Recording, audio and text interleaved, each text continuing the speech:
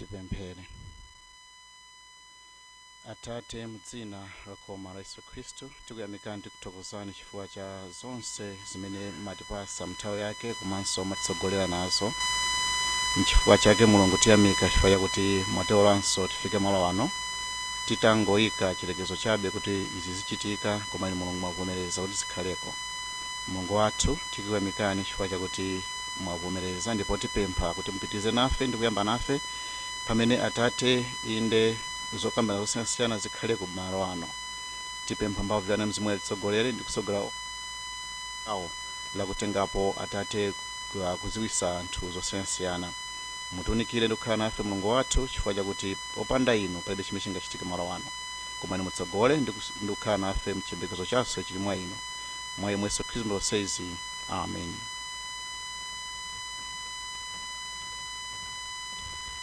Thank you very much, Reverend Namitepa. Honorable Minister, ladies and gentlemen, the following is the sequence of the opening ceremony. We will have safe introductions so that we know who is here. Then Macra Director General will welcome the participants. Thereafter, Macra Board Chairperson will give us her remarks, followed by the Principal Secretary in the Ministry of Information and Digitalization, who will then request our guest of honor, Minister of Information and Digitalization, Honorable Moses Kunkuyu Kalonga Shawa, to officially open the 2024 National Broadcasters Conference. So without wasting your time, ladies and gentlemen, let me invite each one of us to introduce ourselves so that we know who is here.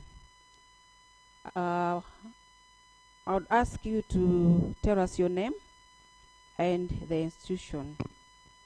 So Lemekezane, please help us with the mic.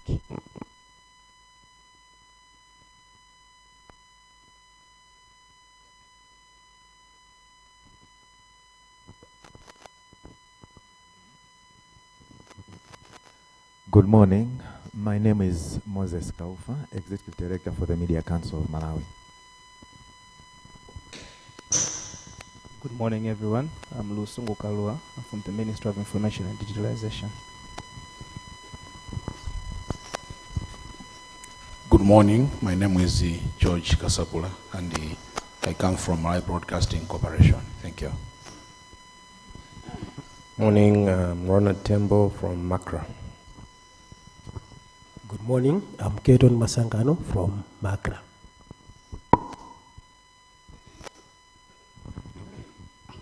Good morning. My name is Edward Kwacha from Omuntu FM. Good morning. My name is Cheka Wurundege from Radio Islam. Good morning. My name is Ali Blessing Zidi, Radio Islam. Kondwani Mkandawire, Mobisku FM. My name is Moses Binali from Macra. My name is Chifuniro Chigaponya from GC Youth FM. Misozi Mbedza Malunga, Linga FM Radio. Felix Kamanga, Chirundu FM Katapi. Netahara, Rumpi FM. Magimwinda, Shunde FM Katapi. Robert Malenga, Nyungu FM. Gift Banda, Chanko Radio Zomba. Gracious Mulinga, Chanko Radio and TV Zomba. Franco Kison, Minister of Information and Digitalization. Chekem Jakulira, Minister of Information and Digitalization. Good morning, and my name is Caetano Lubrino, Police FM. Gibson Banda, Nyantepa Radio. Josephine Chipofia, Minister of Information. Wishes Machaya from Malawi News Agency. Chifuniro Smoke from Udowa FM. Haswell Zimbili, Hope TV and Radio. Atipat Samoyo, Hope TV and Radio. MacLeod Muntali, Radio ABC. Judith Sonko, Radio Maria. Gresham Tukula, Kuala FM. Martha Mwandira Husseini, Radio Maria. Gideon Masia kutoka kwa RSM Mzati and TV. Dickson Tawani, Sky Radio.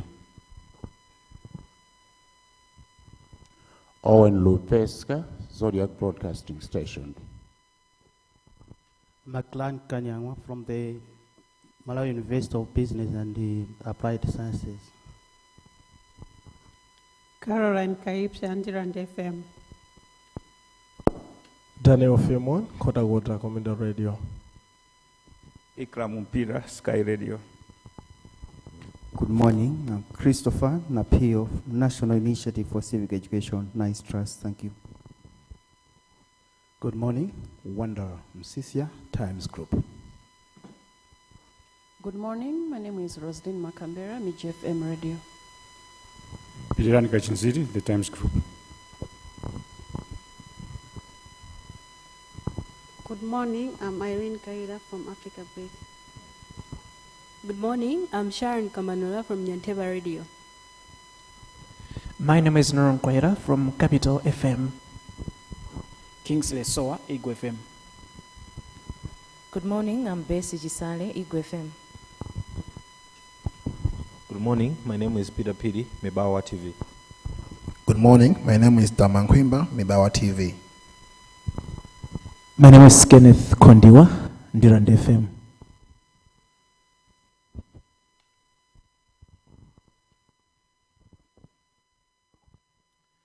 Zephaniah Nungu, Nkoma Synod Radio. Henry Kasoa, GPS TV. Good morning, my name is Tom Kamanga, GPS TV.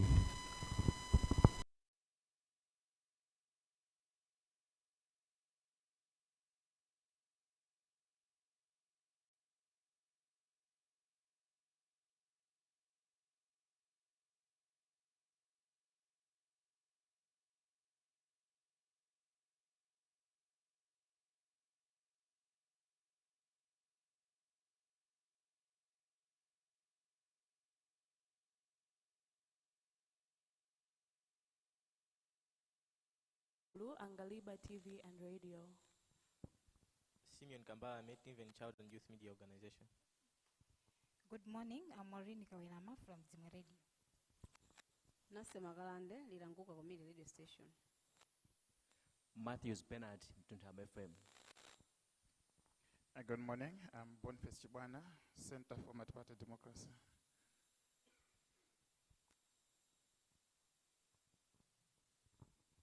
Male, Wazilinda FM. Lloyd Gumbi, Blantyre Synod Radio.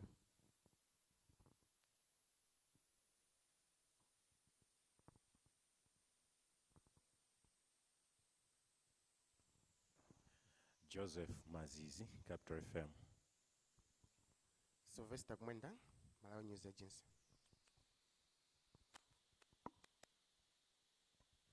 Soko, Makra. Good morning. My name is Joseph Mwanoga from Makra.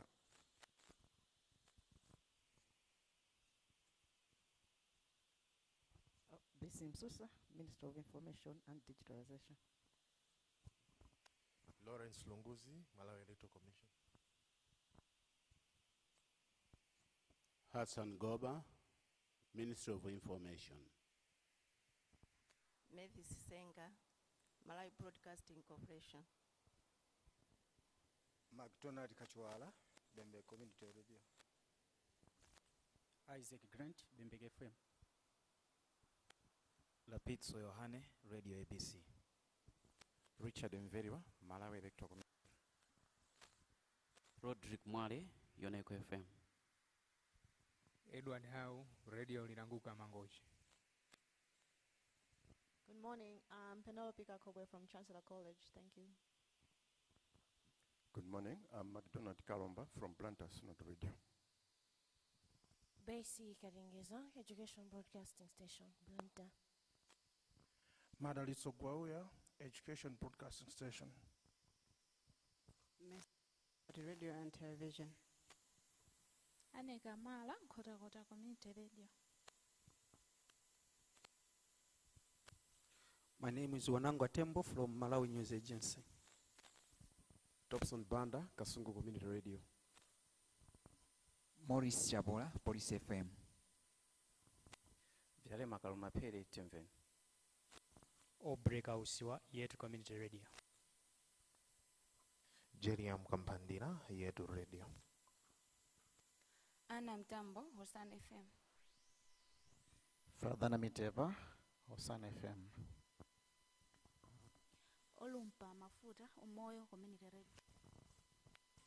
This is Dan Jackson, Umoyo FM. Ive Mwanyongo, Umuntu FM. Good morning, I'm Janet Mtali from Transworld Radio. Good morning, my name is Reverend Philip Mwatuamba Banda, Nkoma Synod Radio. Good morning, my name is John Spanda from Kasungu Community Radio. Good morning, my name is Rabson Woodwell, Doa FM.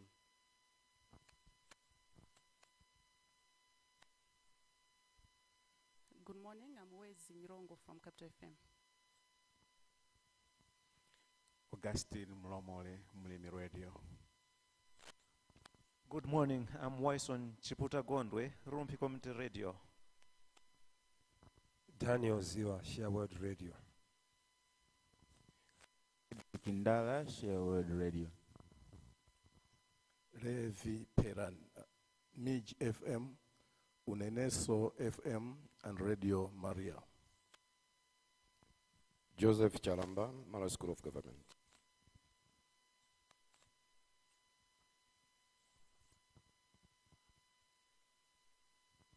Mulonya Roderick, Angaliba Television. Nifa Kajara, Star Times. Good morning, my name is Alson from Sasa TV. Good morning, my name is Madali Tsombewe from Calvary Radio. Good morning, my name is Elijah Banda from CFC Radio. Zizwani Mbizi, Living Waters Church Radio. My name is Mpatso Nkoma, Living Waters Church Radio. Moses Sauli, Likoma FM. Martha Jira, Nyungu FM. Chileso Biswick, Likoma FM. Yamikani Maganga, Kwale FM Radio. Musa Leonard from Mulilongo. Gray Kazako, Zodiac Broadcasting Station. I'm Andrew Slumbu from the Community Radio Station.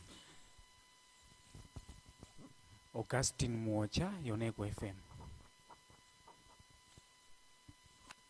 Melvin Kadewere. John Nkoma, Makra. Masankweriza, Makra. Luce Chimwaza, Makra. Monica Shinyamali pia, Radio Linafe. I'm Beatrice Mwape from BC.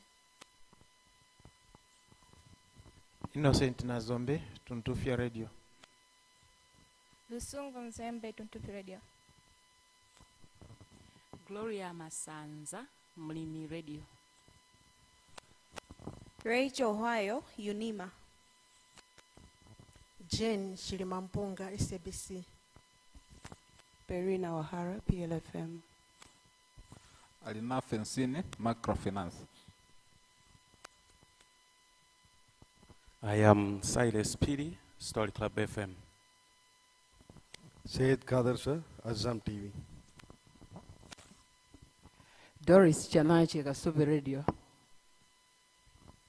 Samuel Samson, St. Luke's Campus Radio. Elube Ibrahim, St. Luke's Campus Radio. Maxwell Pangani, St. Luke's Campus Radio. Richard Mutale, CN Radio.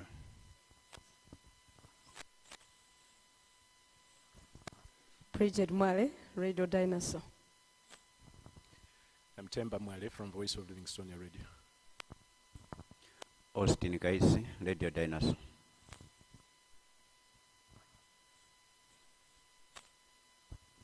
Good morning, I'm Jean Chirombo, Chisomo Radio. Good morning, I'm Rosemary Lubani, Malawi Adventist University Community Radio.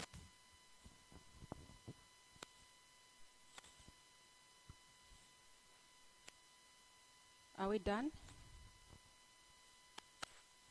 Thank you very much. On the high table, we have the Minister of Information and Digitalization, Honorable Moses Kunkuyu Kalonga Shawa. We also have MACRA Board Chairperson, Mrs. Bridget Shibwana. We have MACRA Director General, Mr. Daud Suleiman, and Broadcasting Directorate Director, Mr. Zanzigo Mankambo. And my name is Wezi Nkoma Somba. Welcome once again, and thank you for the introductions. Now, moving on to speeches. Ladies and gentlemen, allow me to invite MACRA Director General, Mr. Daud Suleiman, to open the floor. Thank you so much.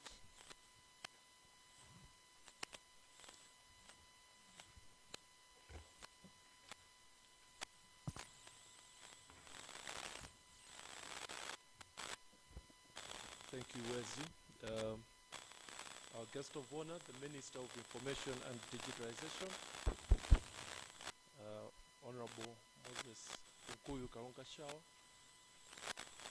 MACRA Board Chairperson, Mrs. Bridget Chibwana, and all members of the MACRA Board that are present, members of staff from MACRA, colleagues,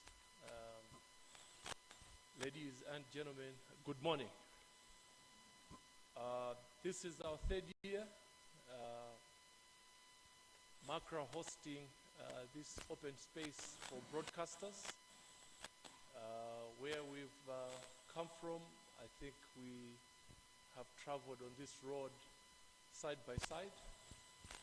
Last year we had a very engaging conference. There were a number of issues that on both ends we had committed to do. I think the biggest takeaway from last year's conference was the FM refarming exercise that we undertook as MACRA and broadcasters. The Broadcasters Conference is here to stay. This will continue to be our space where we can hear from you and where you should also be able to hear from MACRA what it is that we're trying to do in the sector. How do we grow the sector, and how do we make sure that we remain relevant in this digital space?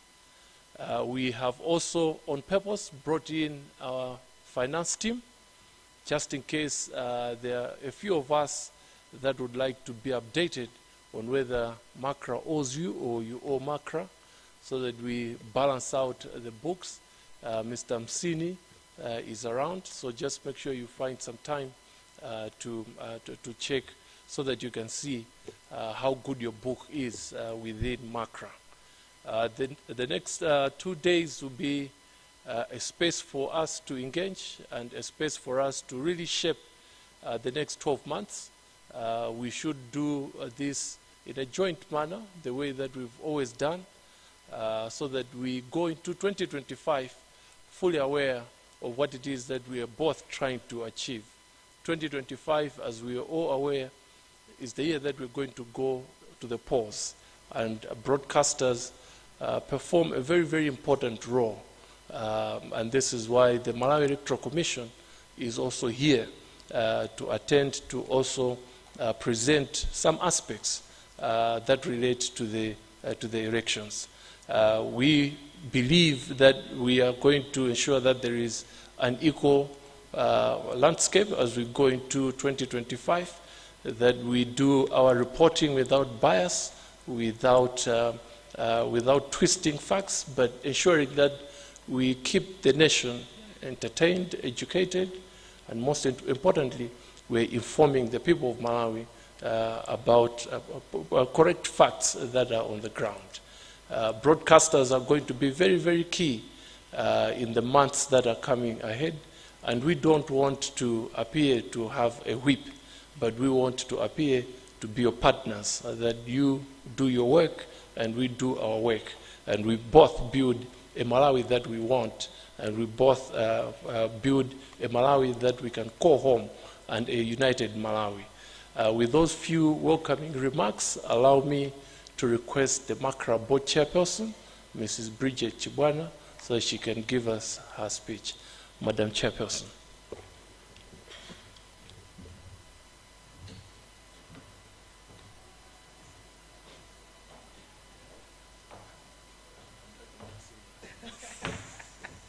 Can we clap hands for the DG, please? Madam,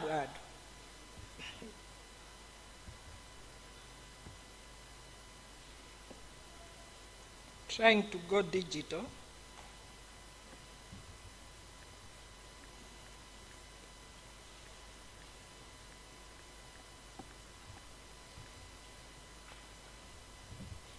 Good morning, ladies and gentlemen. Good morning, ladies and gentlemen. Thank you. Minister of Information, Honorable Moses Kalongashawa Kunkuyu, Secretary for Information and Digitalization, Mr. Bodwin Chiamaka, MACRA board members present, Mr. Daud Suleiman, Director General, MACRA, and management and staff of MACRA present here. Honorable Minister, I have a long list of salutation, but allow me to say all protocol observed, considering that we have had the introductions, and I have also noted that there are a lot of people and organizations that deserve special recognition. So in order not to leave or omit anyone, allow me to say all protocol observed. Distinguished ladies and gentlemen. Honorable Minister, it gives me great pleasure to stand before you this morning, before you open this important and very relevant broadcasters conference. Honorable Minister, on behalf of MACRA, I would like to thank you for gracing this important conference. I would also like to thank you, all our partners in the broadcasting field and electoral process, for attending the third National Broadcasters Conference, which has come at the right time, as Malawi is approaching the 2025 tripartite election. Honorable Minister, distinguished ladies and gentlemen, I would like, before the other speakers come, to emphasize the role of broadcasters during the entire electoral process, and that it is to ensure that voters make informed choices and that the coverage of candidates, parties, and electoral processes is in pursuit of this central purpose. Some of the principal roles of the broadcasters in the elections include providing relevant information, analyzing and additionally offering substantive options to the public, while also serving as a platform for debate and discussion, fulfilling their watchful role by promoting transparency and accountability, providing coverage that gives the voter comprehensive, accurate, and reliable information on all aspects of the electoral process. This information would also help to ensure that the voter knows and understands his or her democratic rights and exercise them free from fear, intimidation, coercion, gender, or age biases. Honorable Minister, distinguished ladies and gentlemen, freedom of expression, freedom of the media, and access to information are crucial for media to play an effective role.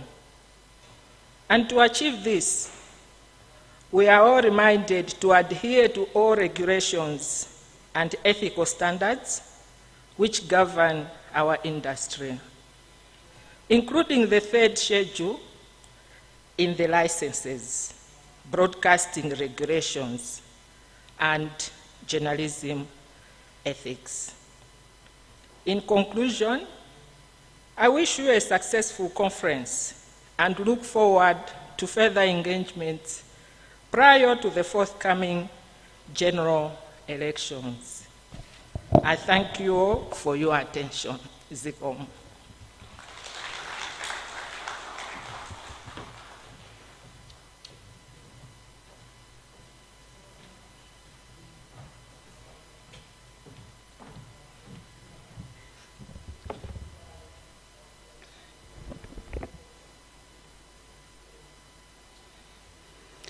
Thank you very much, MACRA Board Chairperson, Mrs. Bridget Chibwana, for highlighting some of the principal roles of the broadcasters in the 2025 elections. A big hand for MACRA Board Chairperson.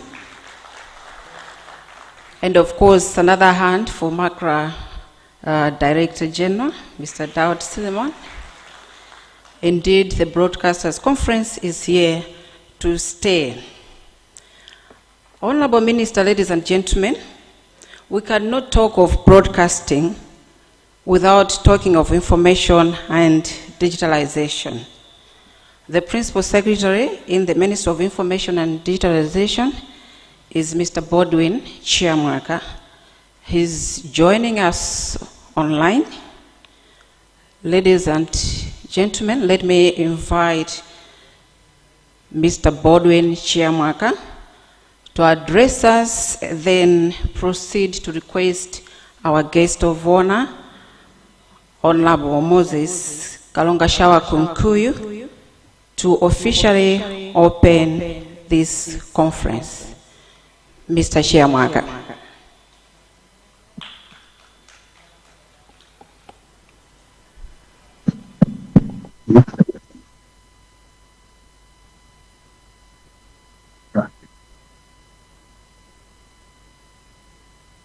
Good morning.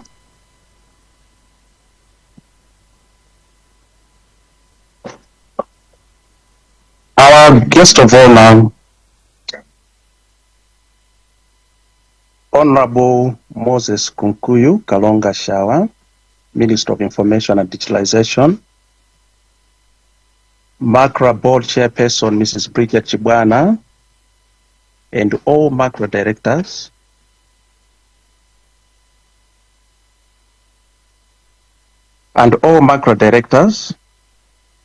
who are present, and also my colleagues in the MACRA Board, esteemed discussants from our academic and professional institutions, distinguished invited delegates, members of the press, ladies and gentlemen. Honorable Minister, distinguished ladies and gentlemen, my duty is very simple this morning. That is to request our guest of honor, Honorable Moses Kunkuyu Kalonga Shawa, to address this gathering, the 2024 National Broadcasting Conference.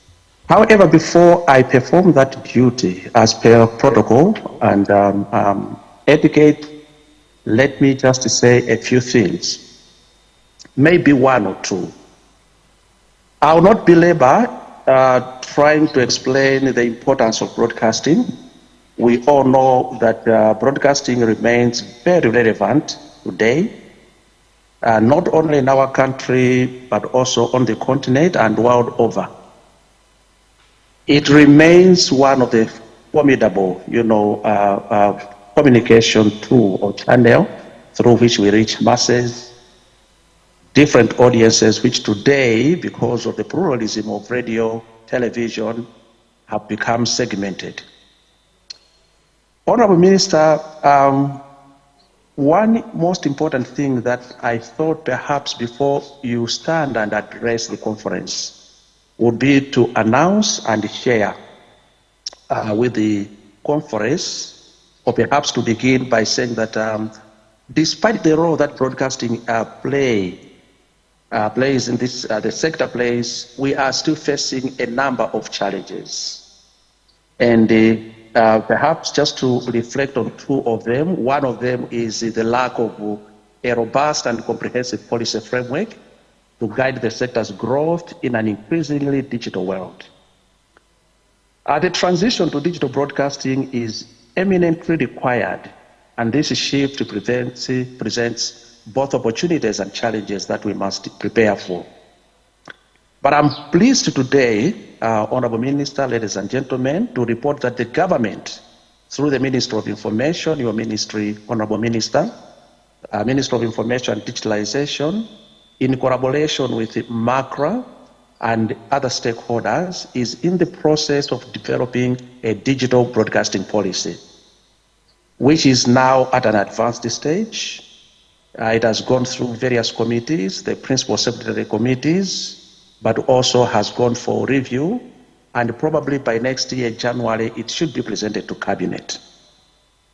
Now, this policy will be a cornerstone of our efforts to modernize the industry, and its aims are to ensure that the digital transition is inclusive, promotes local content creation, and fosters economic growth in the broadcasting sector.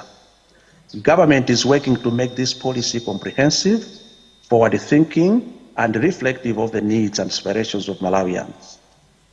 Honorable Minister, in terms of content, this is one of the biggest challenges that we continue to face, that we do not have a viable financing model for monetizing broadcasting content. The content that is generated usually is done and provided to various platforms, including free-to-air, at no cost at all. And this doesn't really augur well with the growth of the broadcasting sector. And perhaps this is one key issue that I would, Honorable Minister, request that the conference this year should continue to debate as they have done before, so that we come up with a viable financing model for the broadcasting industry. If we don't do this, we will remain latent, and our started growth will go on until maybe several years ahead. And the only solution is to see how best we can make our content financially viable. Now, may I get back to the policy, Honorable Minister? The introduction of this policy is particularly timely as our broadcasting sector continues to grapple with issues such as inadequate infrastructure, limited investment, I've also mentioned in terms of local content, and economic instability within the sector. The digital era will, for instance, increase the reach and quality of services while reducing operational costs. Going digital will also open up new revenue streams which can help broadcasters become more financially stable. We should also bear in mind that now we are talking about convergence, where radio is not only accessed through signals on the transmitter, but also on different digital platforms, including the internet or online platforms. Equally important is the role of digital broadcasting in empowering Malawians to tell their own stories. Malawi's stories, which are very, very, very important for nation branding. A vibrant and sustainable broadcasting sector must prioritize local content creation. And this is not only preserves and promotes our culture, but also creates jobs and stimulates the creative economy. I therefore would like to request participants at this conference to spend the next 2 days critically thinking about how, as a country, we can make the transition to digital broadcasting a success. Think in terms of infrastructure requirements, skills development, and resource mobilization. Most importantly, let's think of how every Malawian, regardless of their location and economic status, can benefit from these advancements. Honorable Minister, ladies and gentlemen, may I conclude by commending Malawi Communications Regulatory Authority for once again organizing this conference. And also within their regulatory framework that over the past year or the past few years, we have seen them not only enforcing the law, but also actually developing the capacity of the broadcasting sector in various ways. And it begins on a conference like this one, and the implementation gets. May I encourage MACRA to continue to do this, because accountability and law enforcement can only be effectively applied to institutions that have the capacity to comply. So this is commendable, Honorable Minister, and more especially when we are talking about modernization, economic viability, and the ability to meet the needs of Malawians in the 21st century. With these few remarks, I know the Honorable Minister always disputes that I do not make my remarks few, but I believe these are few. It is now my singular honor, privilege, to humbly request you, Honorable Minister, our guest of honor, Honorable Minister of Information and Digitalization, Honorable Moses Kunkuyu Kalonga Shawa, to address us and officially open this conference. Thank you for your attention, and may God bless you all. Thank you.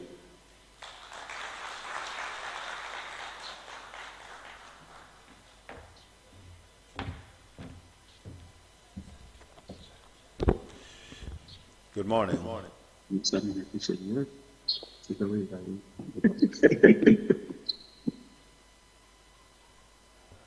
Good morning. The Secretary for Information and Digitalization, Mr. Baldwin Chiamwaka, who just addressed us, MACRA Board Chairperson, Mrs. Bridget Chibwana, and all directors of MACRA Board present here, Honorable Susan Dorsey, the Chairperson of the Parliamentary Committee on Communication, Director General of MACRA, Mr. Daud Suleiman, and all MACRA staff present here, our esteemed discussants from our academic and professional institutions, distinguished invited guests, members of the press, ladies and gentlemen. It is an honor to stand before you again today as we gather to discuss the future of the broadcasting sector. This is something that we have done for the past 3 years, and as the Director General did say, this conference is here to stay, and we can only express our gratitude to MACRA for that commitment from the Director General. As we reflect on the previous dialogues, let us ask ourselves if the ideas and agreements from those meetings that we had the past 2 years have brought any meaningful improvements to our broadcasting sector. The DG did touch on the major take-home from last year's conference, which was the FM refarming exercise. It's one of those areas that we have discussed deeply as a conference, and the results from there we have all appreciated. So we must always ask ourselves if all the other items that we discuss are bearing fruits or they are becoming agendas for the discussion this year as well. I want us to ensure that these annual gatherings are not just a routine, as we cannot afford to meet, discuss issues for 2 days, and then wait for another year to gather again without tangible progress to show for it. These conferences must have a purpose with measurable goals that we can evaluate and build upon each time we meet. Government, through my ministry, recognizes the critical role of the broadcasting sector. It is one of the most effective ways to reach and inform Malawians about the issues that affect their lives. That is why we must work together to make our broadcasting sector vibrant, relevant, and impactful for every Malawian. This requires addressing the challenges that continue to hold the sector back from realizing its full potential. It is only after addressing these challenges that we can begin to see our broadcasting sector venture more into local content creation and thereby enable us as a people to begin to tell our story as Malawians. This year's conference is happening against the backdrop of persistent challenges in our broadcasting industry. These challenges prevent it from transitioning into an economically viable and thriving sector. We all know that unless we overcome these obstacles, it will be difficult for the industry to grow, invest in local content, and empower us as Malawians to tell our own story.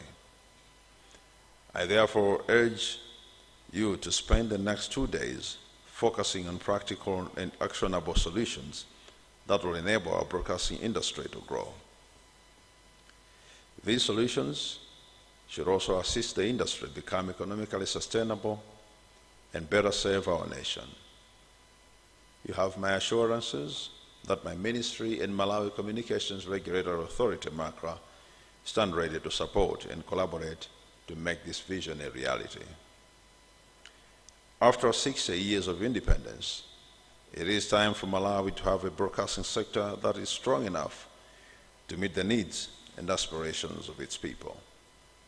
I therefore once again challenge each and every one of you today to remain committed to transforming our broadcasting industry into one that not only survives economically, but also delivers rich, diverse content for all Malawians. This year's conference takes place 9 months before the general elections, and this is such a critical time.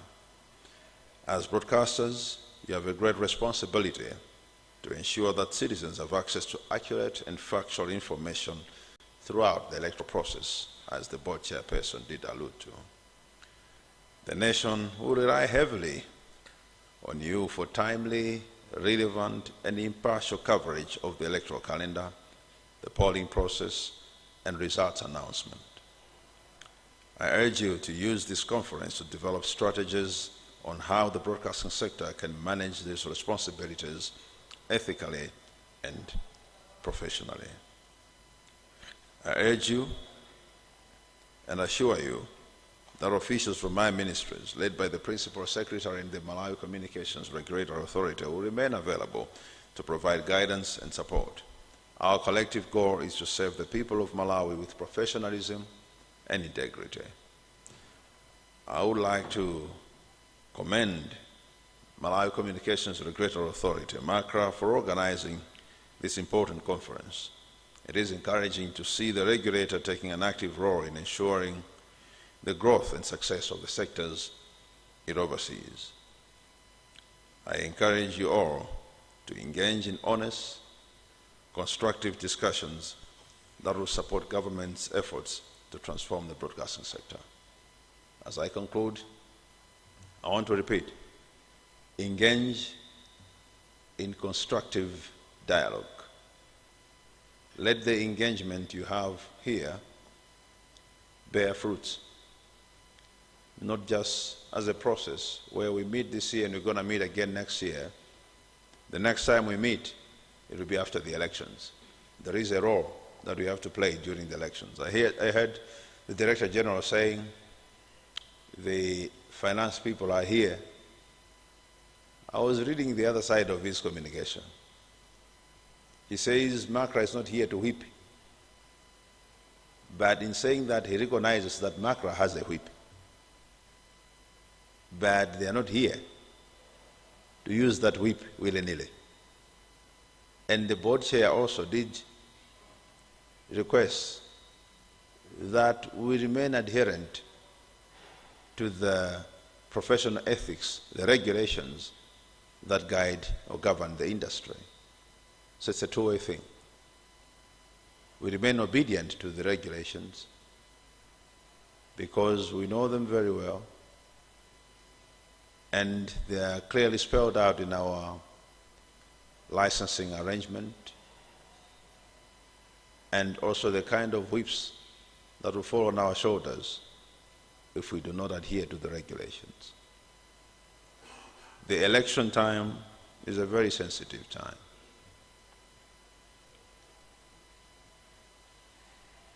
Some of the things we do every day may not be received in the same manner owing to the climate of elections. So it's my plea that we remain professional as we play our role during the election time. We would not want to see a media or broadcasters that feel they thrive on sensationalization. Let us be factual. Let us be factual, and MACRA will remain professional, a professional regulator.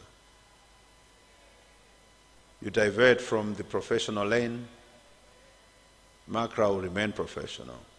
They'll read their books and apply the necessary laws. I'm glad we have broadcasters from national broadcasters, television, radio, up to community radios.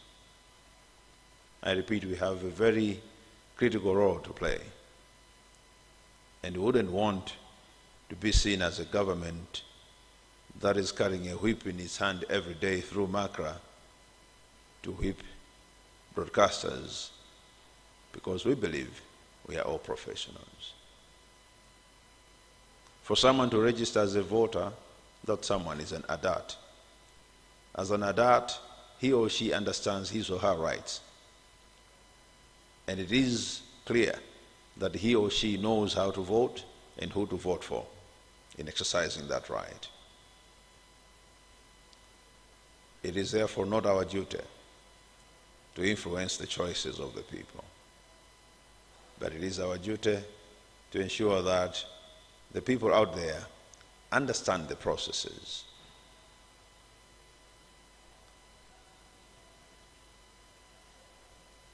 Akuti azachuma kuMACRA alipo mpano ndi muonane nawo kuti muone kuti muli nawo ngongole kapena MACRA ali ndalama zanu. Zimachitika both ways, MACRA owing you and you owing MACRA. Kachinthu kamodzi kamene kamadzakonda kubweretsa chikwapu kwambiri nkamene kakosalipirana ndalama. Khoza peze oti ngongole ilipo kuyambira kalekale, koma chikwapu chikangobwera lero akuti chifukwa chakuti tinapanga program yakuti. Engage in open conversation with MACRA. Ask them those questions. MACRA is not here to whip. Koma chezani momasuka, dziwani zimene zingakhale zolakwika mogwiza mwina nkuteka tinayo wala malamulo. Tikukumbutsane during these 2 days kodi chimene tingapange nkutitalakwitsa ndi chani. What is it that tikapanga chioneka kuti ndi cholakwika ndipo chikhoza kubweretsa chibalo.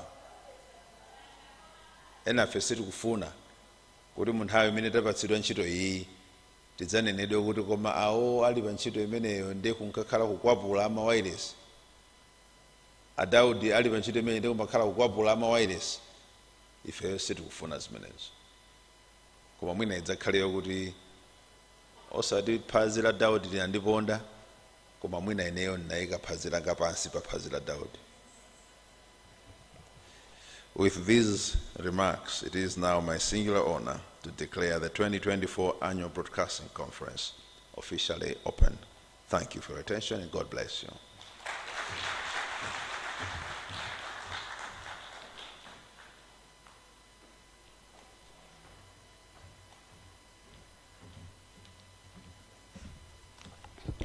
Thank you very much, Honorable Minister. Be assured that this conference will have a meaningful outcome, and MACRA as a regulator and us as broadcasters will remain professional. Another big hand for Honorable Minister, ladies and gentlemen. After all the speeches, ladies and gentlemen, kindly you are being requested to participate in a group photo outside. So I'll ask the high table to lead us outside, and the rest will follow. So the group photo will be taken by the auditorium steps. After that, we'll break for tea, and our colleagues from the media, you can do your interviews.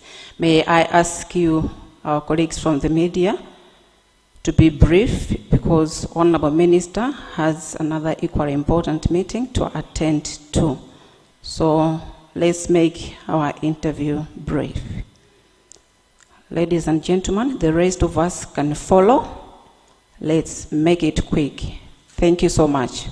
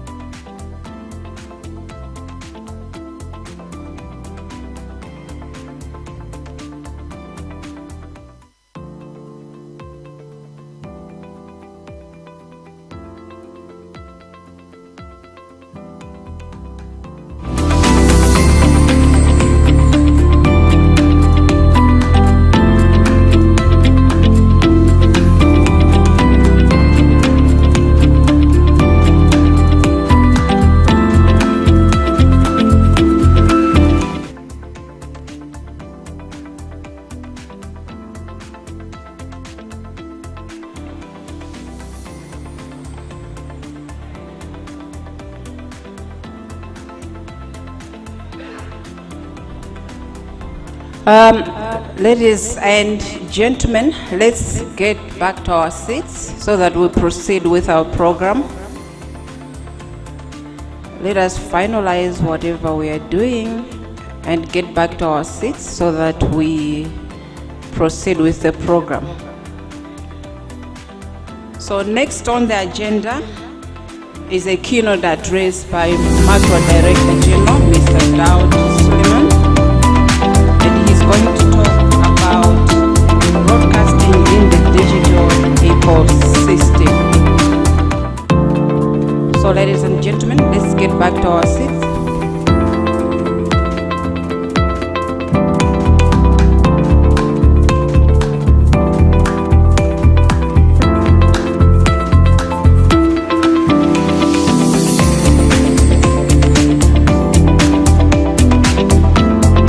Our IT team, please help us to beam the GSM website. Please help us to beam the GSM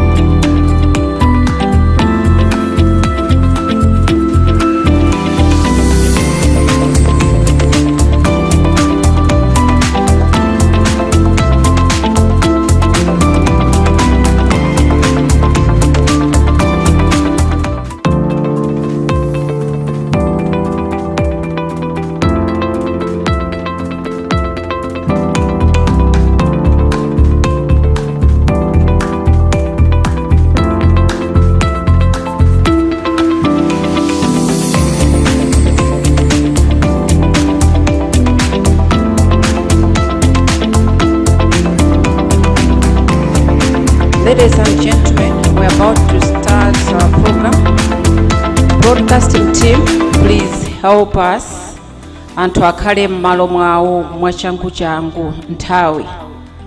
Please, broadcasting team, help us.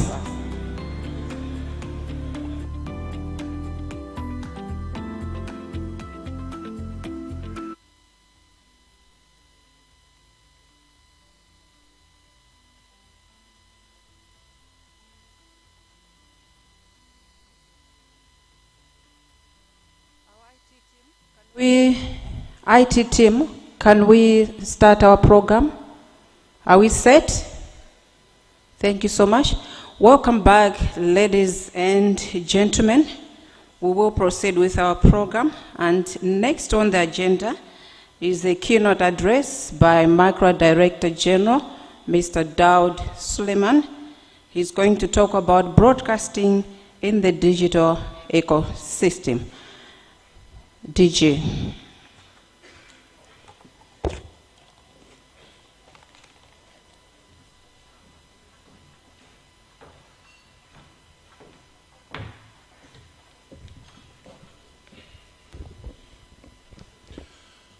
Good morning once again.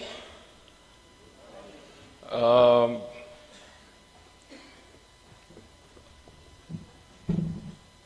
world is changing, the world has changed, and the world will continue to change. And the only constant that we're going to experience is that the changes are going to be rapid, and the changes are going to be in the digital space. So every facet of our life is being impacted by digitalization. When you look at agriculture, there is now smart agriculture, there is now weather prediction, there is now even harvest prediction, even disease detection. Most importantly, market information. When do you sell what? All those things have impacted the agriculture sector. If you look at finance, things have also changed. I can't remember the last time I had banknotes in my pocket in Malawi for me to survive. I can get by through my mobile phone. I can pay for services. I can transfer funds to my friends, and everything is working. I have a fuel card.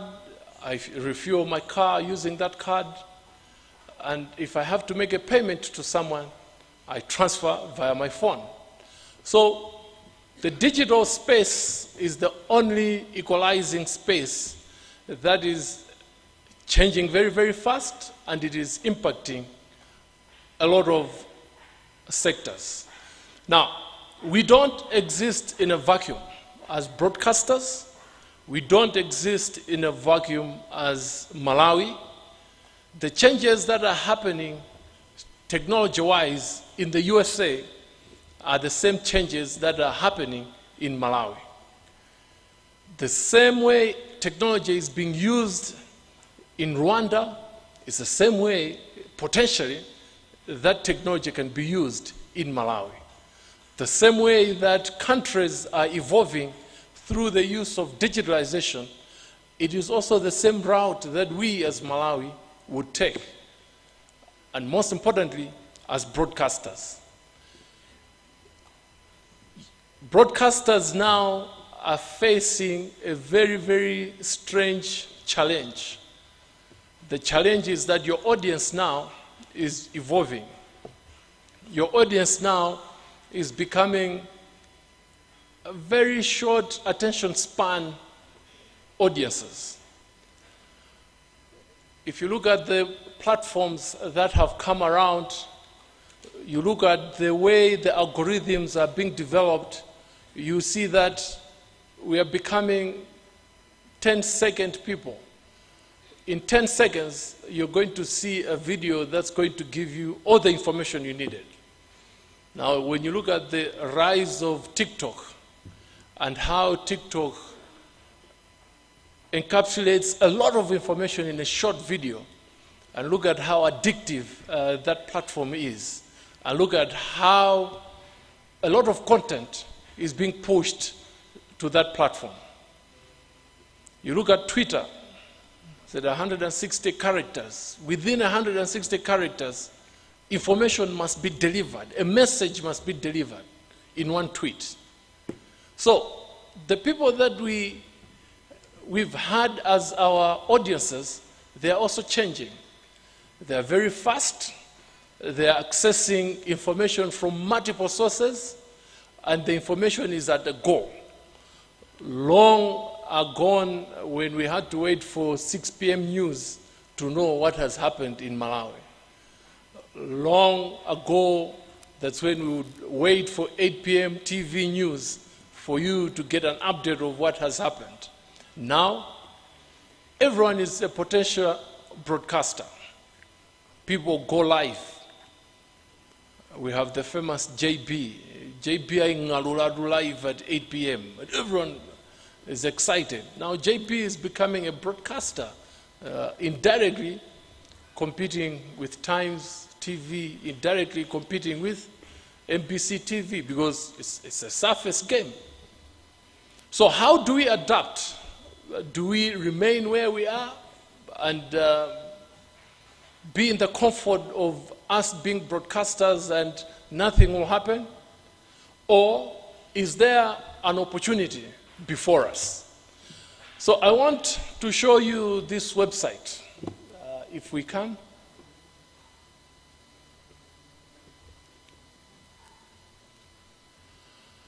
So that as we go into 2025, as you go to re-strategize for your businesses, as you go to re-strategize your platforms, you must be aware of this. So this website, if you can Google on your phones and pull it so you can play around with it, because here I'll just try to be as quickly as I can. But this website is from the GSMA. It tracks the penetration of internet and phones usage across the world. And then it shows the deeper green. It means those countries have deeper penetration of internet and connectivity. The ones that are showing lighter shades of green, those ones are low on the penetration index. So, can you hover the mouse over Zambia, the map of Zambia? So I can't see from this angle, but okay, you can. So Zambia, it says emerging, right? And the score is 44.3, 44.8. Now, I think click on it so that there's something that pulls up on that side there. These are the things that they are tracking. Can I borrow that microphone? So infrastructure, telecoms infrastructure, internet infrastructure in Zambia. I can't see what the other thing is.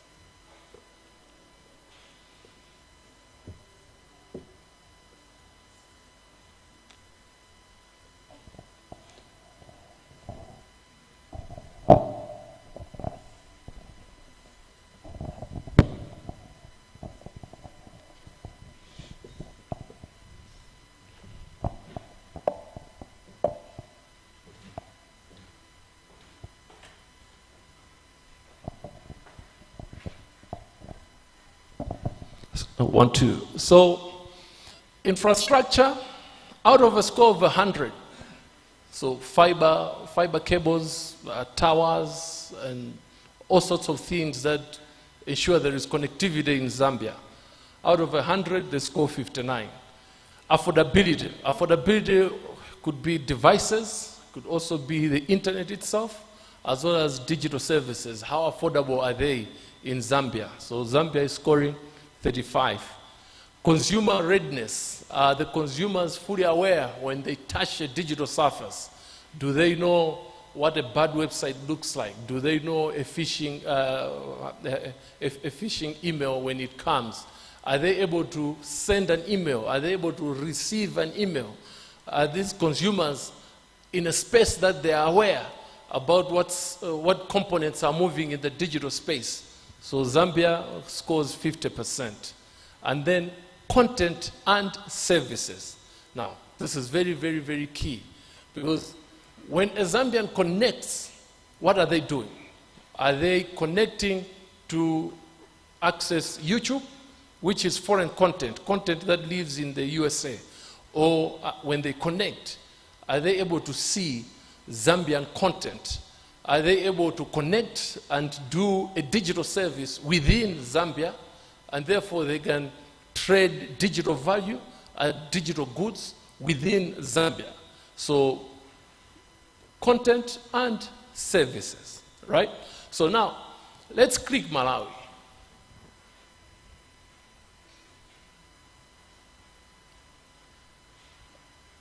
So I think you should click. Panyasala Sovan. So infrastructure, Zambia was 59, Malawi 54. Which means in as far as Makebo, Matawas, Yanchani, we are almost at par. So we have created the highways. So the highways are there. Secondly, affordability.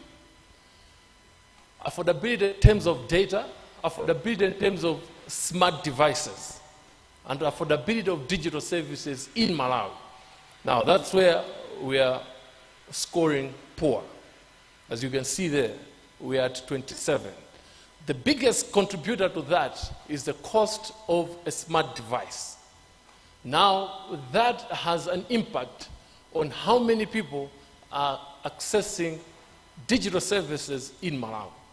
So as of now, we have 14.5 million SIM cards that have been registered in Malawi. Out of those, about 1 million are running in smartphones, which means we have about 12.5 million SIM cards that are in a Mose wallet. Affordability. So if we work together to make smart devices affordable, we are going to migrate those 12 million Mose waleros into a smart surface. It changes the game. Thirdly, consumer readiness. Are consumers in Malawi aware about the digital surfaces? Do they understand what is happening on the digital surfaces? So you see that we're scoring very, very good. The biggest contributor to that is mobile money. Airtel Money and Tene Mpamba. So those 14 million SIM cards I spoke about, each one of them is connected to either Airtel Money or Tene Mpamba. And each one of them is actively using those wallets. So financial inclusion, especially the digital financial inclusion aspect, which works on 2G, which is USSD, *211 hash. Mamose walero much, and hakumenya *211 hash, and they are able to send value, to receive value. They are able to go by agent, using Mose walero. So that's why there you see that the consumer readiness, we have moved ahead. Now this is where the problem is, or this is where the opportunity is. Content and local services. Now that's where, as broadcasters, you need to see this as an opportunity, because the slow number, or the small number there, 26.8, is simply showing you that when I go online in Malawi, I will hardly find Malawian content. The content that I'm likely going to run into is foreign content. A lot of people in Malawi, when they connect, they're doing WhatsApp, or they're doing Facebook, or they're doing YouTube. Hardly are we connecting and interfacing with a local service. hardly are we connecting and finding a digital service online in Malawi, use Malawi Kwacha, pay for that service, and get whatever value that we needed to get out of there. Now, as broadcasters, that is now where your next audience is. That is where now your next customers are. People have become inclined to small surfaces. The small surfaces are requiring us to have very short memory spans. So you see that when a person is touching their phones, they flip between 3 or 4 apps within a minute. Hardly would you spend over 20 minutes or 5 minutes on one app. If you're scrolling on your Facebook timeline, you scroll down, you see the new feed, you flip to another app, you flip to another app. Those are the digital behaviors of your customer. Those are the digital behaviors of your next audience. As we go into 2025 and the future years, the revenue model for broadcasting is changing. Revenue model is no longer from advertisers, because there are only 3 companies that are going to advertise in Malawi. It's Airtel, TNM, and maybe some other unknown company. All of you are fighting for those 3 budget lines. To proceed with that model where broadcasting is being based on advertising revenue, we are sinking. Now, this is where the issue of going into the digital surfaces and becoming digital as a broadcaster begins to make sense, because that's where the money is. That's where the consumers are. That's where your audience is. The biggest problem we've had is, how do you justify that indeed 5 million people listened to that broadcast when it's analog? When you go to digital surfaces, you now have the data that you can take to your advertiser and say, look, this is how much of an audience we have. Now, 1 million smartphones is on the lower side. We jointly need to work together to ensure that we build more numbers, that we have more and more people accessing and having digital surfaces. The 2G has shown that even people in the remote Malawi, they're able to use 2G services. They're able to use TNM Pamba, and they're able to use Airtel Money. There is a report from the Reserve Bank of Malawi.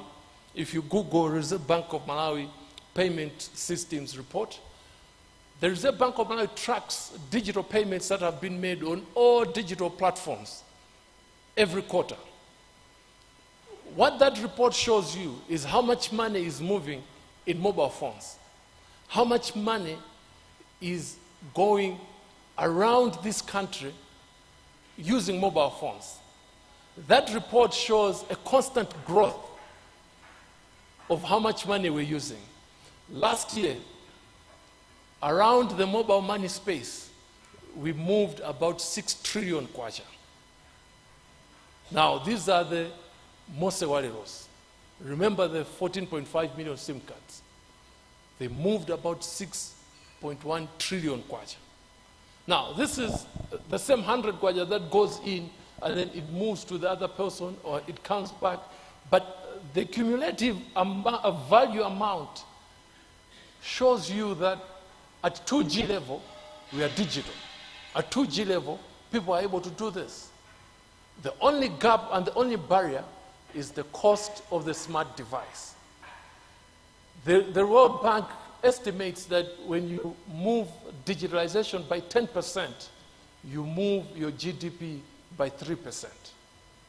Now, in Malawi, that report shows that we are 36.9. That relates to the internet penetration rate in our country. It means we have about 60% that we should move. Every 10% we chew, our GDP grows by 3%.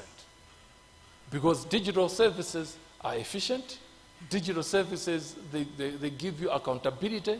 Digital services, they ensure that the real value has been paid. So if the government of Malawi, for instance, was to digitize all its payments and all its services, that's called their content and services. It moves. Now we cannot go to NRB and queue so that we pay 5 kwaja to someone and then you jump the line. All you do is you pull out your phone, you go to NRB, you register, you pay from your phone, and NRB sends you an SMS to tell you your ID is ready for collection. You plan when you can go to collect your ID. The same things that happen at the post office offices. You see there's always people queuing because it's a manual system. If we move that to a digital system, you apply for a renewal of your passport, you pay for that renewal, the immigration department will send you an SMS when your passport is ready, you go and collect your passport. Imagine the amount of time that people spend shouting and running up and down on those queues at the immigration offices. You digitize that, you cut out time, you cut out inefficiencies, you improve revenue collection, but also the citizen has more time to be productive. This is why we move that local content and services tab by digitizing government services.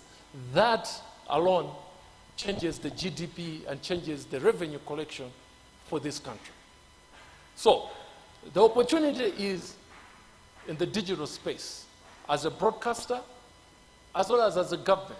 Even ourselves as MACRA, as a public service company, our next growth is on the digital surfaces. You should not walk to MACRA for you to apply for a radio station.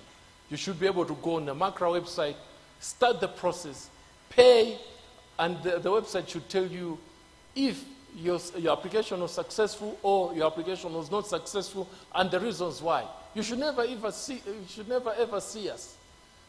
You should only see us when you come for the initial license conversations so that you are more productive with your time. But what happens now? You print these things and you have to walk to come to MACRA offices. We are wasting time because things have become digital. The attention span has become small. That being said, I've overstretched your attention span, so thank you very much for your attention.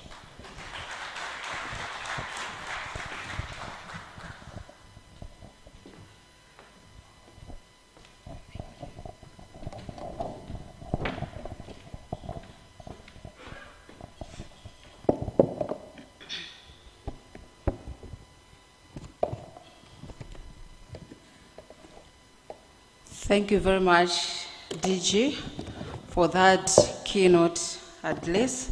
A few points that I've taken note of.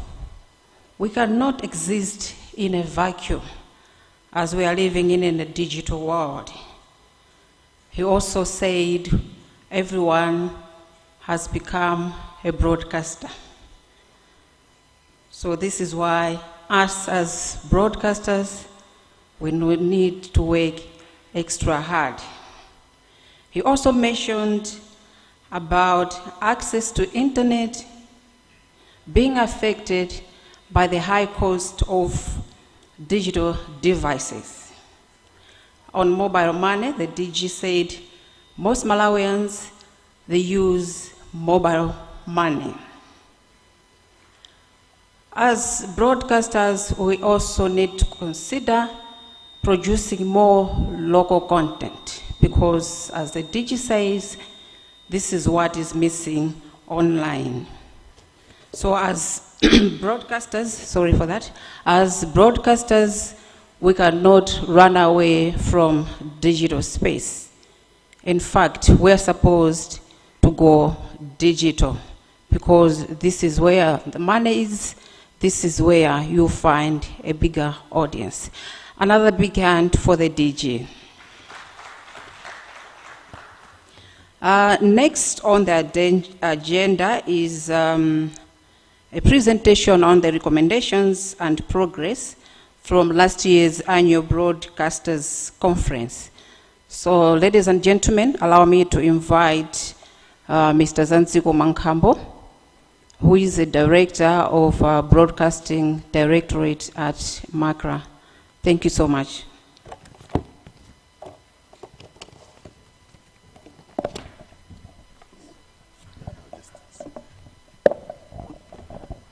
Good morning, ladies and gentlemen. It's exciting to stand before you. Last year, we were not the way we are. I think we didn't have this large group. And we do appreciate that when we make a call for such an interface, we do come forward to interact. This kind of interaction enables MACRA to also identify the challenges that you have. Therefore, when we make presentations or a program like this, it doesn't end there. And even tonight, there is a cocktail.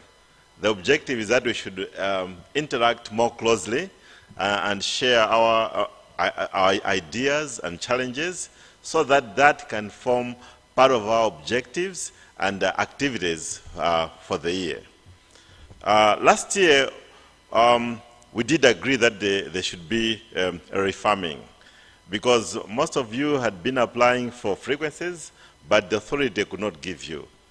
And we had many new licensees who didn't roll out for a year or two just because they are waiting for frequencies. The exercise was a success, and at the moment we're just doing some extensive monitoring. We've had a team which has traveled to Zambia, to Mozambique, to Tanzania, just to cross-check with our counterparts on how to make this a success, because we had interferences from both sides, and that required that the two teams meet.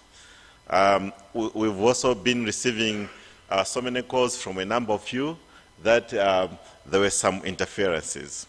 Some were deliberate, because when our engineers traveled to a particular station and they guided you that you should put your power at this level, as soon as they move back to Lilongwe, it is alleged that some of the engineers do put back the power where it was, because their aim is that they should reach out to far distant areas, but they do forget that they are interfering with their neighbor.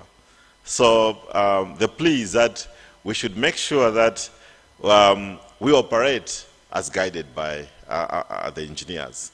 So refarming was a success, and now we're just doing monitoring, and still receiving any challenges that you are encountering. MACRA has been working on broadcasting regulations, and at the moment, you will be called that we should consult you on them. We should hear your ideas on them, and thereafter they'll be gazetted. There was a plea that we should not, when we meet, we should also involve NGOs. And in our midst, there are some NGOs, as you requested. And next year, we are going to have more NGOs. There was a plea for training, and we've been having trainings. As per the DG's presentation on going digital, at the moment, all the community radios are on digital, they are online. They have their role to play and MACRA's role to play. And all of you are now on the .mw Malawi domain. All these are just some activities that MACRA is doing to ensure that we go digital. When you're online, there are more benefits than remaining tradition. And as the meeting progresses, there is a team of MACRA staff. They're taking note of the questions that you are making. There are some questions, when they are answered, they also trigger something to us to say, I think we should work in this area because there are more questions coming in this area. And those are going to be compiled, and they also form part of the recommendations that will be presented next year. Thank you very much.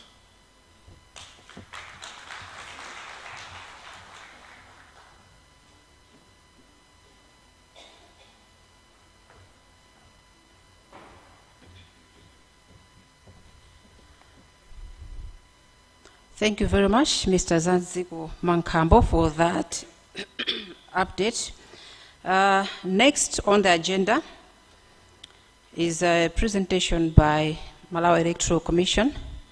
So, ladies and gentlemen, at this point in time, allow me to invite my colleague, Joseph Mwanoka, to come forward.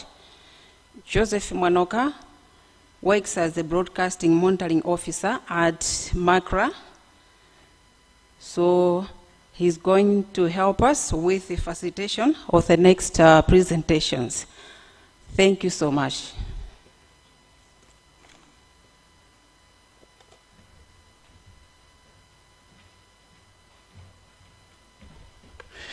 All right, thank you very much, Wezi. Indeed, my name is Joseph Mwanoka, and I'll be your moderator for the rest of the day. And at some point in time, I'll be joined by my colleague, Wile Soko, just for guidance, what will happen and as the program progresses. Before I do that, let me just inform you that whatever is being discussed here, you'll be having time that you will be given a chance to ask questions. So there'll be that moment whereby if you have questions or you need some clarification, you'll be given that chance to do so. And later on in the afternoon, as we knock off, I would ask all the broadcasters to remain inside. There are a few things that you need to discuss in a closed door with the DG. He would like to meet all of us. So that will be done later on this afternoon when we knock off. So, as my colleague has said, we are going into another session. That's the presentation session. We have 3 presenters that will come in to do their presentation. We have the presentation from MEC. We have another presentation from Media Council of Malawi, and also from Center for Multi-Party Democracy. And then thereafter, you'll be having some questions that will be you'd want to ask, that will be moderated by my colleague, Wile Soko.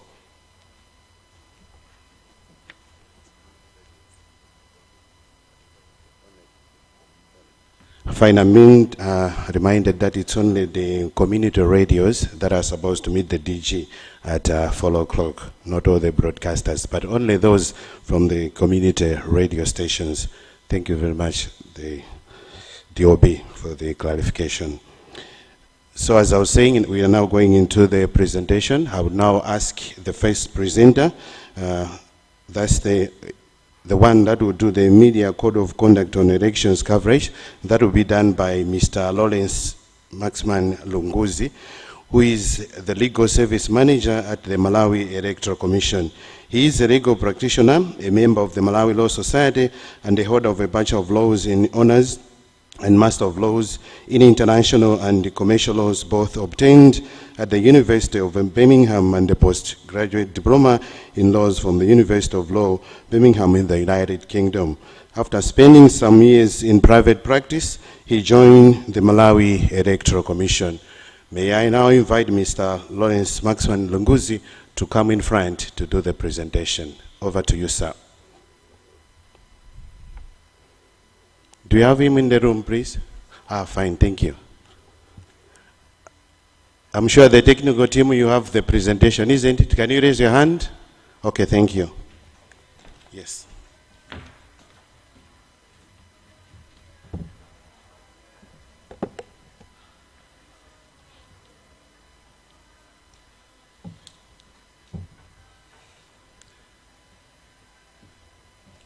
Good morning, everyone. All protocols observed. My presentation will be on the code of conduct. But before we, But before we go to the code of conduct, I thought I'd just give a bit of a background on some guidelines and some rules which are followed from international organizations. These guidelines come from the Association of African Election Authorities. Now, they have, next clip please. Next clip. The principles and the guidelines of the use of the social media. Their purpose are to enhance the capacity of the electoral management bodies and stakeholders to harness the advantages of the social media and to tackle the effects of the emerging digital technologies. I don't think you are strangers to this topic. I am sure you know it better than I do, the effects of social media, as the DG already referred to. Now, the key objectives of these guidelines are to promote the integrity of elections by guiding the use of social media, to encourage the policy development of digital media and usage of the elections, and to support human rights and democracy in the digital space. Now, the coming of or the emergence of the social media has brought its own challenges, and next clip, please. And some of these challenges are the spread of disinformation and misinformation, the application of hate speech, and the potential for harm to human rights. Let me just clarify on some of these. We are at the Commission, at the Malawi Electoral Commission, we are grappling with the issues of disinformation and misinformation. I'm sure most of you have carried on news items which talked about Chimashini, Chismatmatic. It's adopted so many other names. If you have registered so far, you know it's just a small device that the Commission has acquired for the conduct of processes in the elections. So we have been grappling with a lot of disinformation and misinformation coming from different players in the different stakeholders concerned with the elections, political parties, NGOs, sometimes social media players.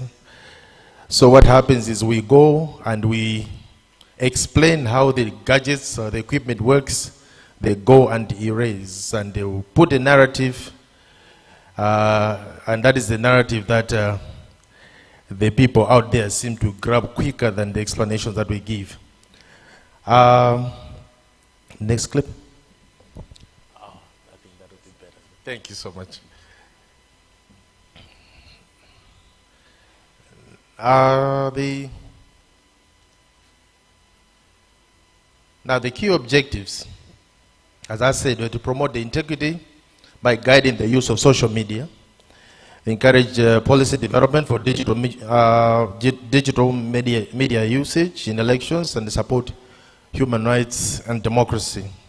We do realize in our daily work at the Commission that we are repeatedly having to go and explain or clear a misconception or a false statement or narrative that has been put out there. So these rules are supposed to help in the process of trying to at least bring some sanity to the area.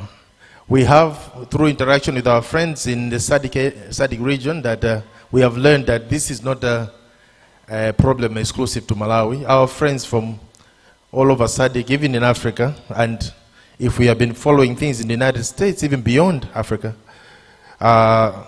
this is a common problem. So the guidelines,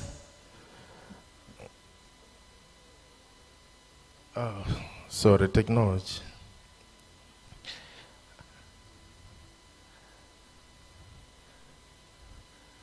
They're aimed at enhancing the capacity of election management bodies. I think we're going backwards.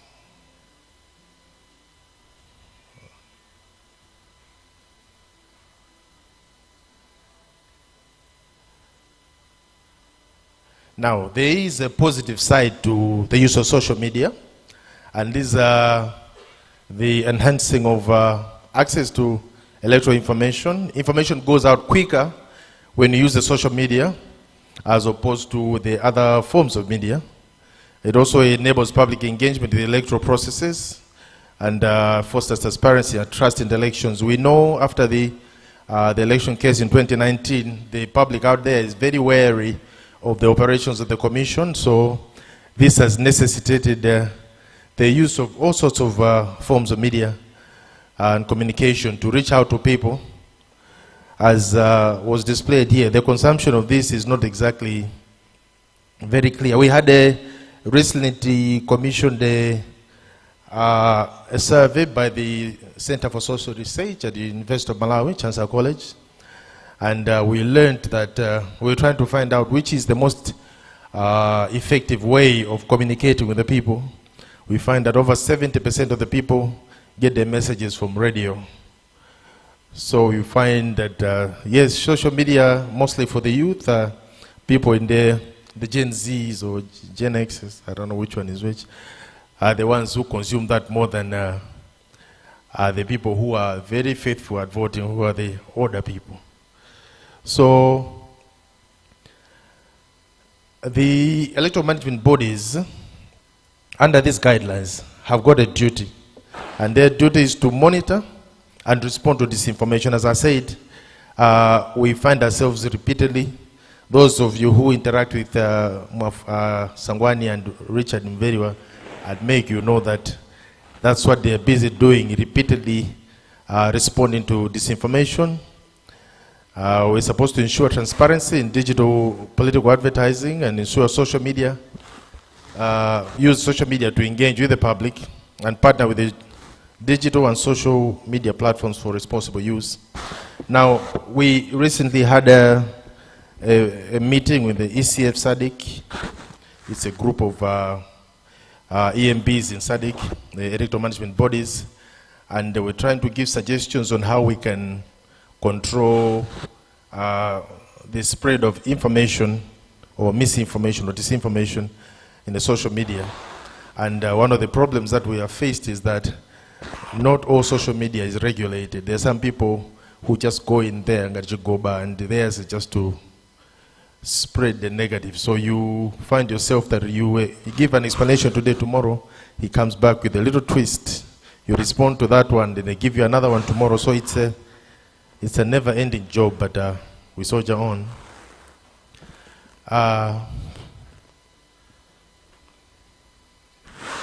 The other role, there's a role for journalists and the news media in these rules, and that is to act in line with the professional ethics. Now, what we have found, and that we always insist on, is that once people in your profession adopt the professional ethics and standards, everything else will fall into place. That will help ensure that the information that is shared is verified and factual. Very few people come and verify the information before they send it out there. I suppose bad news is more attractive than sometimes the truth. So people will take the sensational news and they will run with it. We've had to go on national radios to try to clarify the same thing over and over. And every time we'll do programs from Monday to Friday, the chairperson, different officials from the Malawi Electoral Commission will go and carry out programs on the radios, on TV. They take questions, but the questions are the same every day. Because when people listen to you, they will go on social media and someone has erased everything that you try to explain. So that is the challenge that we constantly facing. People will go and publicize information based on maybe something that was presented on a press conference. As a politician will say, Chimashini Jungo Jambula wazaka 18, malire 45, and akalojokera kudoa. Someone who believes that that is true, funny enough, because the audience that you're dealing with is not of the same level of understanding.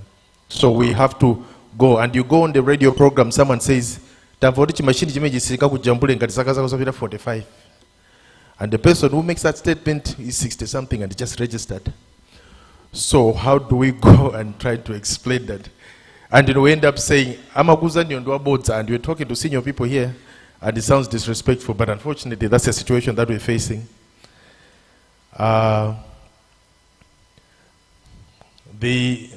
You find that there are so many roles for journalists.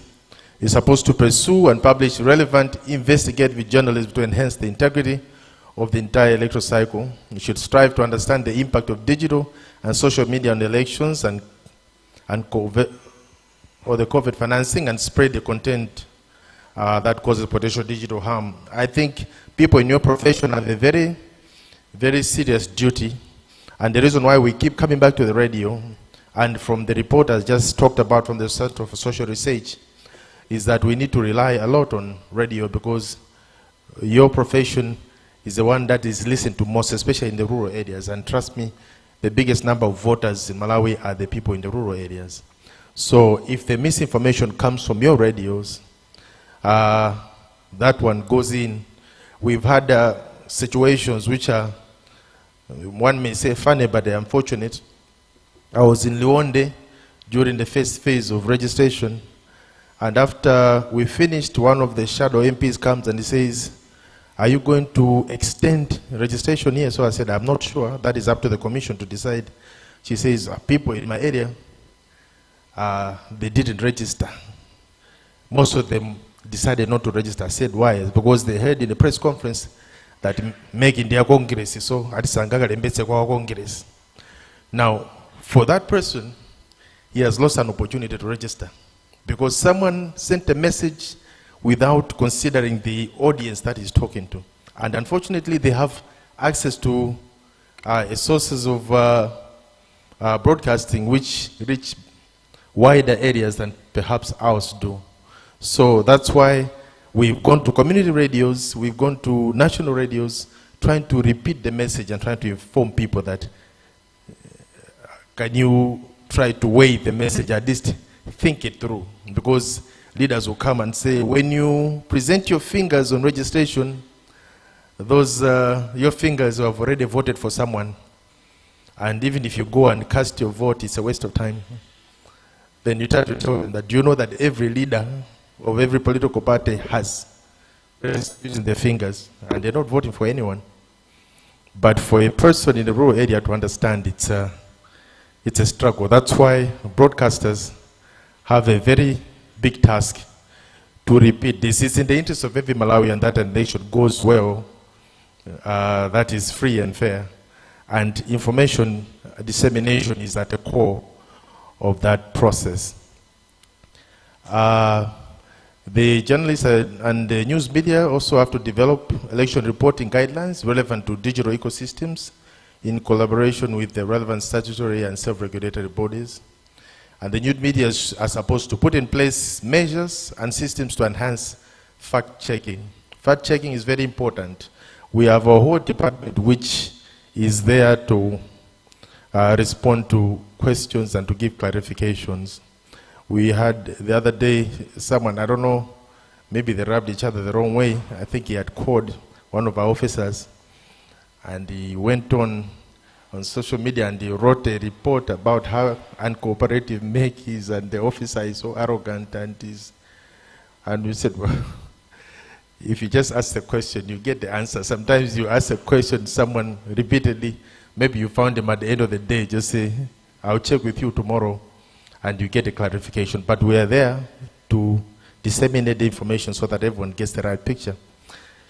And the other role is to put in place measures to enhance fact-checking. As I said, work closely with fact-checkers to identify and expose disinformation and other potentially harmful content in a timely fashion. And timely fashion here has to be underlined. We're talking about a situation where we're doing registration at least 14 days, and we say, at the end of the 14 days, that place is not registering again, is closed, and someone is holding on to a false narrative that he has heard in the press conference or seen it on social media. So it's important that we get timely clarification so that people are able to get the correct information and do the needful on time. To build the capacity of journalists and editors to conduct fact-checking. That is the duty of the media houses and media owners that put measures and systems in place to protect journalists, especially women journalists, put measures to promote gender-sensitive messages and reporting. Now, going to the code of conduct, as you are aware, the Malawi Electoral Commission has a duty to set up a code of conduct that will guide the conduct of members of your profession during elections. So the guidelines in that, it regulates an acceptable standard of behavior and conduct within a defined profession, that is your profession. It stipulates the rules of the game, and it gives the do's and don'ts and the how to do it. Now,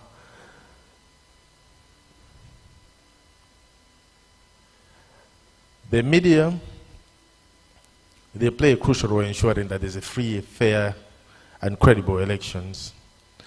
Because when people are not informed of what's going on, then part of the elections is already in a mess. To have a reference, benchmark, and standard against which to measure the conduct of the media, and MEC is empowered, as I said, to put all the necessary measures for proper conduct of the elections. Now, here's the background. Just wanted to stress that every time we're coming up with these codes of conduct, we do it in cooperation with members of the media, members of the profession. Some of you were there, like when we were developing the code of conduct that we have now. Not developing, rather, it's updating. As you can see, from 2009, 2013, 2019, and 2020, and the ones that we're using now, it's been going through the ones that you had. We'll look at them and see if there are areas that we need to improve and change. We do that in cooperation with the councils that represent your profession, in order to make sure that it's representatives of the practice, it's representative of the practice and the standards that guide the profession. Now, what are the contents of the code of conduct? The preamble starts with the commitment of the signatories to the code. It highlights some of the relevant local and international legal instruments that we rely on in coming up with them. Now it talks about the role of the media, and it also explains in detail what is expected of the media throughout the electoral process, like to provide relevant information, analyze it, offer substantive opinions to the public, while also serving a platform for debate and discussion. It also fulfills the role of a watchdog in promoting transparency and preventing electoral frauds. And in a way, if there's something funny going on, the media has been there in the forefront to identify those areas and be able to bring it into the open. As you can appreciate, much as MEC is available all across the country, but there are some areas which we cannot reach. Sometimes we rely on your profession to identify those things and bring it to the attention of the Commission for necessary corrective action. The conditions that are necessary for media to play an effective role. The code talks about the need for freedom of expression and access to information, the need for media houses to provide adequate resources to their staff, that the media need to be allowed access to electoral processes, as most of you would agree during this registration process. Members of the media have been allowed access to the process and be able to witness it firsthand. There has to be an environment free of harassment of journalists, protection of whistleblowers. Now, on the protection of journalists, sometimes we get journalists coming to the Commission and say, I'm being intimidated, say, by representatives of political parties or maybe by some agencies of government. Now, this protection that the Malawi Electoral Commission provides is to ensure that, say, if you're going to observe the registration process, to make sure that there's enough security in order to make sure that you do your job freely. But as you can appreciate, MEC is not at every center. Sometimes you attend a political rally and you get some intimidation. You will not, MEC would not necessarily be there firsthand, but there are other agencies of government who are tasked with the responsibility of ensuring your protection. But during the time of campaign, that is the last 60 days before the elections, that is where you get direct involvement of the Malawi Electoral Commission in ensuring that you're able to do your work and do it freely. there is also a duty of balance and impartiality. All private and public media should ensure that they are balanced and that no political party or candidate is discriminated against, and that effort should be made to cover candidates fairly and equitably without projecting one over others, and places an obligation on directors of the news and programs to ensure that there's balance and impartiality. That is much as the people only put this duty on the Malawi Electoral Commission. This duty is also essentially on you as people who disseminate a lot of information to the public. Sometimes you go on social media, you see a news item and you're thinking, is this an advert or a story? It might as well have been written by the person who's been mentioned in there. In other countries like the United States, I've noticed that they'll say, Donald Trump approved this message, or the politician will say, this is an I paid for message. But you find that with ours sometimes the line is blurred. People will just present it as a story, but you're thinking, what is the content from the reporter here? Because he just regurgitated what the person could have said on a political podium. So this is the kind of thing that we're talking about, that from your profession we expect a balance, one, and two, an analysis of the situation and be able to give a proper narrative of what's going on. Now, professional practices, the media should at least endeavor to provide a truthful, accurate, and balanced and fair account of the events in the context that they the meaning serves a forum for exchange of public comments, opinions, discussions, offer an accurate and valid picture of constituent groups, organizations, and parties contesting in elections. That is to avoid monotony. You don't want to say, if you want to hear about this party, go to Radio A. The idea is you want to be able to see a debate and a discussion so that people are able to hear the analysis and make up their minds after hearing all the people who are contesting. Refrain from wearing political party paraphernalia when reporting on elections campaign. Sometimes you don't want to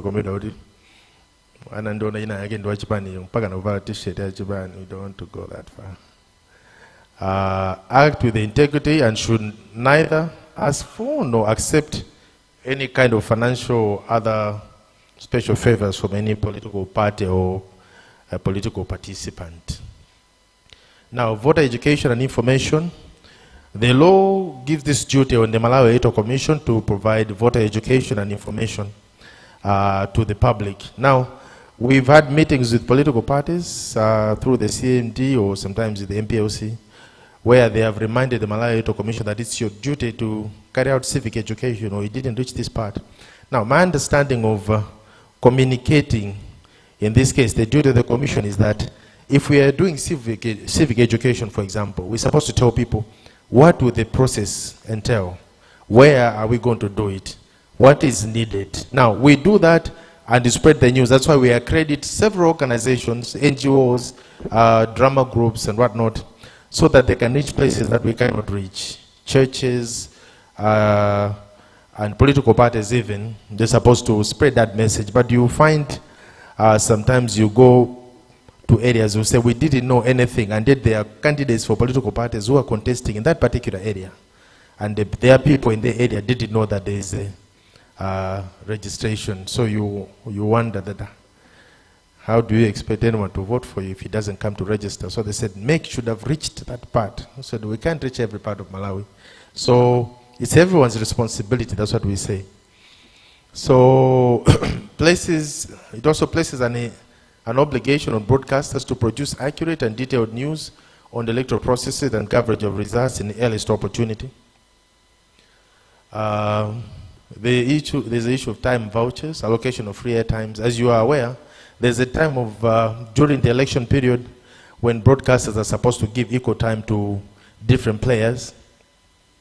During this time, there's a duty that there should be specific time slots given, and that they should not broadcast beyond the time that has been allocated. Broadcasters should not edit material which has been specifically given to them. So if a party gives you a specific message, you can't tinker with it because it's supposed to be their message. Now, that is for where the parties are allowed to do their own broadcasting, or their own advertising about their programs and whatnot. And I'm not talking about programs where you're engaging. Those are the times when you're supposed to be able to ask them questions that engage them, so that you bring out their issues, so that the electorate are well educated of what these people have to offer. They must comply with the Code of Conduct for Broadcasters in the Communications Act. Any programs produced in private studios must be handed over in good time. Now, professional practices refrain from offering any promises to politicians or candidates, or present and clarify as far as possible the goals of the groups, and that's what I said earlier. Now, what amounts to a fair and a balanced story? Now, a story will not be fair and balanced if it omits facts of major importance and significance, if it includes essentially irrelevant information, rumor or substantiated statements. You will appreciate that during this campaign time, there are too many rumors, too many false stories. So when someone comes to broadcast a story like that, we expect broadcasters to get a balance from the other side and say, is this story? What is your vision? Otherwise, if someone just comes with a story and you broadcast it as gospel truth like that, when your program is supposed to be engaging, it's misleading to the electorate, and it affects their rights as voters. If it is consciously and unconsciously misleading, even deceives the reader, the listener, or the viewer, that one will not be regarded as a fair story. If the story has no balance, if no balance exists in the political interview, for example, if a party is favored in a degree of probing questions, like some interviewees, you give them an easy ride so that without countering or asking them questions about what they're saying, there's no balance in that story. Accuracy requires that verification or presentation of all facts that are pertinent and necessary to understand a particular event or issue, even if some of the broadcaster particularly believes, even if it goes against your beliefs. Now, we have had situations like this, as I was saying, as a commission. We get stories where they will go out before our views are sought, and I think firefighting has become second nature to the commission now, because most of the time you're having to answer after a story has already been published. So this code of conduct requires that before you get a story, because you know a story, once it goes out, when you start explaining to it, some people have already grabbed their truth. They know that this is the story that I'm going to hold on to.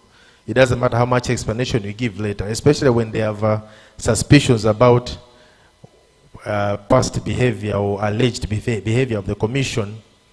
It's very difficult to convince people of the actual position when you've already given out the other view. So that's why it is important to do the fact-checking before you broadcast the story. Media must, without censoring and undermining freedom of expression, avoid and preclude the use of languages which constitute hate speech, violence, and promotes stereotypes. And the media shall use languages that is disability-friendly. Now, on the first point, censoring and undermining, the other time we had a situation, I think during the phase 1 of the registration, where there was a press conference, and I think someone in the press conference said, if the honorable chairperson and the CEO do not resign, you should know what the annually mizimatum, this missing gajitikire is it requiring now. Someone says something like that at a press conference, someone doesn't take that person to task.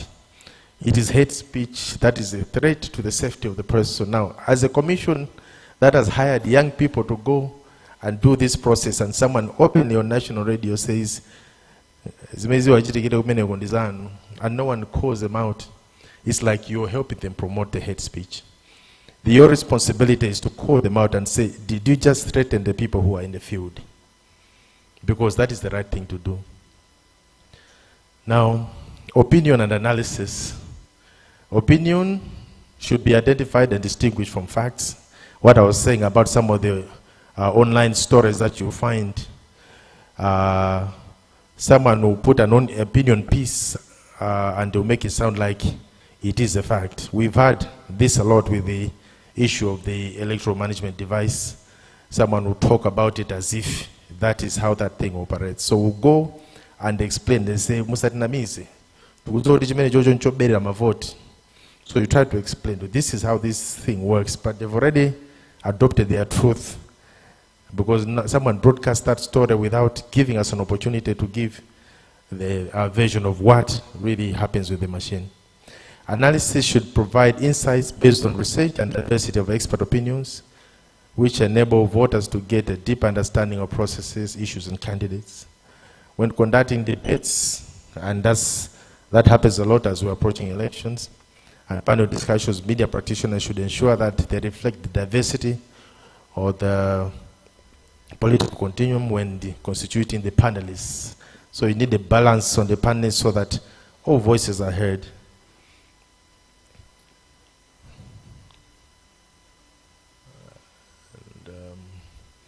Now, these days we know with technology we are talking of AI in reporting. So sometimes people use AI in order to change the entire narrative, like to change the truth of the story. If you recall the story of the size of the audience at Donald Trump's first inauguration, AI comes in and it multiplies the numbers by I don't know how much.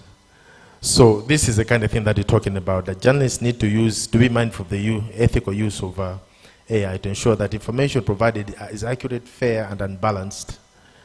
The goal should be to use AI as a way that enhances quality of reporting while upholding the principles of journalism, of accuracy, fairness, and integrity. Among other issues, journalists should consider the following.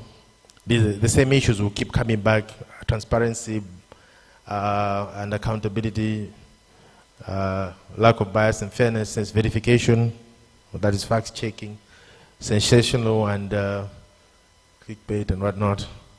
So these are the things that you need to have in mind when you're using some of these technologies. Make sure that it doesn't change the truth of what you're reporting. Now, you'll find that during your reporting, sometimes you report a story and after fact-checking, you find that the story that you reported is false. Now, this is where replies, corrections, and retractions come in.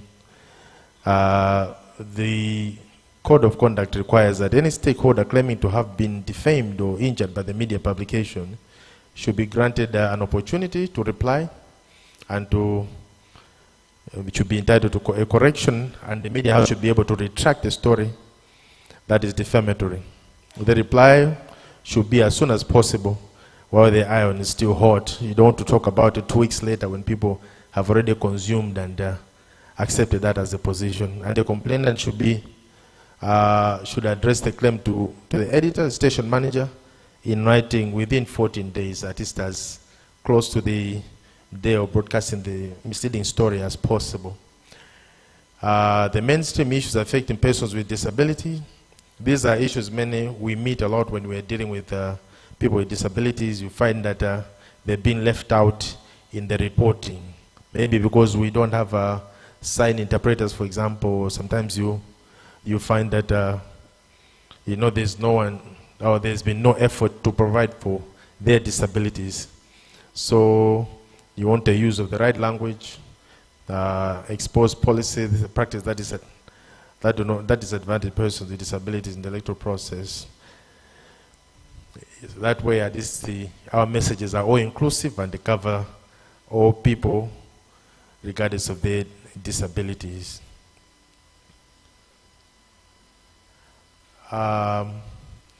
We need to prioritize inclusion of persons with disabilities in all the electoral activities in equal basis with other citizens.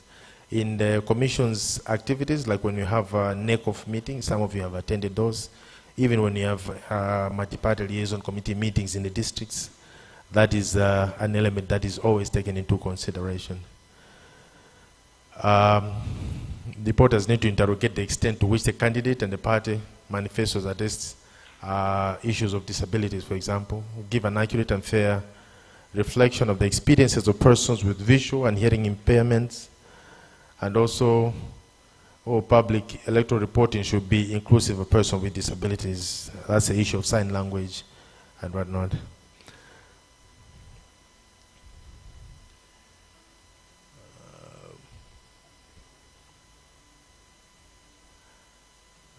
Political parties' duty is to inform the media in advance of their events. Most of the time we get complaints that radios are not coming to our rallies. So one of the things that we require of them is to give enough notice so that you can incorporate it in your programs.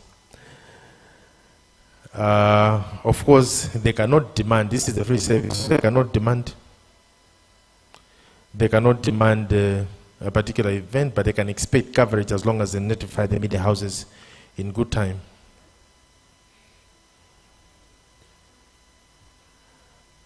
Campaign rally coverages is the same story that I'm talking about. They should be done in equitable and a balanced way so that the people have the opportunity to hear diverging views from different political parties so that they can make an informed choice. Since an election is a national exercise, the media are required to give proper coverage to campaigns in both rural and urban areas within the limit of their resources.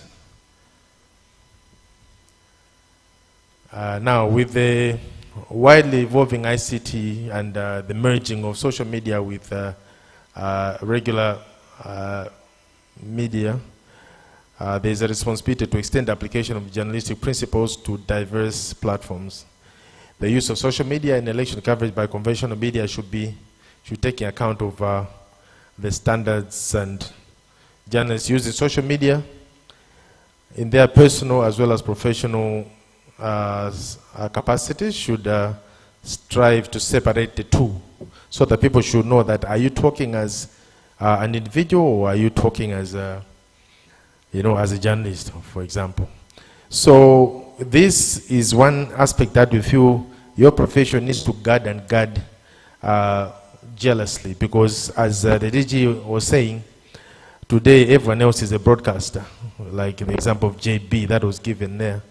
So many people will listen to someone like that, and if you don't up your game and make sure that you take your position, you find those people who overtake the role that ideally should be taken by people who are trained in the profession, because you can't say JB went to school for this. He just loud and he has access to the media, but you are people who are trained in how to do this and how to do it properly. So you need to guard your careers and your profession jealously to make sure that people who are just found themselves in the space do not overtake you and take the lead ahead of you.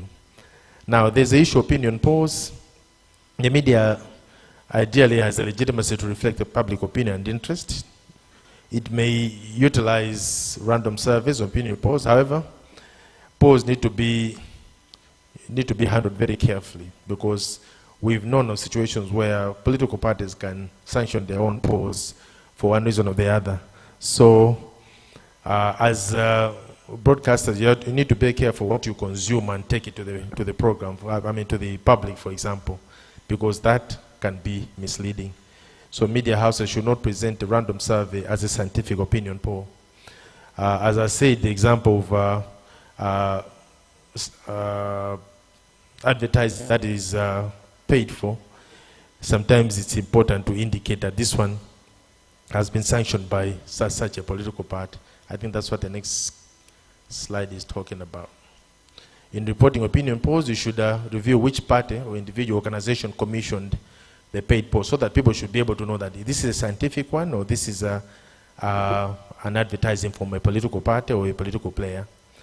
You should indicate the purpose of the poll, the identity of the polling organization, and should refrain from publishing opinion poll results or any other projection of election results after the official campaign period, because that can be seen as further advertising. As you are aware, there's a period within which people are allowed to campaign. 60 days to polling day. 60 days to polling day. So once campaign is closed, you cannot publish things like this because they'll be seen as trying to influence people. Because sometimes people will say, well, according to the opinion poll, I win a calendar hour, so I might as well forget voting, or maybe we should go and vote for someone because that one is a winning candidate. Exit polls, reporting of exit polls should be clearly identified as such and not as a reflection of how the votes have actually been done.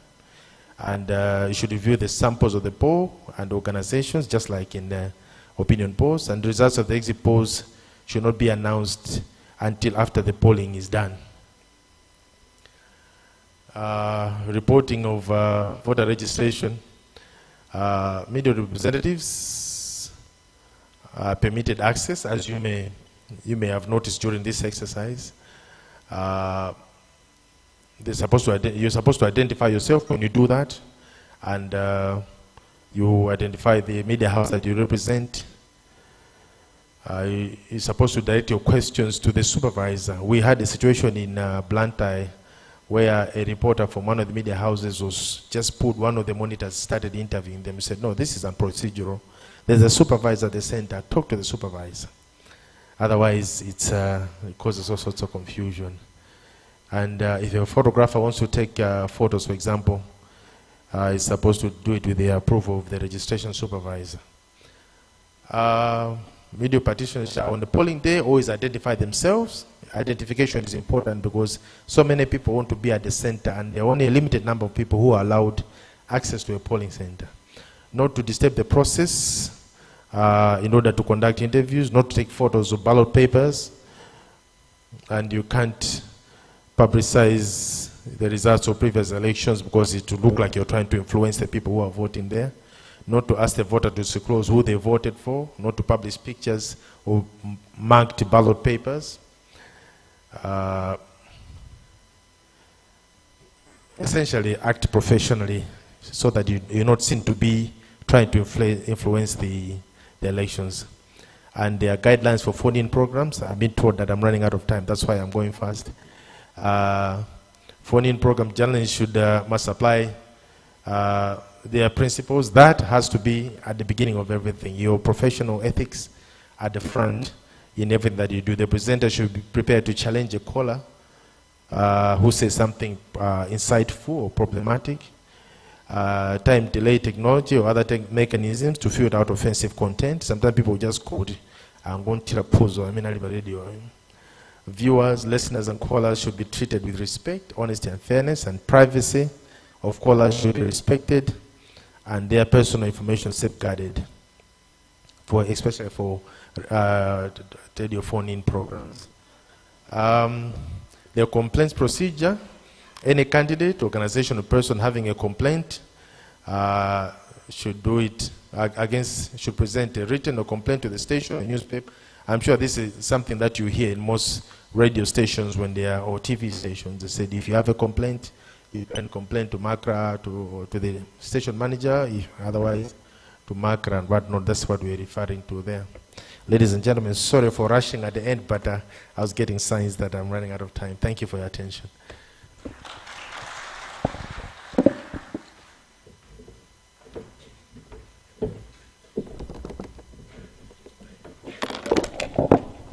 Well, indeed, thank you very much. I think you need another round of applause, yeah?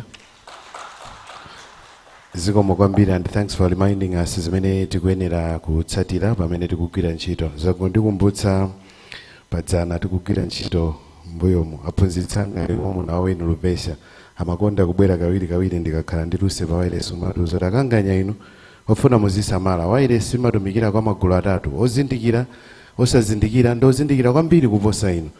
Komanso muzasiya legacy yotani mukachoka pano, osamapsa mtima malo magulu ndikhupira kuti amene wamveka tiyende agwiritse ntchito. Zikomo kwambiri. That was Lawrence Lunguzi, who is Malawi Electoral Commission Legal Service Manager from MEC, giving us his presentation.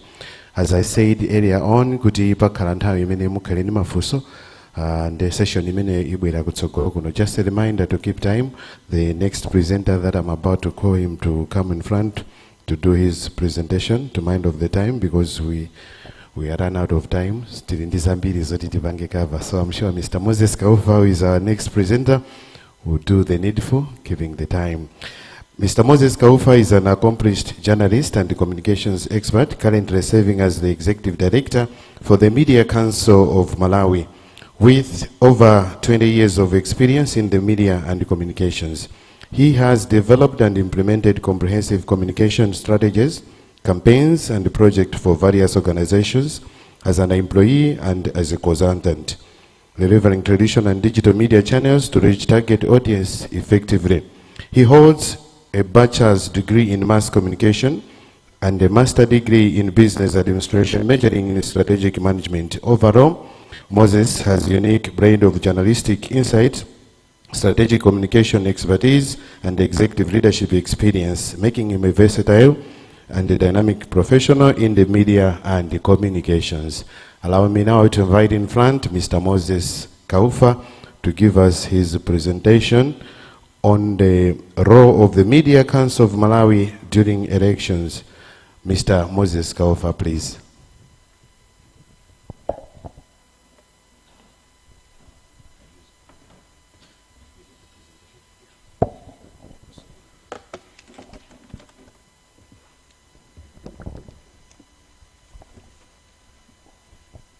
Good afternoon, ladies and gentlemen. Good afternoon. Thank you very much. Can we just stand and stretch ourselves a little bit? I think we have sat for quite some time.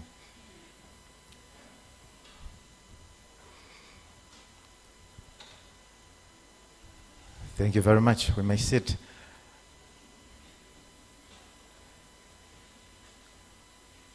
I will not take much of your time because my role today is just to share the role of the Media Council of Malawi during elections.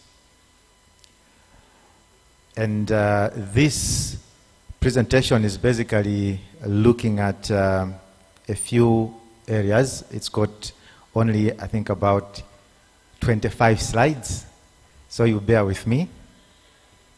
I'm joking, it's a very short presentation.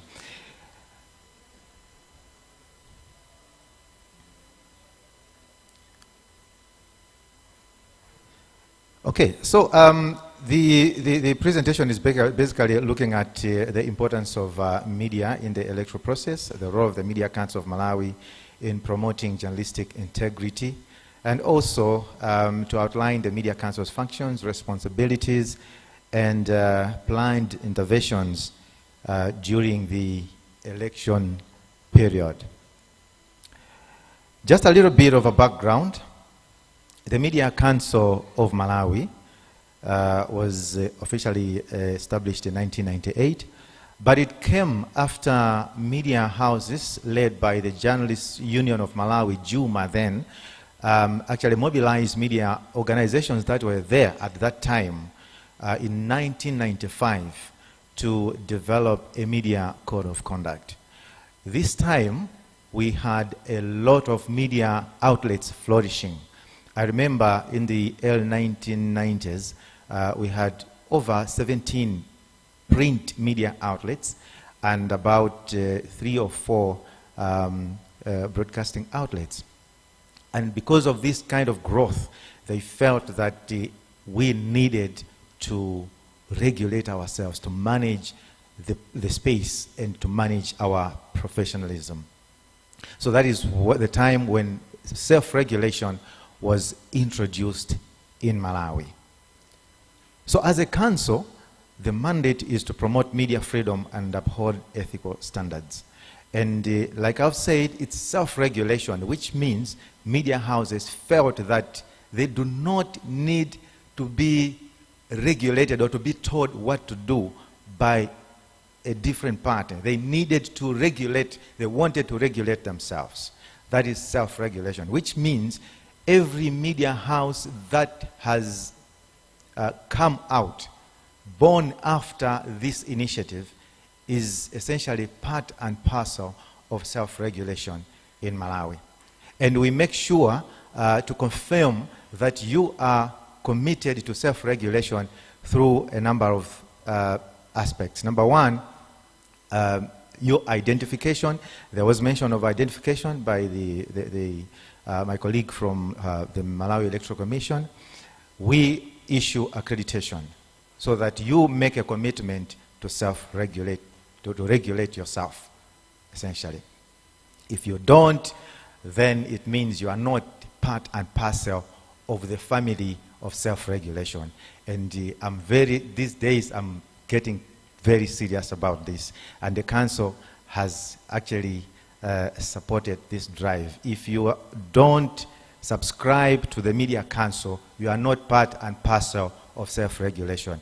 And if anything happens to you, we have the right to say, we don't know these guys.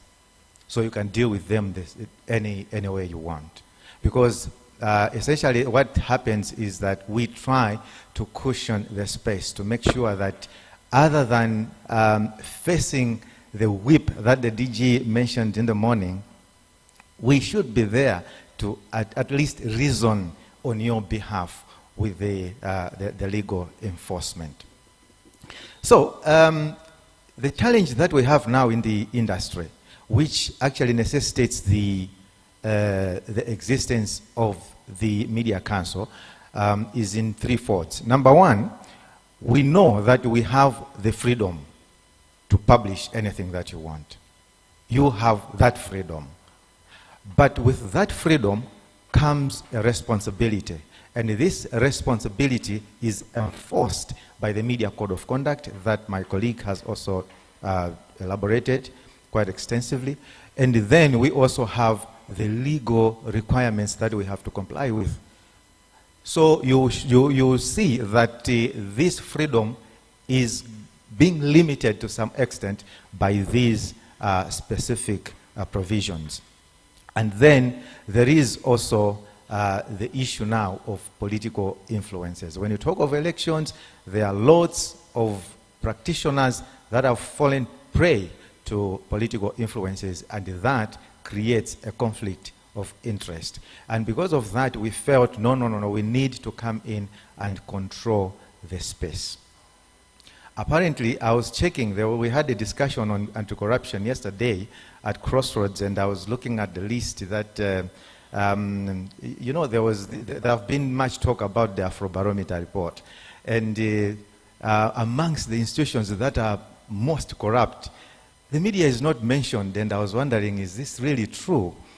Because we have an elephant in the house. The media is getting too corrupt. And if we are not careful, we are going to compromise the integrity of our profession. So that is why we are trying to enforce media self-regulation, to enforce the powers that have invested in the Media Council. So our key functions include monitoring media content, providing support and training to journalists, and establishing a framework for media self-regulation. I want us to look at the importance of the media during elections, just in brief. Number one, we're there to provide information. And information means any kind of knowledge, awareness that we impart on the people that we serve to help them make decisions. If we give them wrong information, we are helping them make wrong decisions. If we give them the right information, they will make right decisions for their lives and for the country as a whole. And now we have challenges. We have the issues of misinformation, my colleague just mentioned. Misinformation, disinformation, and then we have malinformation. So these three have got their specific definitions. I do not want to ask anyone to share the definitions, but in brief, malinformation is where you provide the right information but with wrong intentions. You're trying to mislead people with information. So you give people right information but wrongly, in a wrong way, or probably in a wrong platform or with a wrong objective.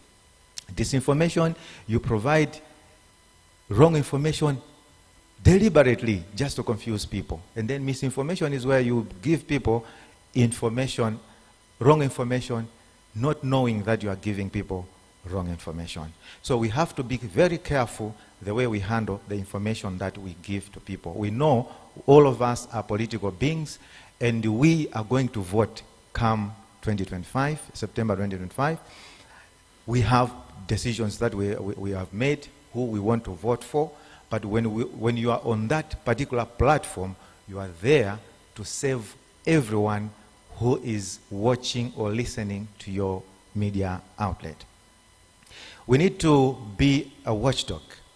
We need to act as a check on power and expose all electoral malpractices. And this happens from the politicians themselves to even the election management body itself. So we need to monitor and investigate deeply on any malpractices taking place and expose them and ensure that we help these institutions take the right decision in their work. We need to create a platform for debates. Let us provide equal opportunities to every player in the political space so that we allow the people that we serve to access any kind of information that they need to access. And then promoting civic engagement, encouraging public participation in the electoral process. Now we come to the responsibilities of the Media Council of Malawi during this particular time. As I've mentioned, we have a lot of functions promoting media self-regulation. And apparently, during this particular period, we will be monitoring media coverage to ensure that there is balanced reporting and adherence to journalistic standards. And we are also going to be addressing biases and misinformation in media coverage. There will be a lot of monitoring. We are partnering with a number of institutions to make sure that we monitor media coverage during elections. We will be engaging, we have partnered already, we have an MOU with MACRA on a number of issues, and this is just one of them. And we also are engaging other international bodies, the Media Monitoring Africa, and so on, to make sure that we are on our toes to make sure that there is adherence and professionalism in the media sector during the election period. Much as we don't want to take ignorance as an excuse, but we are not happy and we are not proud to see the increase in number of complaints against the media. So what we are trying to do is to make sure that we build the capacity of media professionals and media houses to make sure that they professionally cover elections. So there will be a number of trainings that will be conducted during this time to make sure that no one takes ignorance as an excuse. We also have been working closely with the Malawi Electoral Commission to develop guidelines for responsible journalism and election coverage. I think the Media Code of Conduct that my colleague just presented is a work that we have done collaboratively, and it's our work all together. So this is also one of our responsibilities as a council, to make sure that we have all these guidelines in place. We have a way of dealing with issues, and this is where we talk about the complaints management system at the Media Council of Malawi. This actually is involving a committee which we call the Ethics, Complaints and Disciplinary Committee, which is headed by the Malawi Law Society. And in this particular committee, we try as much as we can to address issues or complaints that come against the media as quickly as possible. Apparently, we are also in the committee that is under MACRA, which is an election management complaints, broadcasting complaints committee.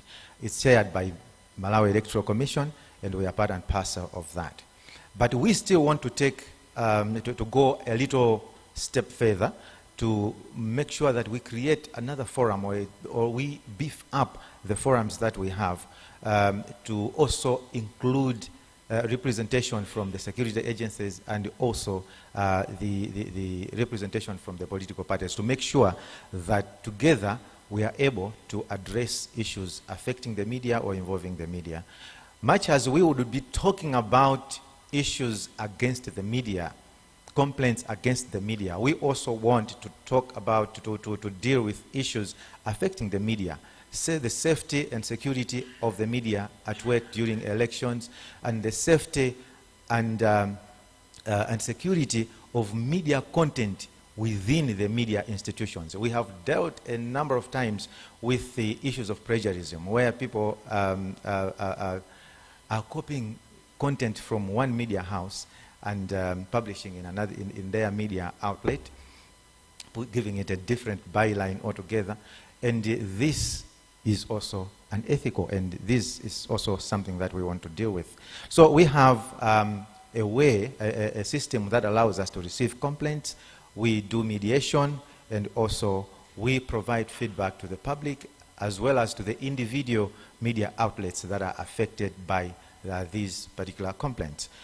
In addition to that, we have created offices of ombudspersons in all media outlets to make sure that we enhance or strengthen the relationship between the media outlet and their respective audiences. So this person is there to handle complaints affecting specifically that particular media outlet. If it fails at that level, that's when the complaint is escalated to the council, and we deal with it within the confines of this particular committee, the Ethics, Complaints and Disciplinary Committee that I just mentioned. In terms of collaborations, I just mentioned about the MOU we have with the Malawi Communications Regulatory Authority. We are also apparently trying to build the capacity of the Association for Community Radios, ACORA, and within this particular work, we are temporarily working as an interim secretariat for the Association for Community Radios to make sure that we help them revamp the association, and then we are going to sit down with MACRA and ACORA after we have established the leadership for the ACORA to see and clearly outline how we are going to collaborate and how we are going to work together moving forward. We are also working closely with civil society organizations. We have the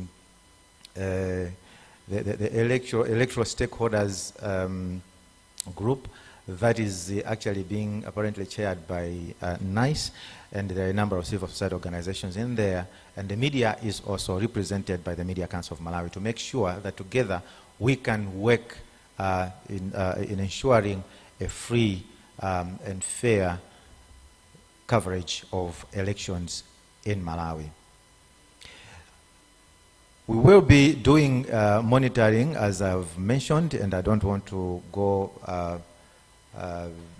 very far with this, because we will be updating you along the way to make sure that everyone participates and is aware of what the council is doing. When we are sharing reports, or when we are engaging you in a number of forums, you should not be surprised. In conclusion, I said I will not take much of your time, right? A summary of the key points that I've mentioned. Number one, the Media Council is crucial in promoting fair and responsible elections through monitoring, training, and guideline development, and also collaborative efforts to enhance the integrity of the electoral process and public trust in the media.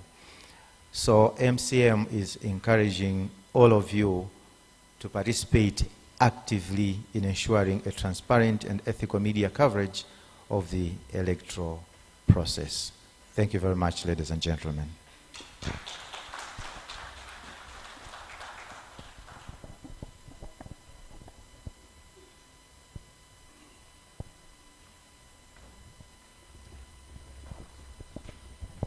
Thank you very much, Moses. I think he needs another round of applause. Thank you, thank you. As I said, there will be the time that will be given if you need some clarifications and also if you have some questions to ask. Allow me now, because of time, to invite the last presentation for the morning session. That will be presented by Mr. Boniface Chibwana from the CMD. Boniface Chibwana is an election and local governance specialist with wide professional experience in management, decentralization, gender and rights-based approaches. He has 18 years of professional experience in governance and development work, including working on electoral reforms, public policy, programming, conflict management, lobbying and advocacy, social research, facilitation, monitoring and evaluation. Mr. Chibwana has been the chairperson for the consortium that successfully deployed local observers and managed French presidential election amidst COVID-19 pandemic, among others challenges in Malawi. He was recently the coordinator of Chisanko Watch, a consortium of CSOs observing in 2024 registration. He has recently observed election in Tanzania, Kenya, Zimbabwe, and Ghana.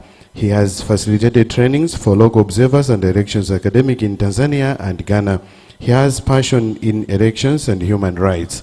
He once worked as a national coordinator on the electoral reforms with the Malawi Electoral Support Network, MESN.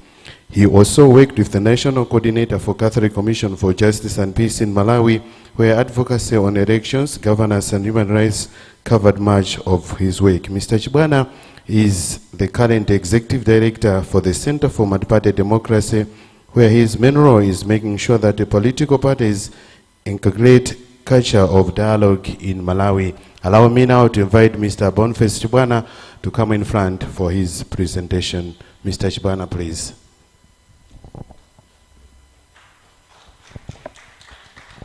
So after his presentation, my colleague Wide Soko will come to take over for the panel discussion session, and then we'll go for lunch.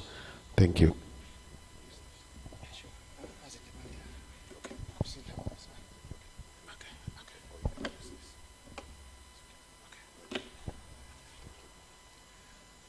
Good afternoon.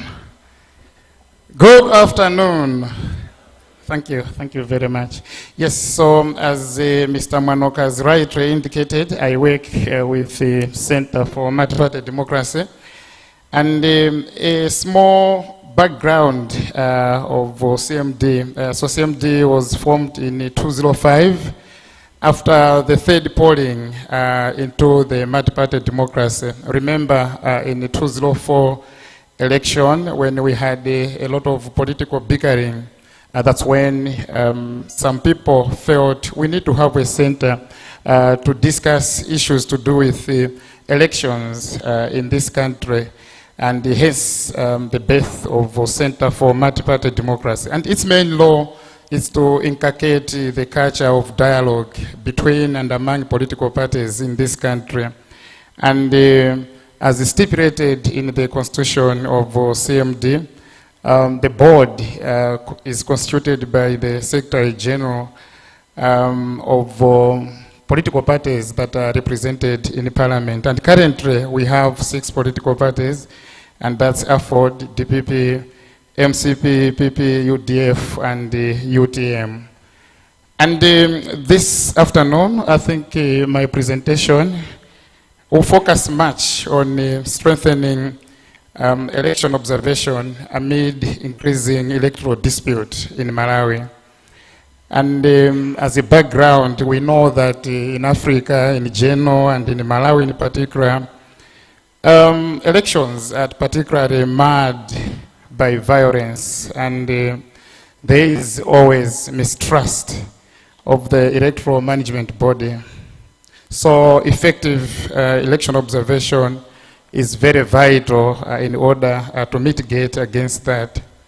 And even if elections outcomes are declared free and fair, there are pockets of violence during the electoral process. And election disputes the mainstay of post-election atmosphere in democracies that have a weak legal framework. So effective and independent election observation is central in addressing disputes amid souring electoral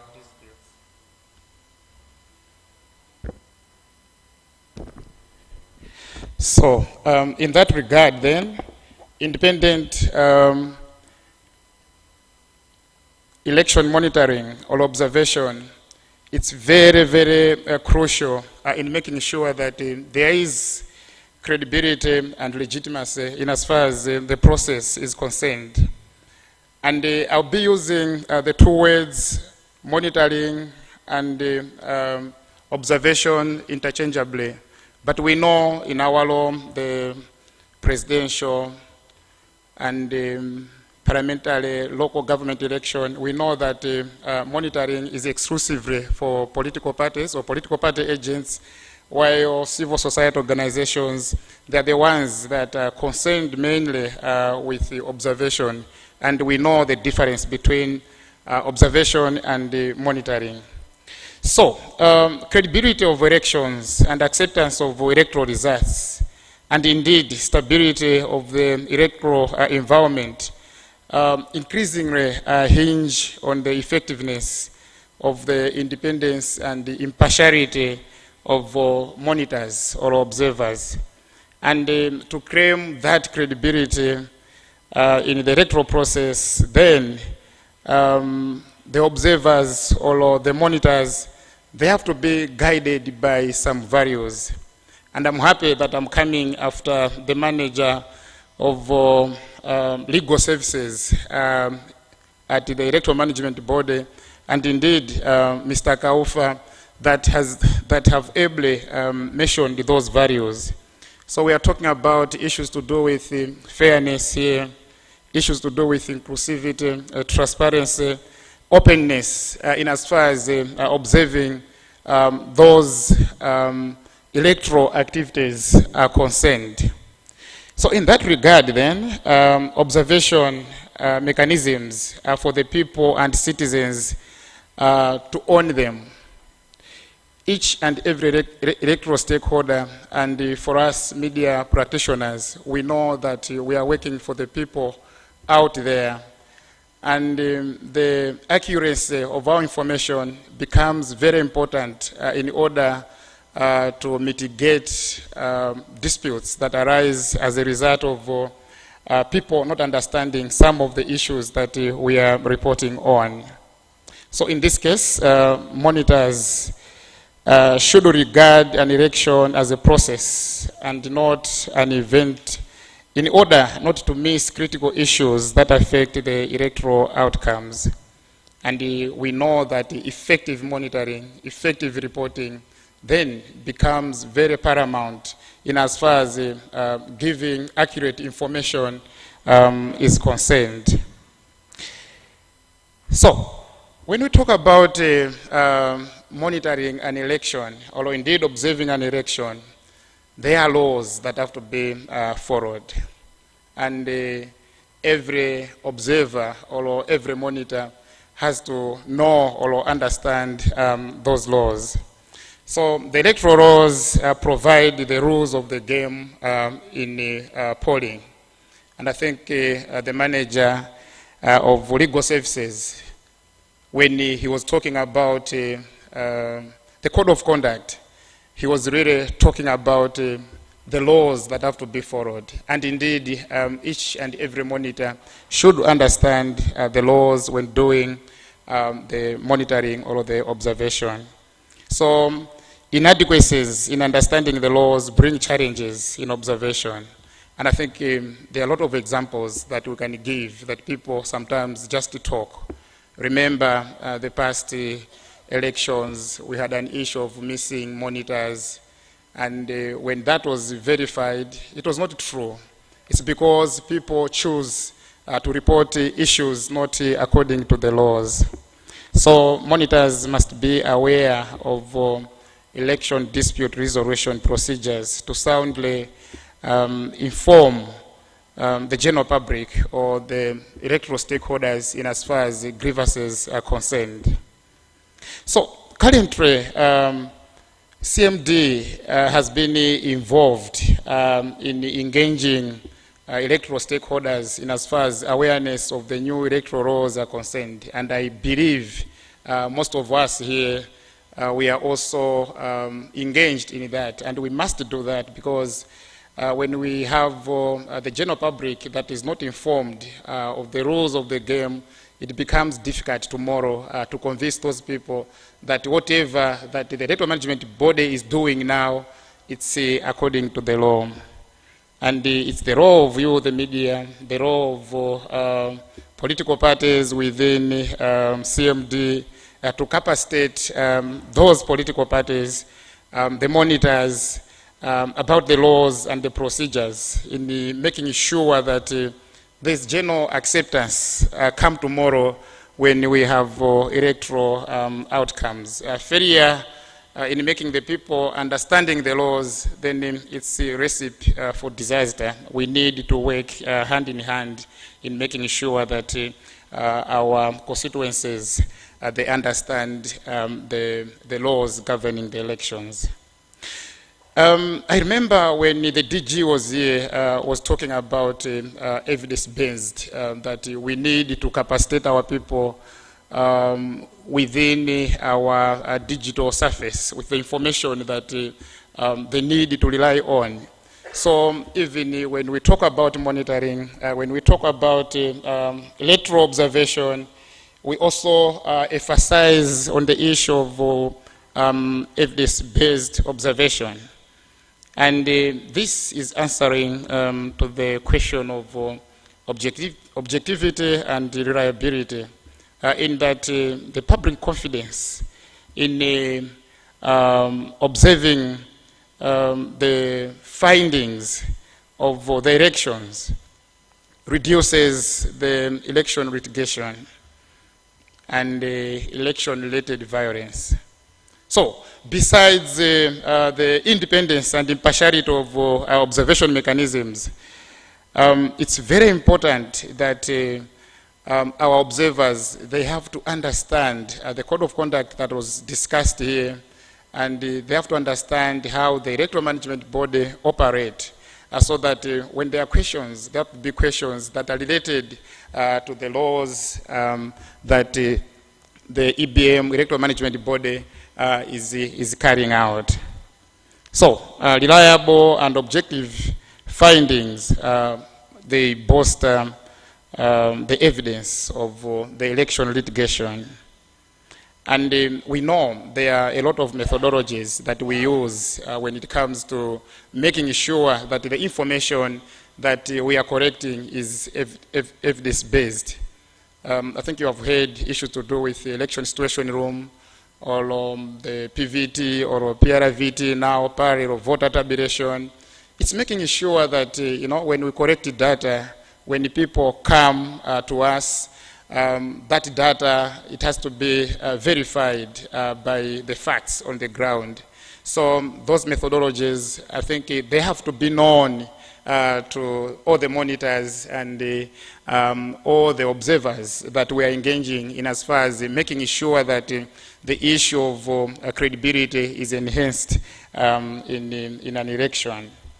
And as a CMD, together with a number of CSOs, I think coordinated by UNDP, we are already starting to establish the election situation room so that together we can make sure that the people that are concerned in as far as the elections are concerned, when disputes arise, they are there to resolve those disputes. So we have to prepare now, we have to be ready now.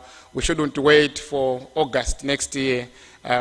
Now is the time that we have to put our house in order, so that when you talk about the credibility of our monitors, credibility of our observers, it has to be done today and now. And the question is, where is the nexus between the election observers, political party monitors, and the MACRA, and indeed, are you broadcasters? I think the issue is really capacitating these observers. The issue is capacitating these monitors with the digital information that we are talking of. We should be able to really call monitors, especially in areas that we see that each and every election we have violence, the so-called hotspots, to say, can you give us the information? Is this true? And that information has to be readily available. How can that information be readily available if these people are not capacitated? So I think that's really a call that we are making, that tomorrow, if we are to own the results of the elections, if all of us were to be accountable on the results management mechanism that the electoral management body is going to deploy, then let's do the capacity building of our observers, of our monitors, and we have to start now. Let's not wait till the end. So what is it when we talk about monitoring or observing the elections? The issue is that we want to enhance collective responsibility on election.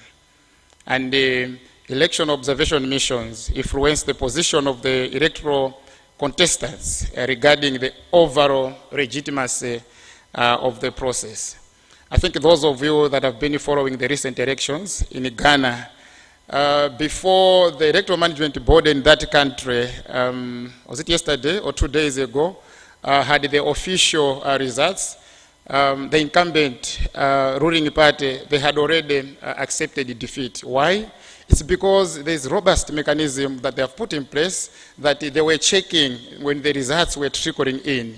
And I think there was an issue to do with timeliness when we use digital means of verifying the results. So that's what we need. And the major question is, are political parties ready to embrace the digital platform?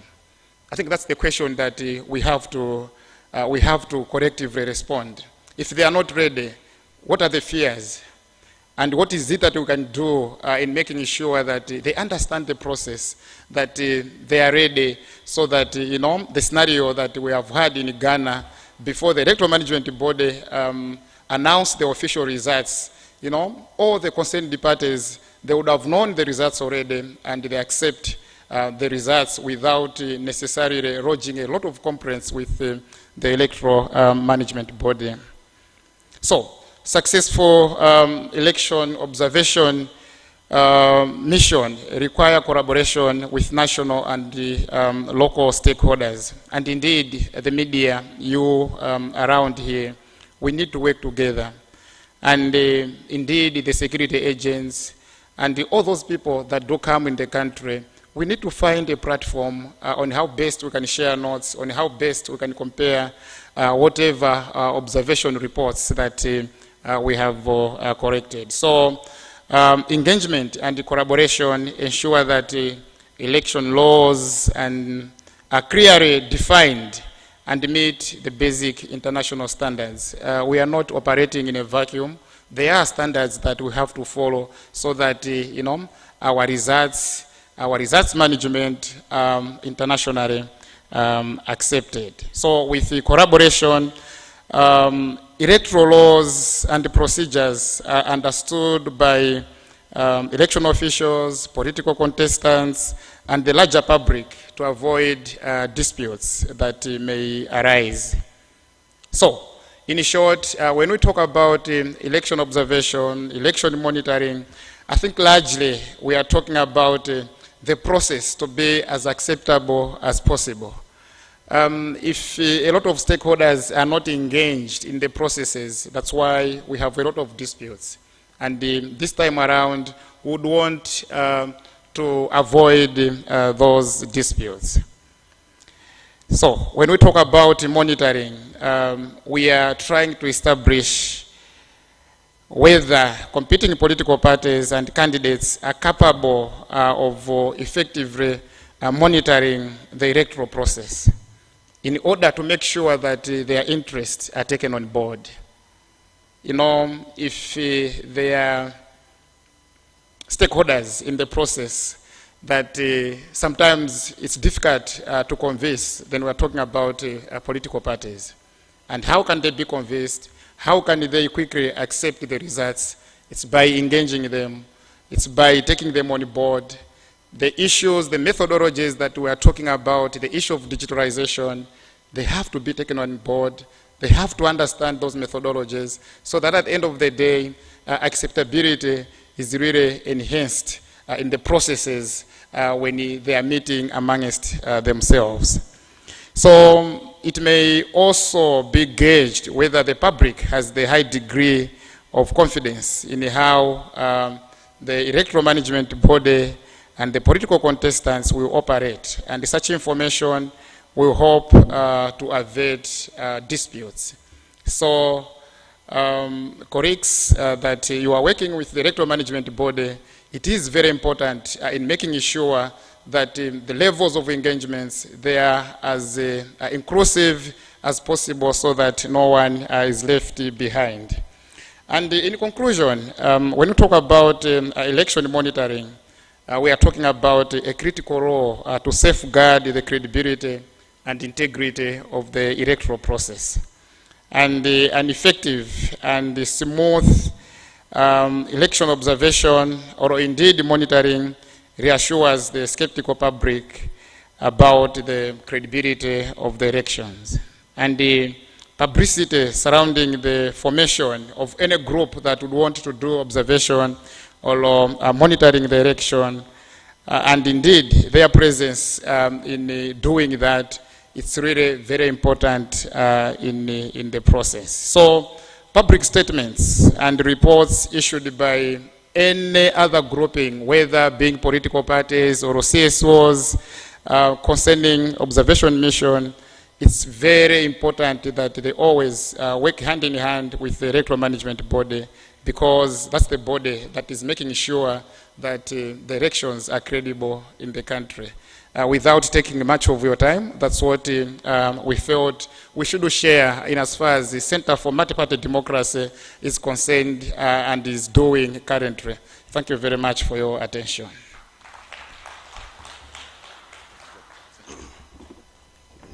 Thank you very much, Boniface. I would ask you to remain here because other colleagues are also coming in to join you shortly.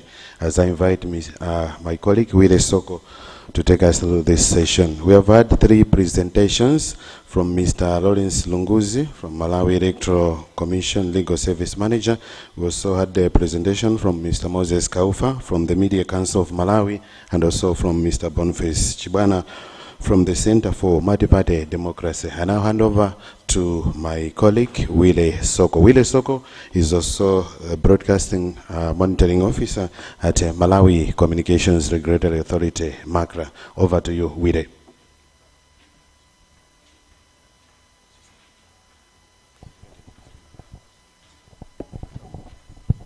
May you have some microphones, please? Okay, so welcome to this session. You may stand up and stretch a little bit so that we keep alive. We're not going to take a lot of time because we are mindful of your dwindling levels of sugar. So we should be able to finish in time. And maybe as the presenters are coming, so all the presenters come forward, please. We had Mr. Lunguzi from the Malawi Electoral Commission, Mr. Kaufa. So maybe instead of calling it a panel discussion, why don't we call it a question time?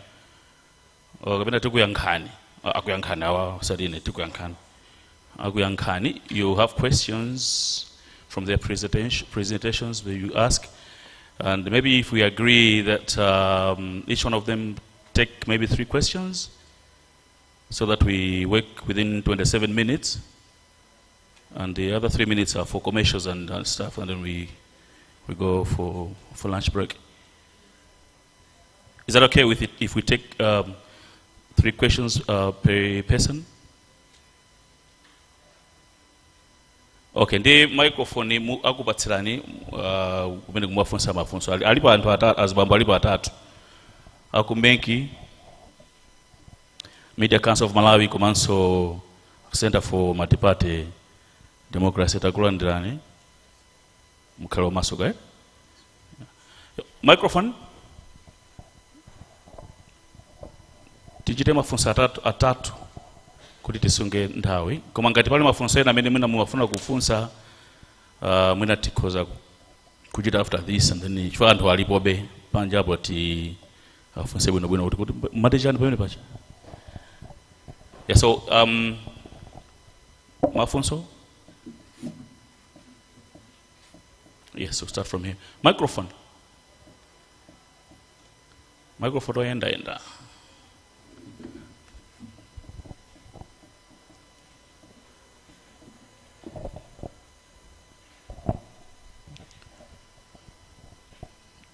Loyamba lichokera apa pena.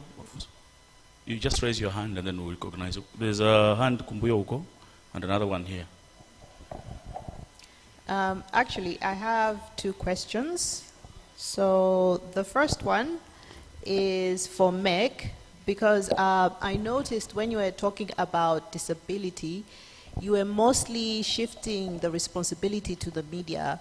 But what you did not indicate is how Meg is putting modalities for people with disabilities to be able to vote in the upcoming elections. So things such as access for those people with wheelchairs, or even Braille, maybe for them to be able to... Yes, so what is the access they have put in place for those people with disabilities for them to actually utilize their civil right to vote? And then for Media Council of Malawi, I wanted to know that is there a way that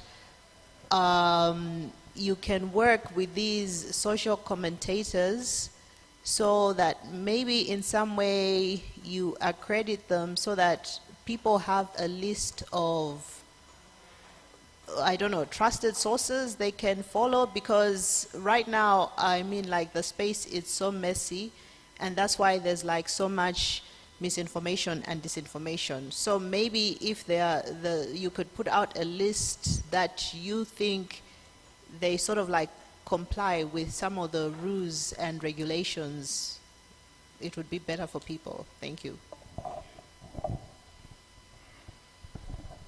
There was a hand at the back. Yeah. I hope MEC and Media Council of Malawi, you're taking note. Thank you very much. Augustine Mlomole from Mlimi Radio. CMT, I have interest in your work in terms of bringing, warring parties together. That's what you highlighted in your presentation.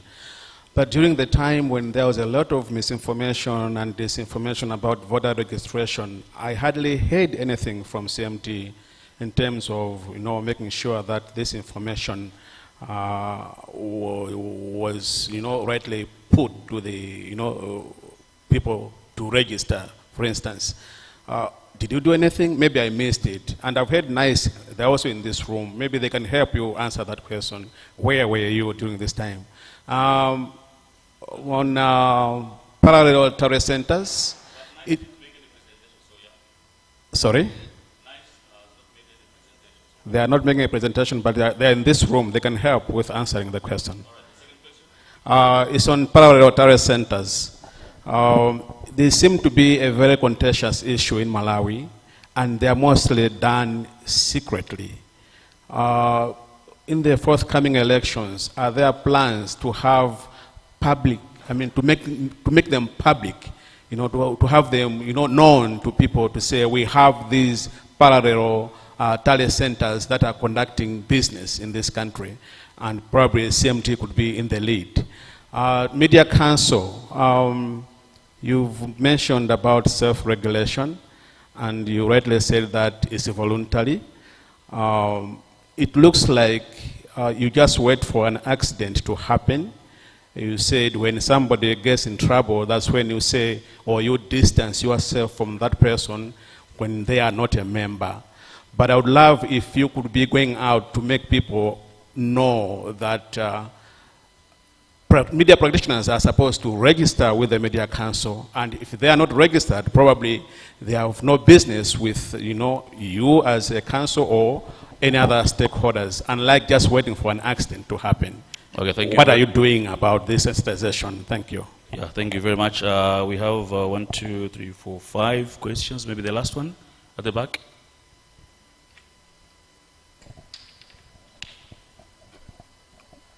Or did I say 3 questions per person? Yeah. Yeah. So let's ask 4 more. Thank you so much. I am Mike Arnold Mbalali. I'm coming from PLFM and Great Dominion Television.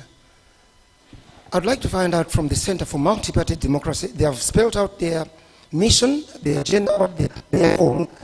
Want specifically to talk about political violence, which is now gaining momentum in Malawi. It's been there for quite some time, especially during the multi-party era. Center for Multi-Party Democracy has been talking about engaging political parties. But now, as the situation escalates, it is now, we have seen, the most unfortunate part of it is that even the sitting heads of state are targeted. We saw Professor Peter Mutharika being chased, being booed in Durand, and so on and so forth. And even the incumbent, we have seen some ugly scenes in Chikwawa and Echechai Blantyre. And this political violence, panga-wielding youths, and so on and so forth. Why can't you get the political party leadership together and sign a memorandum of understanding and condemn the violence without equivocation to make sure that we have a free, fair, and credible election in 2023? Thank you. Thank you very much. There was another hand. Or you've given up?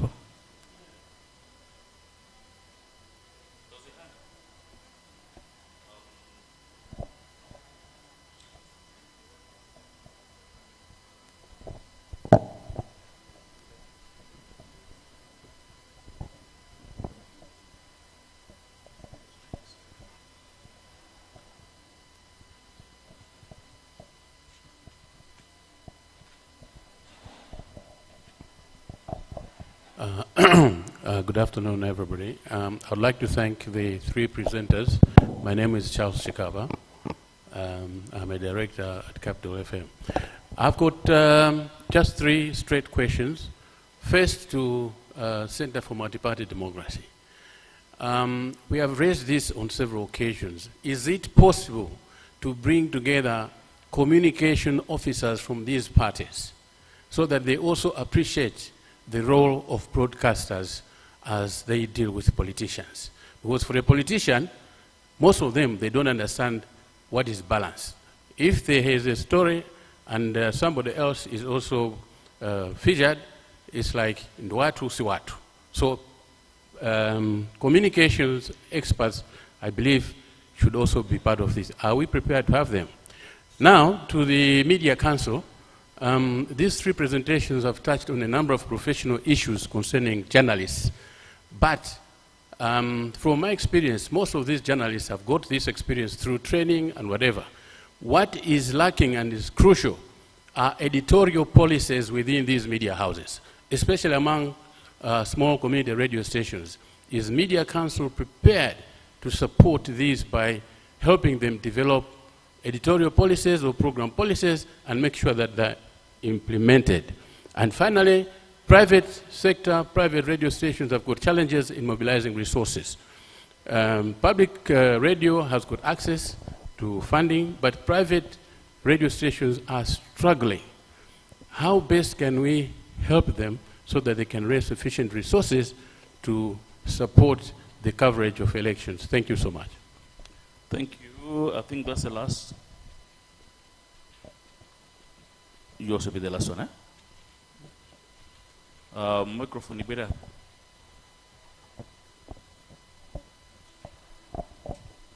So, Meg, you've got one question. Remote the bus, Meg. All right. Where's the microphone? Just raise your hand. Where's the microphone? Should I go ahead? Yeah, I recognized him first, but you can let it. No, let it. Of course, mine was just because the question I had was for the presentation that the Director of Broadcasting made. So I've seen he's gone out. I don't know if we'll have another opportunity to ask. Yeah, nenda guti chikumana now. All right, thanks. Yeah. So if he's not around, maybe his colleagues are here. Okay. There's Mr. Masangano here. You want to ask so that he takes note? Yeah, let her ask. Mr. Masangano take note. Ngadanga tukanka bompa na yanka. Ngadanga tukanka later. Oh, okay. Two issues from me from the presentation he made about resolutions from the discussion we had last time that we gathered here for the broadcasters conference. On the MW domain for emails, we haven't been assigned, so I was wondering maybe others have received, but so far we haven't got them. Which radio is that? TWR. Even radio linanguka, even Yoneko. No, she has the floor. And secondly, there was the issue that was raised last time as well on the discussion about paying the licensing fees in Kwaja. And it was discussed at that time that MACRA is still considering that. So we wanted to get an update on where we are on that. Thank you so much. Thank you. Yes. All right. I've got, of course, two questions. The first one, of course, will also go to the presentation that the DG made on, as we are aiming at enhancing digitization. I wanted to find out how prepared we are in terms of security, because we've seen that there are more scammers coming against this digitization system. And then secondly, you wanted to inquire from the three presenters that are in front. You have a question for each one of them? What? No. You have a question for each one? A general question, of course, to all of them. Yeah, right. sure. How confident are you as Media Council of Malawi, as MEC, as CMD, that your contribution or what you are doing here, your initiatives, are going to help put the elections to be free and fair and try to reduce the violence that is there? If you are maybe not confident, what do you think will... You're asking and then you're answering on their behalf. Yes, the if is an option. So if you are not confident, what do you think you need to support your capability in order to make this, to make your role be impactful? Thank you. All right, thank you very much. So, Make will start. There was a question about people with disabilities. You took note of that? Yeah, okay, so we'll start with Make. Thank you very much, madam, for your, I didn't catch your name. Thank you for your question. He said Make feels like he's shifting responsibility on disability to broadcasters. Okay, no, not exactly. Actually, what we're trying to do is just emphasizing your role. Now, if I don't know if you are aware, the new electoral management device that we have acquired, one of the functions that is there is to record a person's disability. So, I'm sure you've heard some people saying they're asking us too many questions when we come to the center. We've been asking them about their level of education. We've been asking them about the phone number, if they have an email address, but we also ask them if they have any disability. Now, the reason why we've been asking for disability is to help Make in its preparedness during elections. What happens is when we are acquiring materials, for example, say Mpungu Primary School, say that there's a center there. If if you go there and observe what's going on, you see a summary of the people who have registered. You find number of women, number of men, people with disabilities. Then we specify the kind of disability that the person has. For example, if a person is visually impaired, what it means is if we know that someone registered, or like 7 people registered at Mpungu who are visually impaired, that will help us in acquiring the right number of materials at that center, Braille materials, for example, to help them during the voting process. That will also help us to allocate the right officers there who will help them, assist them in voting, considering the kind of disability that they have. The same with if someone is maybe is handicapped, maybe he doesn't have legs or whatever. It helps us prepare properly, because there are some mechanisms that will be put in place to make sure that their voting is simplified. So you will find that there are measures that have been put in place. If you've noticed some of the programs that we have gone for, publicizing registration, we have endeavored to bring a sign language interpreter every time with us. So when you have unlike this MACRA meeting where I don't see any sign language interpreter. Is it about MACRA or make? No. MACRA. This meeting, I didn't see any sign language. But you find that at every MAKE meeting, there's a sign language interpreter there. The idea is we want to move along with people with disabilities. So to answer your question, we are mindful of the needs of people with disabilities, and we're going out of the way to make sure that they are accommodated and they are able to exercise their rights to vote without any problems. Thank you so much. Yeah, okay, thank you very much, Mr. Languzi. We go to Media Council of Malawi. Where were you? Where have you been? There's a lot of misinformation and all the other, is it disinformation, malinformation on the, mainly on the social media. Where have you been? Thank you very much. I've noted about 4 questions. The first one is talking about working with social media commentators to try and regulate them. Apparently, you may recall in my presentation I mentioned that we are operating within some kind of freedoms, and one of the freedoms is freedom of speech. And everyone out there is saying anything they want because they are operating within this particular provision. But then I also mentioned that within this particular provision there are also legal restrictions which allow us or which limit this particular freedom. So a lot of social media commentators are operating within this particular provision, and we have the cybersecurity laws and all those other legal provisions that are trying to regulate this particular platform. It may be a challenge for the council to regulate every social media commentator. You know, we have our criteria which we use when we are accrediting journalists and when we are actually even recognizing media houses. And if we are to use this particular criteria to regulate or to recognize social media commentators, it might be a very big challenge for us and for even those social media commentators. So my advice to media houses is that when you come across any kind of malinformation, misinformation, disinformation in the social media, handle that as a tip or a story idea, which now will help you investigate more into the information that has been provided on social media so that you give your audiences the right information. Let's not be lazy to leave it to the social media commentators to actually tell what they need, what the public needs to hear.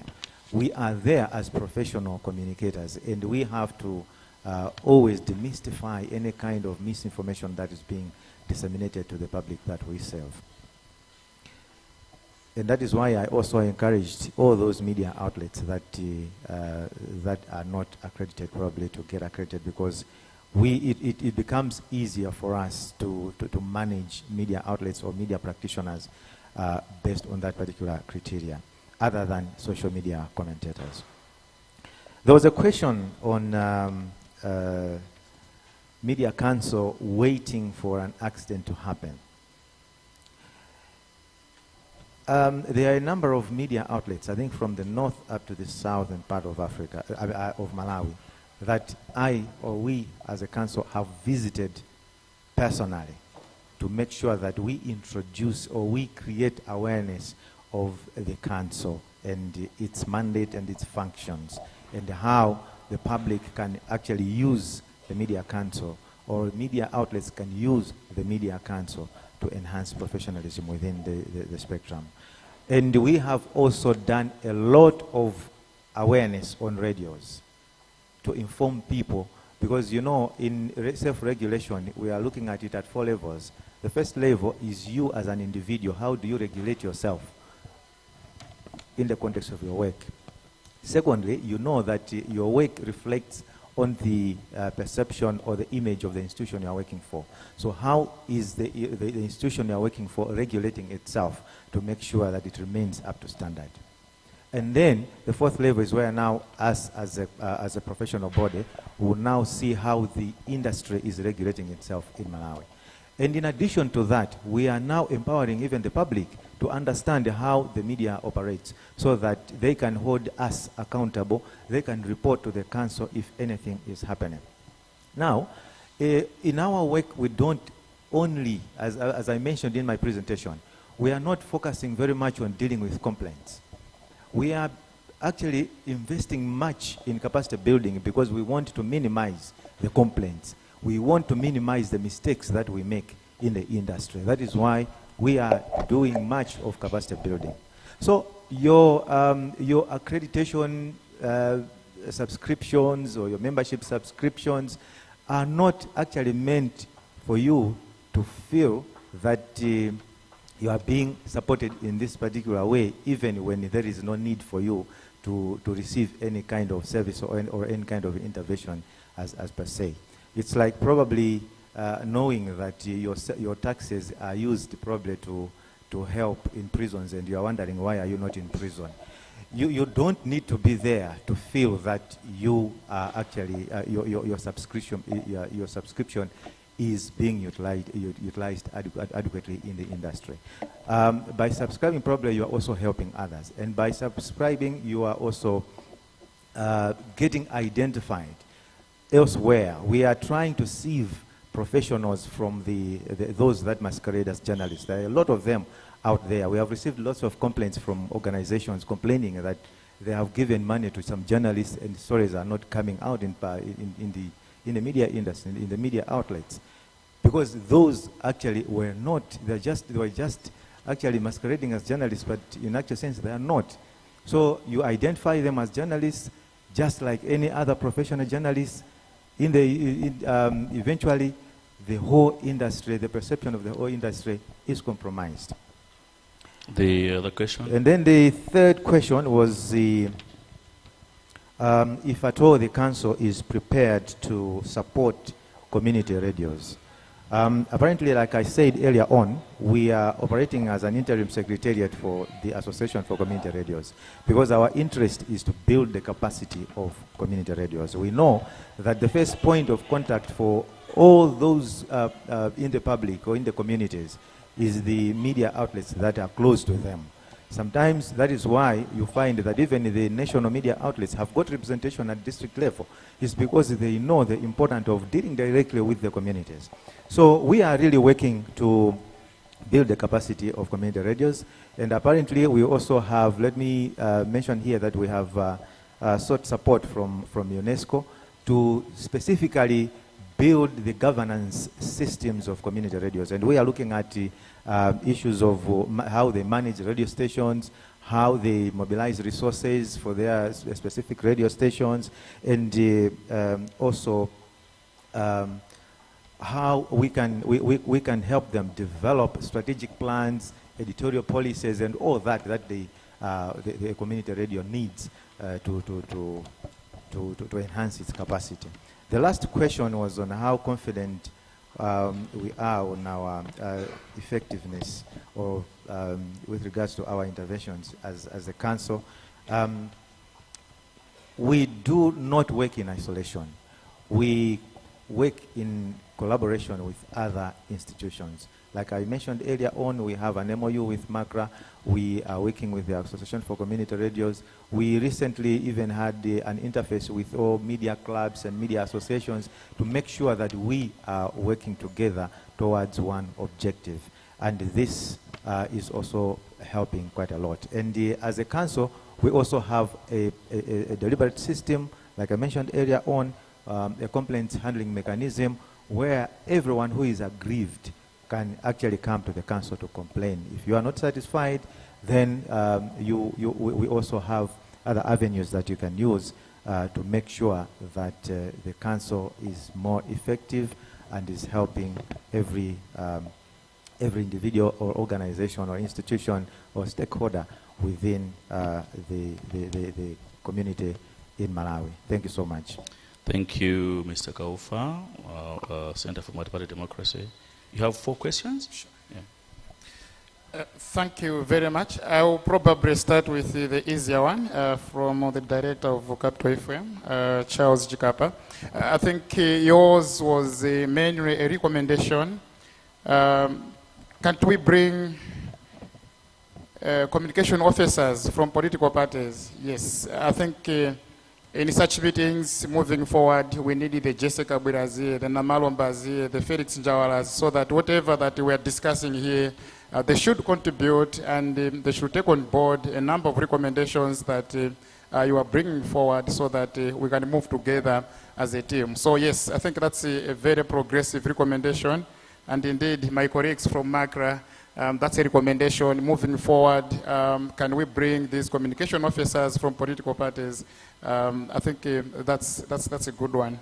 The other one from Mike, PROFM, you have witnessed and we have witnessed political violence. And this is targeting both the incumbent and the immediate past president. What are we doing on this? And I think the examples given for Ndilande and Chikwawa. And I think I will tackle this question together with the one of Augustine Mlomole. Of course, when I saw the hand of Augustine, I knew the question should be directed to me. The question of misinformation, disinformation, where is CMD? What have we been doing? You haven't heard anything. I wanted to say that, remember that we are coming from political conferences or political conventions. And recently, we had orientation for the board. Remember that the CMD board that was there is no longer there. I think we have 90% new members. You talk about the SGs, the directors of elections, directors of women. So first things first, we wanted to orient ourselves on what we are supposed to do. But remember also that after the Nsundwe and the Salu roadblocks, when there was a DPP rally in Nchinji, there was a statement that was issued by CMD really trying to say that's not the way to go. We are in a multi-party democracy and each and every political party is free to hold a political rally anywhere in this country. So there have been those initiatives that have been taken. But I think from Mike, there was a further recommendation to say, can't you sign a code of conduct to say no to violence for all these political parties? Of course, for each and every election, as we are nearing, we have this code of conduct. But I wanted to make a general comment, both to you, Mike, and Augustine. We know that in this country, if you talk about politics, it's, I think, an easy way for people to get whatever they want economically.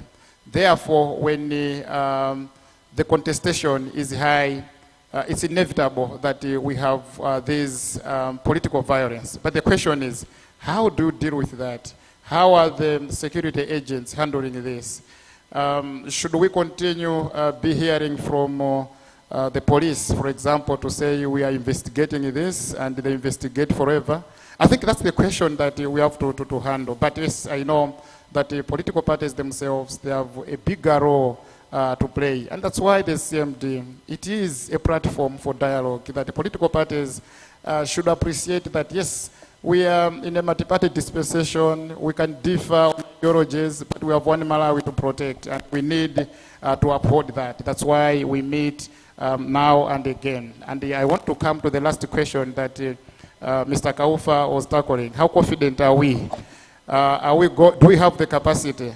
Yes, the capacity is there. And as he responded that there are a lot of stakeholders in this game.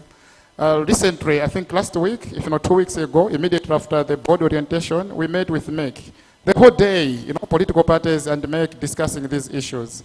And I think you should see less misinformation moving forward because of the engagements that we are having. Because we believe that if there is misinformation, if political parties do not understand, that's a platform where they have to discuss that. That's a platform where they should engage, invite the electoral stakeholder, in this case the electoral management body, the Malawi Electoral Commission, to discuss those issues. The more we discuss, the more we sit together, the more we can find a solution together. I think those are my responses. Thank you very much. Maybe in closing, just 30 seconds of your assurance that whatever you're answering here and whatever you presented there should not attract any doubts from our participants. Just 30 seconds in closing. In closing, accountability of the media does not only lie in the hands of the council. It's a collective effort. All of us are serving the public, and actually all of us are public service providers. So let us make sure that we give the public the best. And as a council, we'll be there to monitor how each and every media outlet is serving the public. Thank you very much. The council will be there for us. Yes, election monitoring, election observation is the responsibility of all of us. And if we want to have credible elections, if we want to have results management that are acceptable by all of us, then I think let's invest in capacity building for our monitors, for our observers, so that all of us, at the end of the day, we should accept the outcome of the elections. Thank you. Let us invest in capacity building. Thank you very much. I just want to stress to all the people in here that the success of an election is not dependent on the Malawi Electoral Commission alone. It's a role of every Malawian, everywhere you are. When you have the right information, please disseminate that information. We have seen political players going on radios, on TV and whatnot, spreading lies when people clearly know that they're lies. People are saying things which are sensational, whose results are very catastrophic to the rights of our people. I think it's a duty of everyone, especially you who have access to people, access that we may not have, community radios, national radios. You reach people faster than we can. It's the duty of every Malawian to give people an opportunity to vote, to have the right information, to make an informed choice on 16 September 2025. Thank you very much.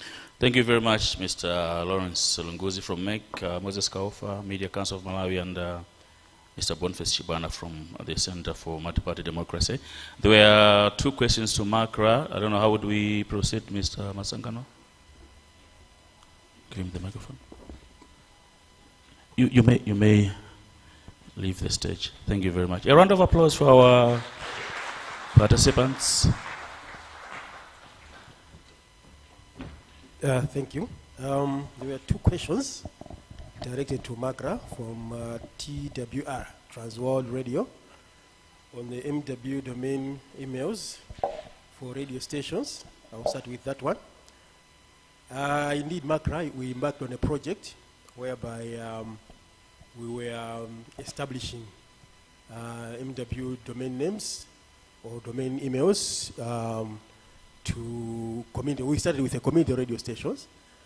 I hope that every community radio station now has got the MW email.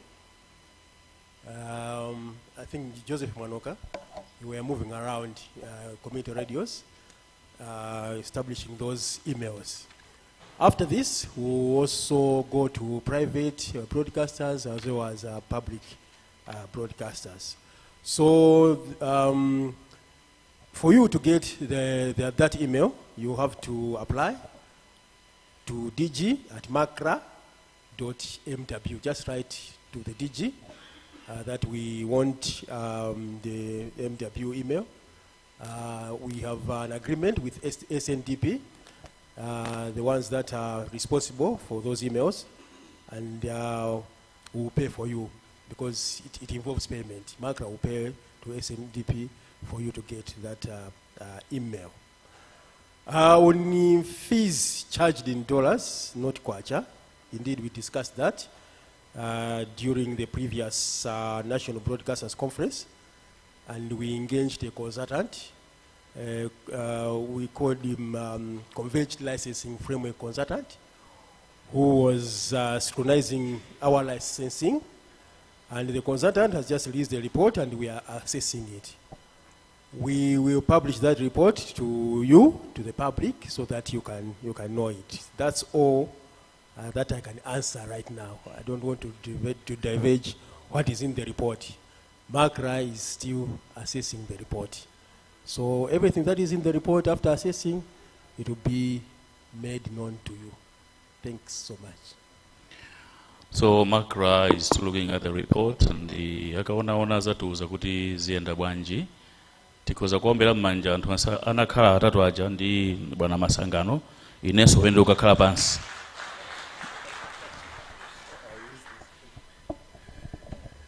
All right, thank you very much, Willie. I saw why they saw it. Get a microphone. All right, we have come to the end of the morning session. I would like to thank all of us because you have been a good audience. It is one minute kamanja ndetu. Inali nthawi yabwino and masana ano tipitiriza. We are reconvening in a room at 2 o'clock. Panoba tipite mashuga levels atsika tikalandire nkomaliro. As we are getting out of this room, we should be able to get some coupons. Ameneti gwiritse ntchito chokudya yathu tikalandirira ku main foyer. If you doesn't know the main foyer, I think some of my colleagues from Macra will be able to guide you. There is a form going around. Mugafira form imeneyo muonetsetse kuti mumpeze Nathan Majawa. Nathan, can you raise your hand? Yes, Nathan Majawa before 3 o'clock kuti akuthandizeni. Those are some of the announcements that I had this afternoon. So thank you very much. Ndiuza kuti security kuno ndiyokwanira zinthu zina mutha kusiya koma zimene mukuona kuti inu pa ino nokha muyenera kuyenda nazo mutha kuchita motero. But if you feel some of your items you would want to leave them here, be assured that the room is safe and they'll be taken care of it. Otherwise, happy appetito. We're going to meet each other at 2 o'clock. For those that are following us online, thank you very much. We'll meet again at 2 o'clock later on this afternoon as we continue with our programs because we have 2 presentations this afternoon. Thank you very much.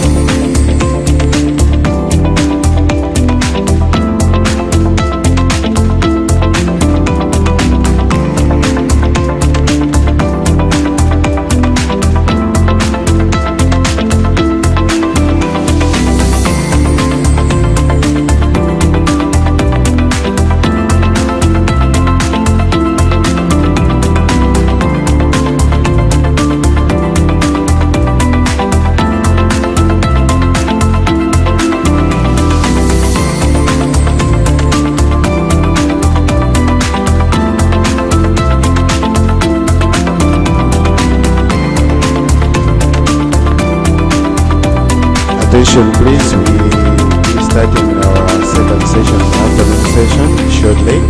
The next 5 minutes. May I ask those that are outside, please, let's come and get our seats so that we should continue. Because once we delay to start our program this afternoon, it will compromise our afternoon programs. So please, let's try to be cooperative so that we start in a good time and we finish, and then at least we should have 30 minutes or an hour to rest before we go for our cocktail later this evening.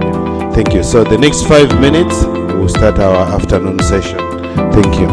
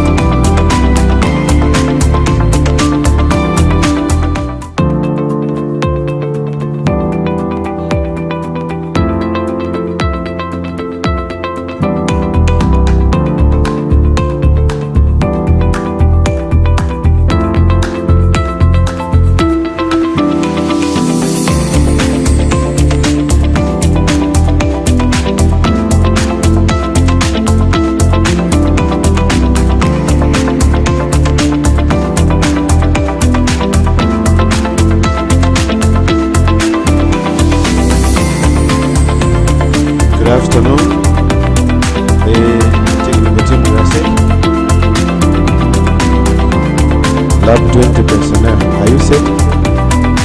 You alive? Give me a sign if you're online.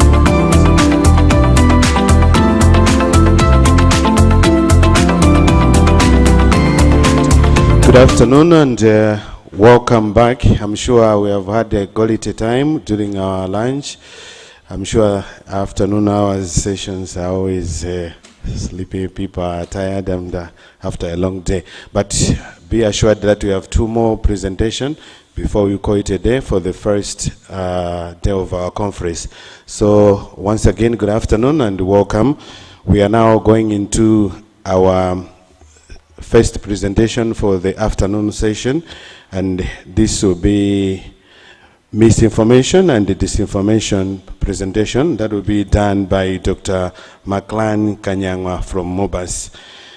Dr. Maklan Kanyangwa is a lecturer in the Department of Journalism and Media Studies at Malawi University of Business and Applied Sciences, MOBAS. He holds a Bachelor of Arts in Journalism, a Master of Arts in Political Science, both from the University of Malawi, and Doctor of Philosophy in Political Science from the University of Botswana. Maklan has made a significant contributions to research in journalism, media, and political science, with a focus on themes such as policy and regulation, media ethics, social media technology adoption, including the use of artificial intelligence, and combating misinformation and disinformation. Maklan is deeply committed to fostering ethical media practices, promoting informed political discourse, and encouraging inclusive media strategies. His work aims at strengthening the relationship between media, governance, and societal development. Allow me, ladies and gentlemen, to invite Dr.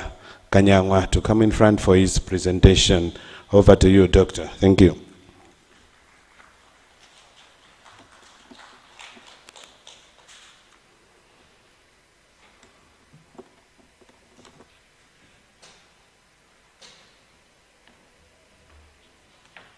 You need this, or I should give you the revolving microphone? I think this one. This one, okay. Maybe just put it according to my height. Your height. Because, yeah.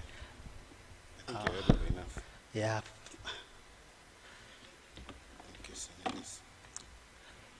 Once again, good afternoon. My name is Maklan Kanyangwa from the School of Education and Media Studies at the Malawi University of Business and Applied Sciences. My topic is on disinformation and misinformation.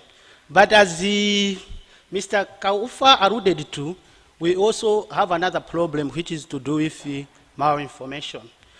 He did a very good job for me, at least to define these 3 important concepts. So I won't bother you with the definitions, because he has already given us the definitions. The approach to this presentation is such that I'm looking at the lessons that we can draw from our experience from 2019 elections. So basically, the data that we have here is obtaining from the research work that we've conducted on this important issue. There is an article published by the African Journal on democracy and elections research. Those of you who would be interested to read, you can search for that. It's available. Maybe in some sites they will ask you to subscribe and stuff. The other information is also obtaining from the field work that we have conducted in various wards across the country, trying to understand how the people, the potential voters, relate to misinformation. In the morning, Mr. Lunguzi was very passionate about he made a passionate appeal, I guess, because of the experiences they are encountering as it relates to misinformation, disinformation, but I also talk about the malinformation. I just wanted to add a footnote to say, even a credible opinion poll can become malinformation. because maybe of the timing when those results are actually released. Can we have the next slide?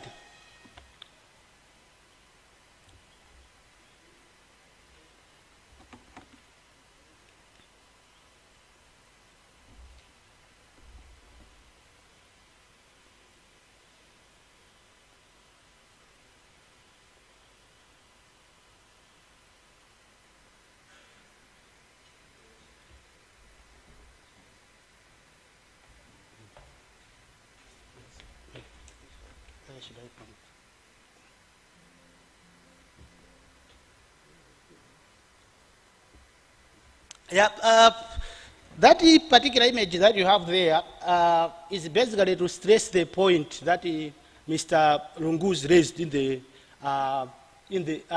the morning. Why should we get concerned about this information? You will be surprised that amongst all the problems, misinformation and disinformation tops the list of problems that the world will encounter in the next 3 years. But even if you look at 10 years to come, misinformation will not disappear. There it sits at position number 5.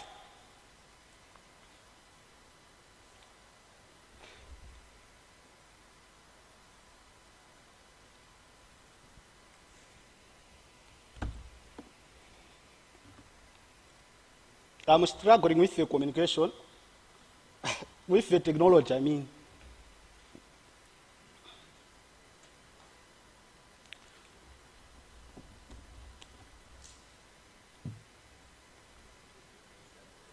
Oh, okay, yeah, I think that's better, yeah.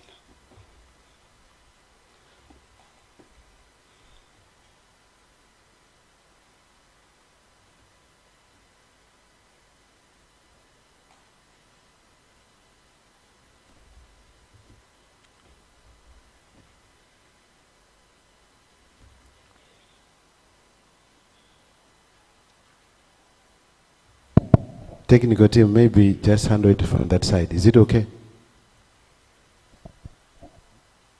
Yeah, fine. You can continue, Doc.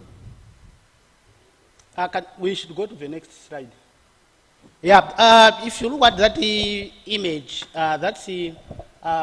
it gives us an idea as to where the false information is posing the biggest threat. So when researchers studied 34 risks around the globe, they have found that, for example, if you look at the corner there, misinformation sits on the 11th up to 15th as a challenge that we are likely to face. This particular ranking could actually go west, more especially as we draw close to the elections. The next slide.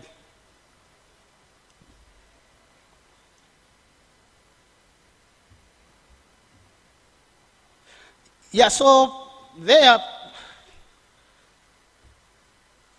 we are looking at the issue around where we are coming from. Previously, before 2019, politicians used to move door to door to do their campaigns, but presently they have moved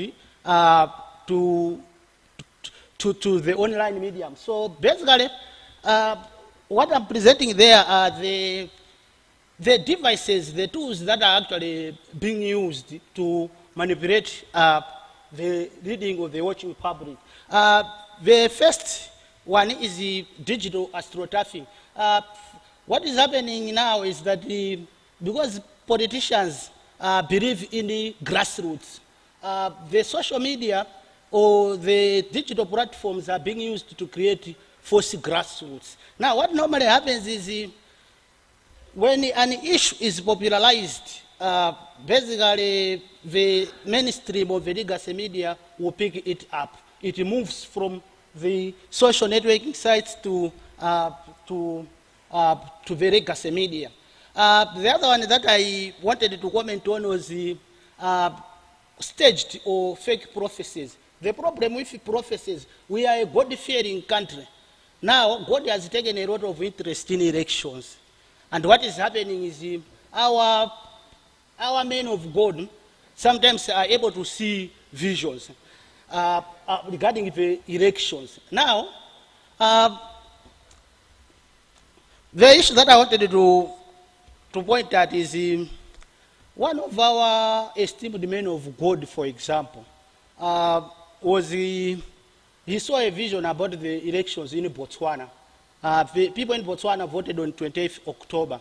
So in the vision, he saw the ruling party winning the elections, but they were going to lose out on the MPs. Now, that prophecy is technically incorrect, because there is no way you can win the presidency in Botswana if you haven't gotten the MPs.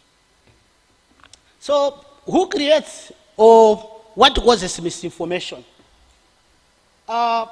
You would think that the people who create misinformation or who cause misinformation are the unknown individuals. But in most cases, even the academics and the experts, they can also be a very big source of misinformation. Like what I'm able to observe presently is that each and every media house has its own political experts or maybe political analysts. So basically, depending on the issue that we want to put across, we will go for that particular analyst, the one who will suit our taste. So we should be very careful when we contact people to actually speak to issues about elections. Because a person who is an expert on the pulpit cannot be an expert in issues to do with elections. So the information that they are able to provide may actually be sometimes misleading or false information.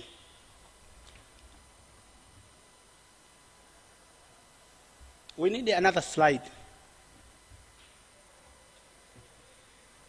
Yeah, so I was speaking to this particular slide to say, basically we might actually think that the people who spread misinformation or disinformation or malinformation are the less known individuals or unknown individuals who take advantage of anonymity on the internet or on the social media in order to spread lies about others. Even people in the academic, as well as maybe a lot of our celebrities who might actually sound like if they are well informed, they can actually be a very big source of misinformation. The issue there basically is the lack of access to information. Sometimes it can be due to human error, but also maybe financial and social incentives. There are people who are actually paid to spread misinformation. So what are the entry points for misinformation? These are lessons from 2019. If you go through published information, you will notice that throughout the electoral cycle, there will be entry points for misinformation, whereby if you are a journalist, just like Mr. Kaufa indicated, you might actually want to begin from there to establish facts. Let's get the next slide.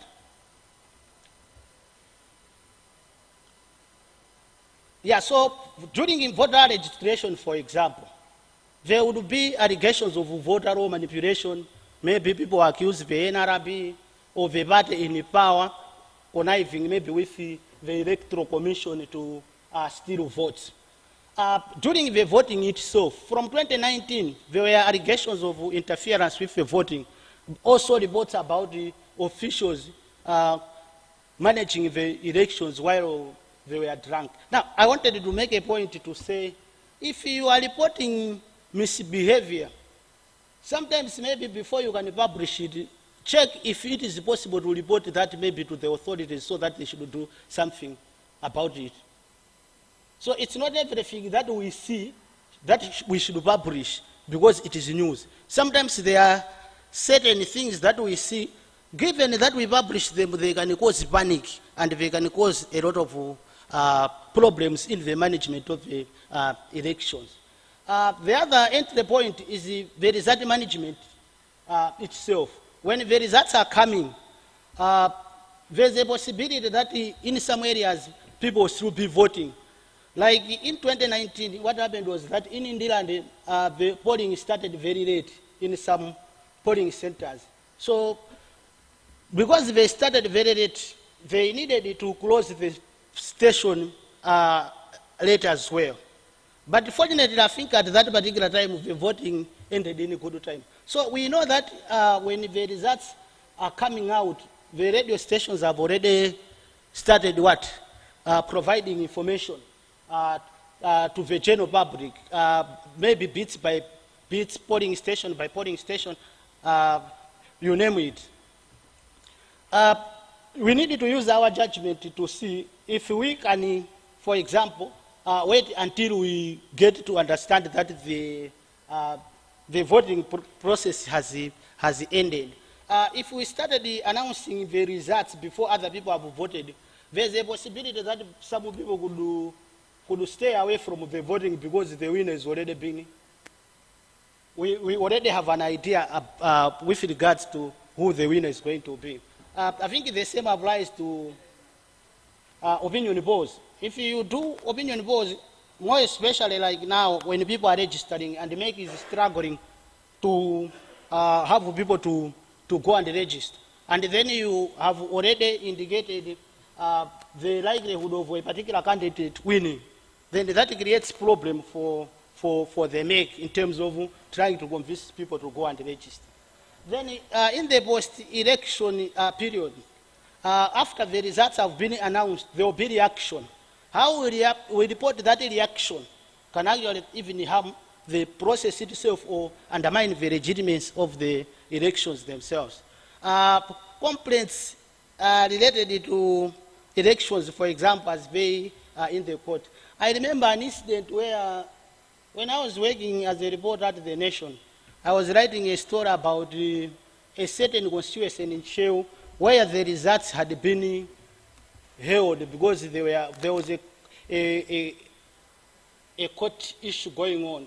So I had indicated in the story that the results for that particular constituency are yet to be released. But the editor, while I was sleeping, changed the fact to say the results have been released. So it was Fergus Ribenga at that time working as a PR manager for MEC. So he called me to say, since you have the results, you will be giving the people the results. So actually, I talked to the editor to say, yeah, you changed the facts in my story and I'm in trouble. So I think they discussed and the issue ended there. But the point we are driving at is when you are reporting the issues that are in the court, or maybe the results maybe that have been withheld, you must be aware that maybe there could be an element of malinformation in that particular case. In Malaya, the last point there is that we don't stop campaigning. Immediately after the results have been announced and the people have lost, they are already beginning to campaign for the next election. Even in the constituencies where they are sitting MPs now, they are already my shadow managing things there. So we have to be very careful how we report issues in the post-election period. We can go to the next slide. Who are the targets for misinformation and disinformation? When you go through the previous reports that contain misinformation, malinformation, etc., you will discover that during this particular period, the people at MEC will be targeted. So it will be the MEC itself and its officials. I think from Mr. Lungu's presentation, you can see that we needed to develop skills, understand the procedures about, like, for example, how the make itself is formed and how it even operates. What are the roles of the make itself? What are the roles of the people in the secretariat, so that we are able to report properly. If you attend a press conference, for example, that information coming from the political parties is not enough. You might actually want to do your own research. I also wanted to say, private individuals, you will hear that maybe during the result management process, as the elections results are coming in, there will be people accusing private individuals of stealing the elections. They will say, for example, a lecturer at the Polytechnic is in Mulanje, is diverting the election results into his computer, where he is manipulating them. We put individuals at risk if we do not consider establishing facts before we can even report them in the public domain. So for the 2019 elections, what evidence do we have of misinformation? Some of the issues that we are able to observe from the 2019 elections, for example, fake ballot papers, broken seals reported as evidence of vote stealing. I also talked about prophecies. In the 2019 elections in particular, there was a report about a prophet from Nigeria predicting the win of the elections. Of course, the TB Joshua team at that time dismissed the claim that he had made a prophecy that one candidate would win.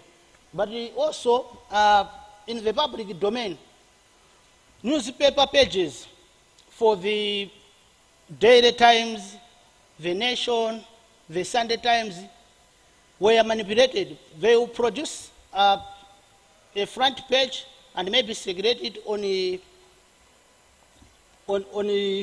social media platforms, but some people will pick it and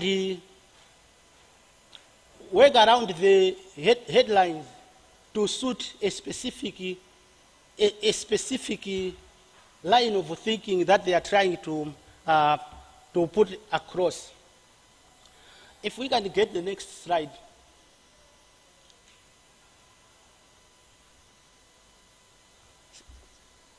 I have also included the deepfakes. The deepfakes were not there in 2019. They are a very recent phenomenon. I think Mr. Lunguzi talked about artificial intelligence. Presently, there is a lot of content which resembles deepfakes. The other slide.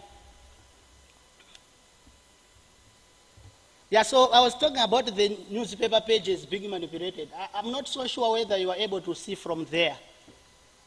You can see that, for example, for the Sunday Times, they published an article where the headline read, "I survived the assassination attempt by Grace," and that was in Tambo speaking.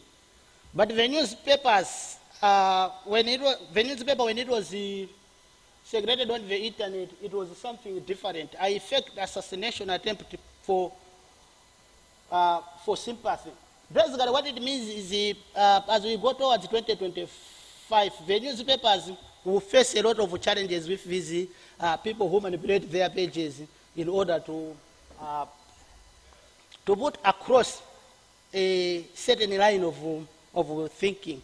I guess maybe during the discussion time, Serena and others will talk about like how they are dealing with this particular challenge. But I think it should be a very big headache, because you have published content and then what is segregating internet is something different. Let's move to the next slide. Now, there's something I have liked about the MEC in terms of them dealing with misinformation and malinformation. They have always invited us as members of the media to discuss their communication plans. And there we are given an opportunity to input into their communication plans. Mr. Chikapa made an important comment about the political parties. The political parties do not plan their communication.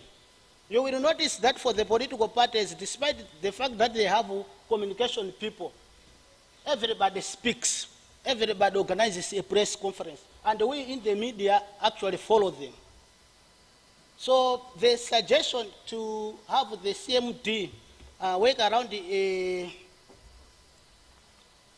a plan where maybe the political parties can be helped to develop communication plans could actually go a long way in helping them to deal with the misinformation and the disinformation. They may also have done quite a lot of tremendous work in terms of training the people in the media with regards to the electoral process. I just wanted to say that it is not enough for us to attend a workshop like this one and be given training and then it ends there. We must take also our own effort to understand the various statutes, the various laws that govern the conduct of elections. They have also done a very good job in terms of connecting key stakeholders with other key players. What normally happens is when the political parties, the media, the community leaders, the people in the academia, and all of them come together, they can sort out issues or differences together, and then you have a common ground going forward. They may also have done a good work in terms of trying to monitor and track activities on social media. They are able to respond quickly when things are not moving well. The last one, I'm advocating for the media. The advantage that the people at MEC have is their PR person is a director. If you have your media person as maybe a junior officer, it makes their work a little bit difficult because they cannot really respond to issues with speed. So it's because we are living in an attention economy, and then we are also living in an age of information. You can see that on that particular list. The war in Ukraine is not an issue now. The war in the conflict in the Middle East is not an issue, it's disinformation. So if your communication person is high up there, they have the confidence. The other issue I wanted to talk about, after the 2019 elections, there was the elections case. So let's go to the next slide. The elections case had the potential to create problems, more especially with regards to how people understood what was going on in the court. What the courts did was to permit Times Group and ZBS to cover proceedings live. In that case, there was no room for misinformation because we heard for ourselves. Is that it? Then also having a Chichewa interpreter in the elections case, so that once the evidence is presented forward, then the Chichewa interpreter would provide information with regards to what is being said. That helped a lot of Malawians to understand what is going on. It's something that we can emulate. So it is good that the media took a lot of interest and asked for coverage. And the High Court, as well as the Supreme Court, said, yes, this is a welcome development because it will it will allow for the people to hear for themselves. Now, the MEG also had challenges. Areas where if you do not manage well, then they could actually create problems for you. So let's go to the next slide.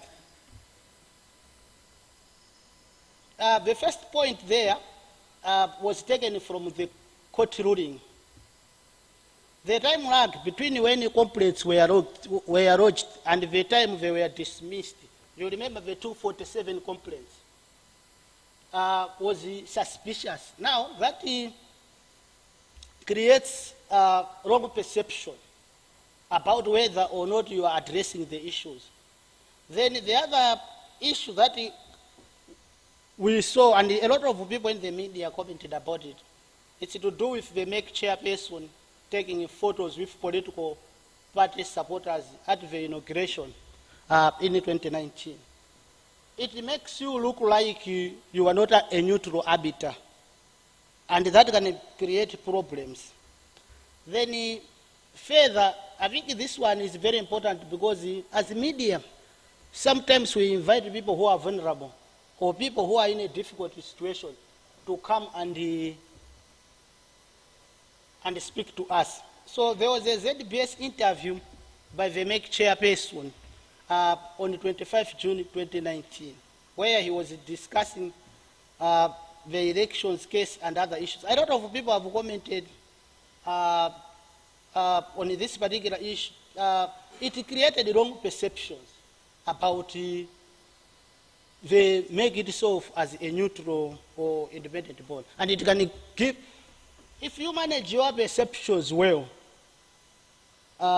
or how people perceive you, sometimes even if you are in trouble, people will sympathize with you.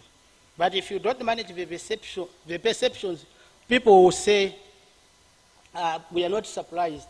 Let's go to the next slide. We also have lessons from the communities. Why misinformation are a big problem now? The political parties, we did a study in 7 wards where we discovered that the political parties and their followers apply folk wisdom to make sense of social media content, as well as the misinformation and the disinformation. Malawians believe that social media rumors or even falsehood, even where it is refuted, contains some element of truth. So they will say, "Utsisufuga popanda moto." If you are being accused of something, there is a possibility that you did that thing. But it may be just that the information or the evidence is not there. Now, this is the issue that we in the media have to deal with. Let's go to the next slide.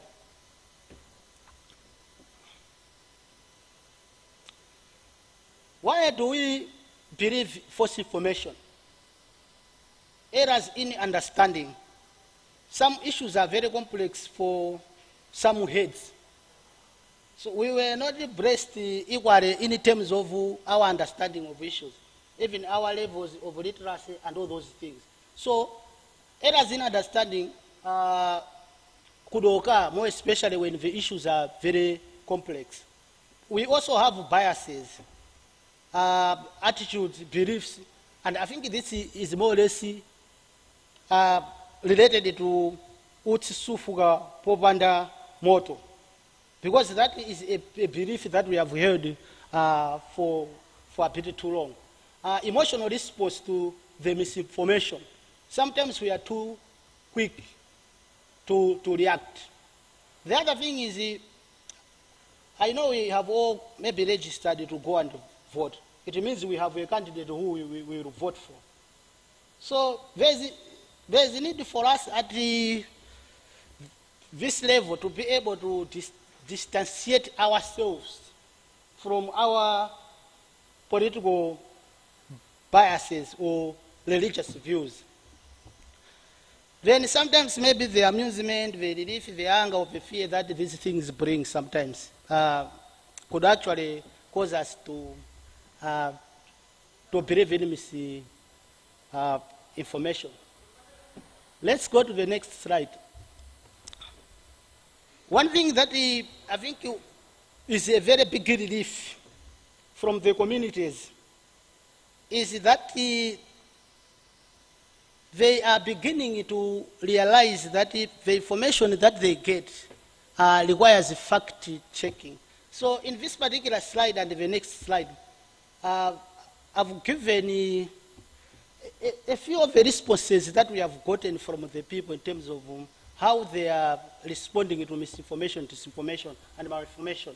So one, we use our judgment to know which stories are true and which ones are false. Or we dial 321, star 321, in order to get the news updates. I've not tried this, I don't know if it works, but they said they dial that, and if they see that the news report is not there, then they know possibly that the thing did not happen. Others say, to know if the news is fake, we ask politicians we know. I have liked the fact that the people in the communities, they trust duty bearers. So whenever there is an issue, they go to the duty bearer to ask, to verify that thing. Some say we ask those friends who are friends with the politicians mentioned in the story for confirmation. We ask those people who are more knowledgeable about politics. So this one I've experienced it more recently. Bakri Munuzi TV said the president was dead. So I received the calls from people in the communities, those that know me. They thought I had an idea about the issue. So what is it that we are hearing? Is this true? So I sent them a picture of the president doing the push-ups. I said, there he is.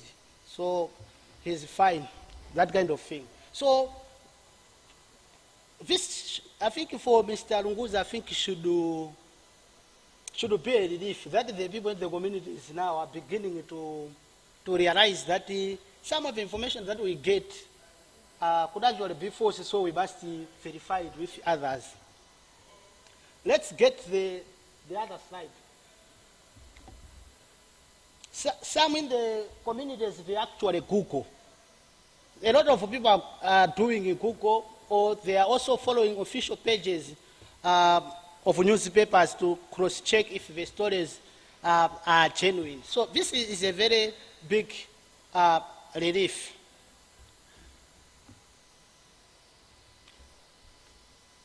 Let's get the last slide. That will be the last slide.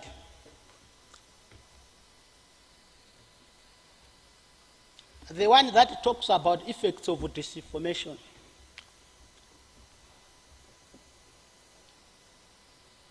Yeah, I wanted to finish by discussing the implications for the media, but I think the previous presenters have adequately addressed those issues, so I will not talk about them. Instead, I will just look at what is happening now in terms of the effects. One, loss of trust among the public. We heard stories where in churches now they have stopped people from recording. If you want to take a video in your church, they will stop you and say, we don't want to see this on the social media. So basically, there is loss of trust. If you are, I don't know if you as media people have witnessed this or have experienced this, you may face challenges recording in the communities. When we were doing our research, we were well received by our respondents. So they were willing to talk to us and they enjoyed the discussions.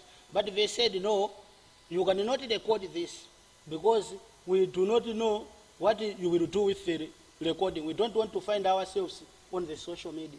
So in the future, journalists will have challenges recording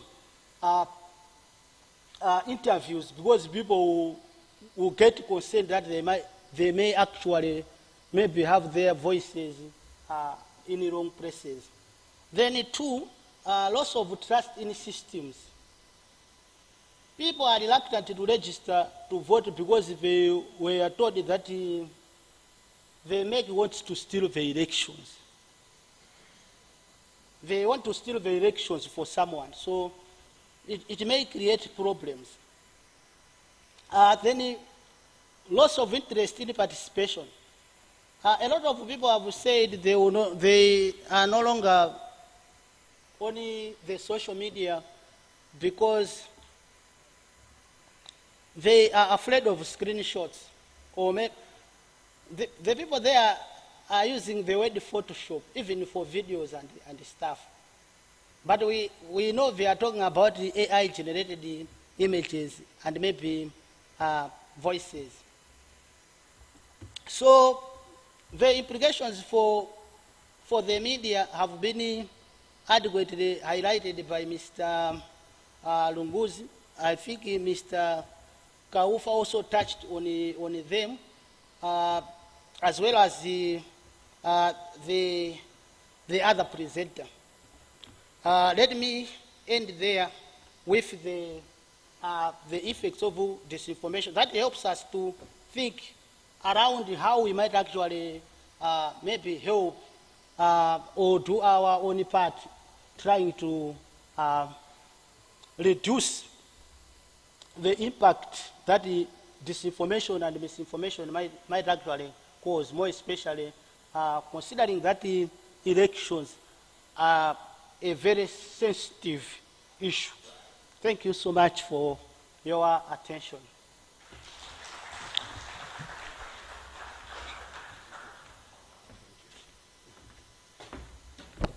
All right, thank you very much. I think you deserve another round of applause, please.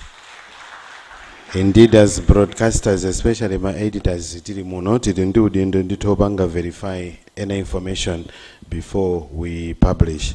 Ndimaseka dzulo ntaona ena mama page because ena ma social media influencers wasuti chili chose chimene akulemba ndichokhoza. They are there to serve their masters, political masters. So mukamangotengera chili chose nkumaika so ma page anu kunamba kutuluka ka story mwina ena munaona kuti a Reserve Bank governor atapanga resign and other two ministers they are here to resign as well. So TNT Samale, TNT Likonde Tsukola Tizikonde Sotoka. All right, thank you very much, Dr. Kanyanga, for the wonderful presentation. We will now have the last presentation this afternoon before we go for question and answers section. And this presentation will be done by Dr. Sidney Friendly Kankuzi. Dr. Sidney Friendly Kankuzi is a senior lecturer at the Media and Communication Studies Department at the University of Malawi, where he lectures in the media, communication, and cultural studies. He has a vast experience in teaching media and journalism studies, and is currently the subject leader for broadcasting studies in the communications and the cultural studies program.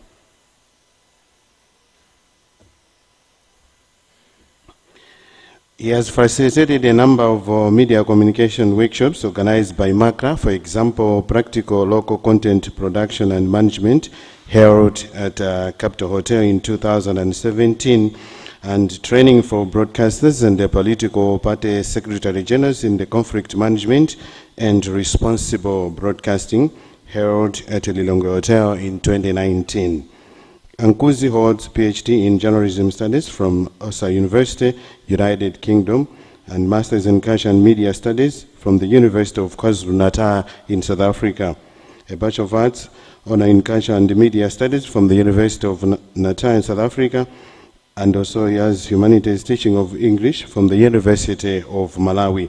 He has locally and internationally published a number of journal articles and book chapters, including some about broadcasting in Malawi.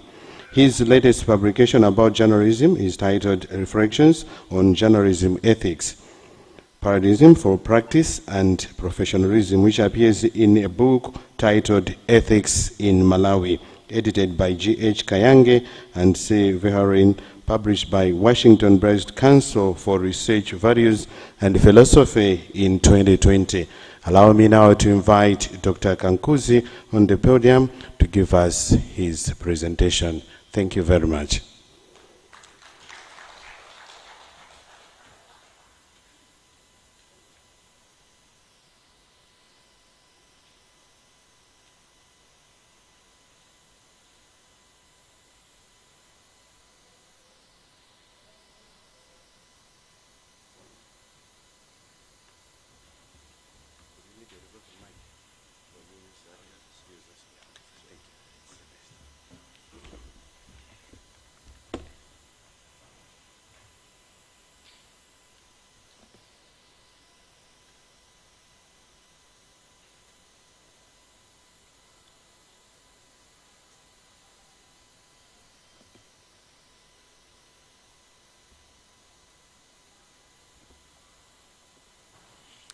Good afternoon. Good afternoon. Yeah, it's a very quiet room. I hope that it will rise and make some noise. I'm going to make a presentation on principles to consider when gathering or producing electoral content. So I wanted to be very faithful to the title. Will be as straightforward as possible because we are talking about principles. My understanding of principles are key thoughts that one has to bear in mind when doing something. So my presentation is going to be very much focused on what we need to be thinking about when we are collecting information and when we are processing it for it to be news or program content.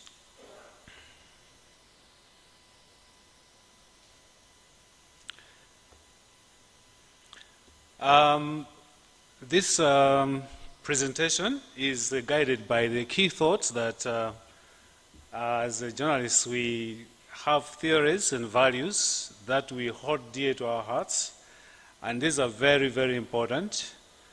But we need to also bear in mind that in the context of elections, there are certain things that we need to bear in mind that can make us produce credible information during, before, during, and after elections. I've highlighted before, during, and after because elections are a process. They start from somewhere and they also have to come to an end, but after the end there are things that continue to happen which might also be of interest to broadcasters, especially those that gather information and those that process it to produce content.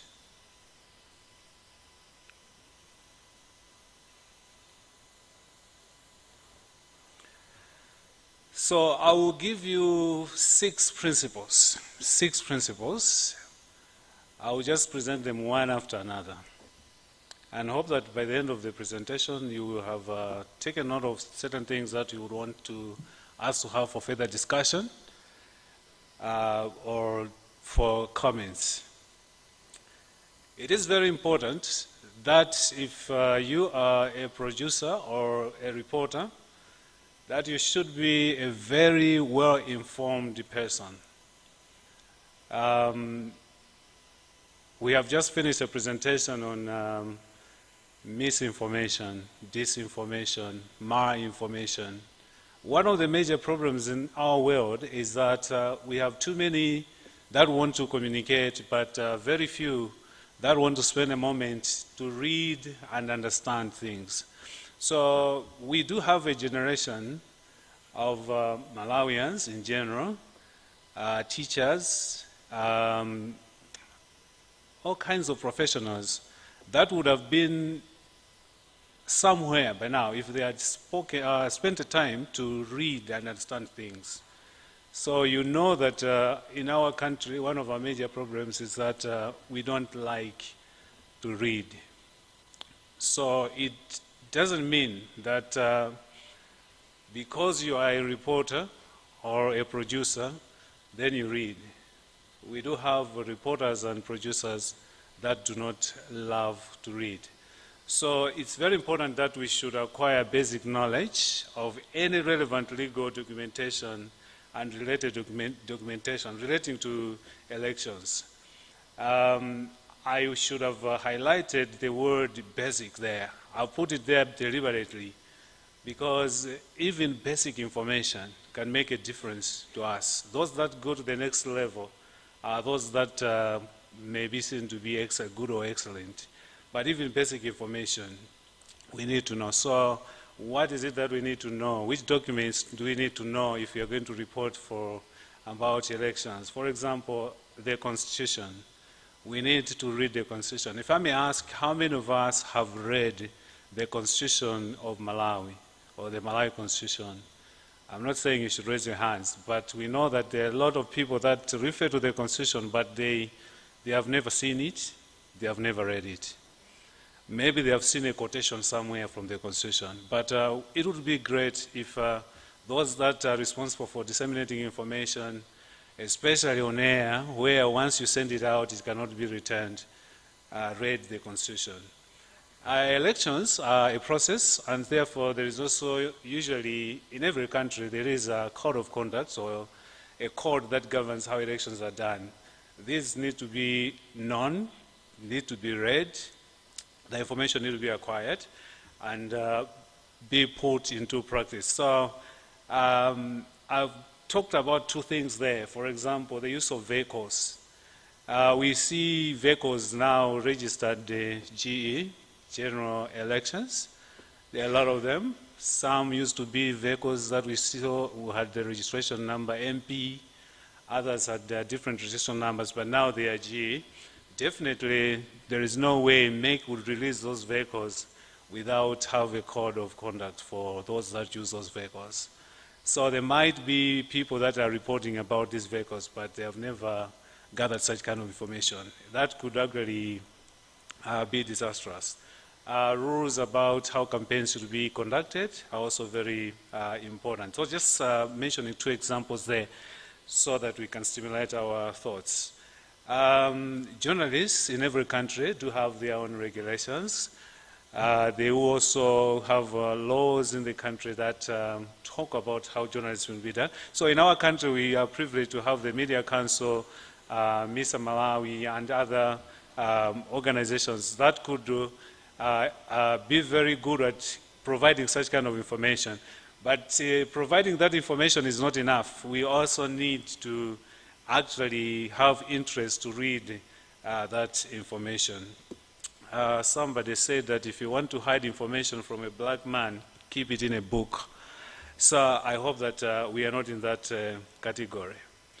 We also need to educate ourselves about certain things. For example, the different institutions that are available to support the electoral process.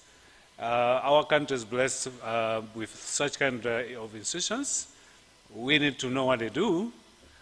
We need to acquaint ourselves with them so that when we write about them and the work that they're doing, it should be very, we should be very sure we know what we're talking about. The ballot paper is one of the most important electoral pieces of information. People need to know what is on the ballot, what they need to do there, so on and so forth. So when you see political parties saying, when you go there, just do chongu, you know that one, eh? Yeah, it sounds really nice, but that work should not be left to political parties only. We need to inform people. For example, there are people that get worried that their candidate is not the first on the ballot. They would have loved their candidate to be number one. There must be some criteria that make users to decide who appears first.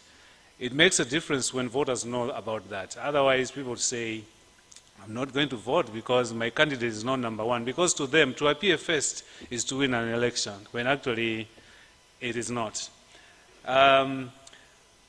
It's also very important for people to know about the how announced, for reporters and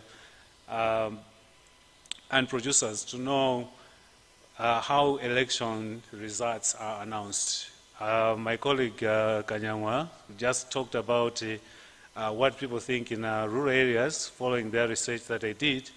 Obviously, people are interested to know how things happen.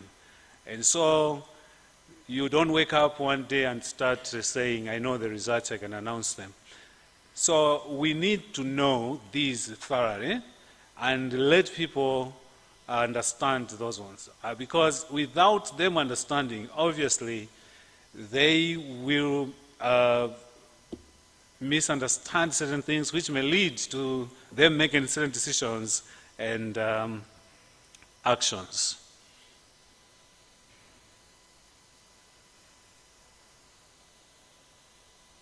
All right. every election has got its potential political gains and losses. For example, one of the potential losses in an election that has not gone right is the loss of the democratic process. We are in a course of democracy. When elections don't go on well, people begin to think, what's the point of me participating in the electoral process? So every country has got its own politics. The potential losses for Malawi might not be exactly the same as the potential losses for the DRC. There are two different countries on two different political courses. But the bottom line is that when an election does not go right, there are certain losses. These can be predicted. This is why we are calling them potential political gains and losses. There has to be special effort made by reporters as well as producers to know what might go right and what might go wrong and the consequences.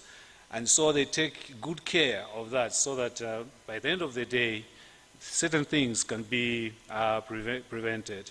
We also need to understand the profiles of our candidates. In every election, candidates do have profiles.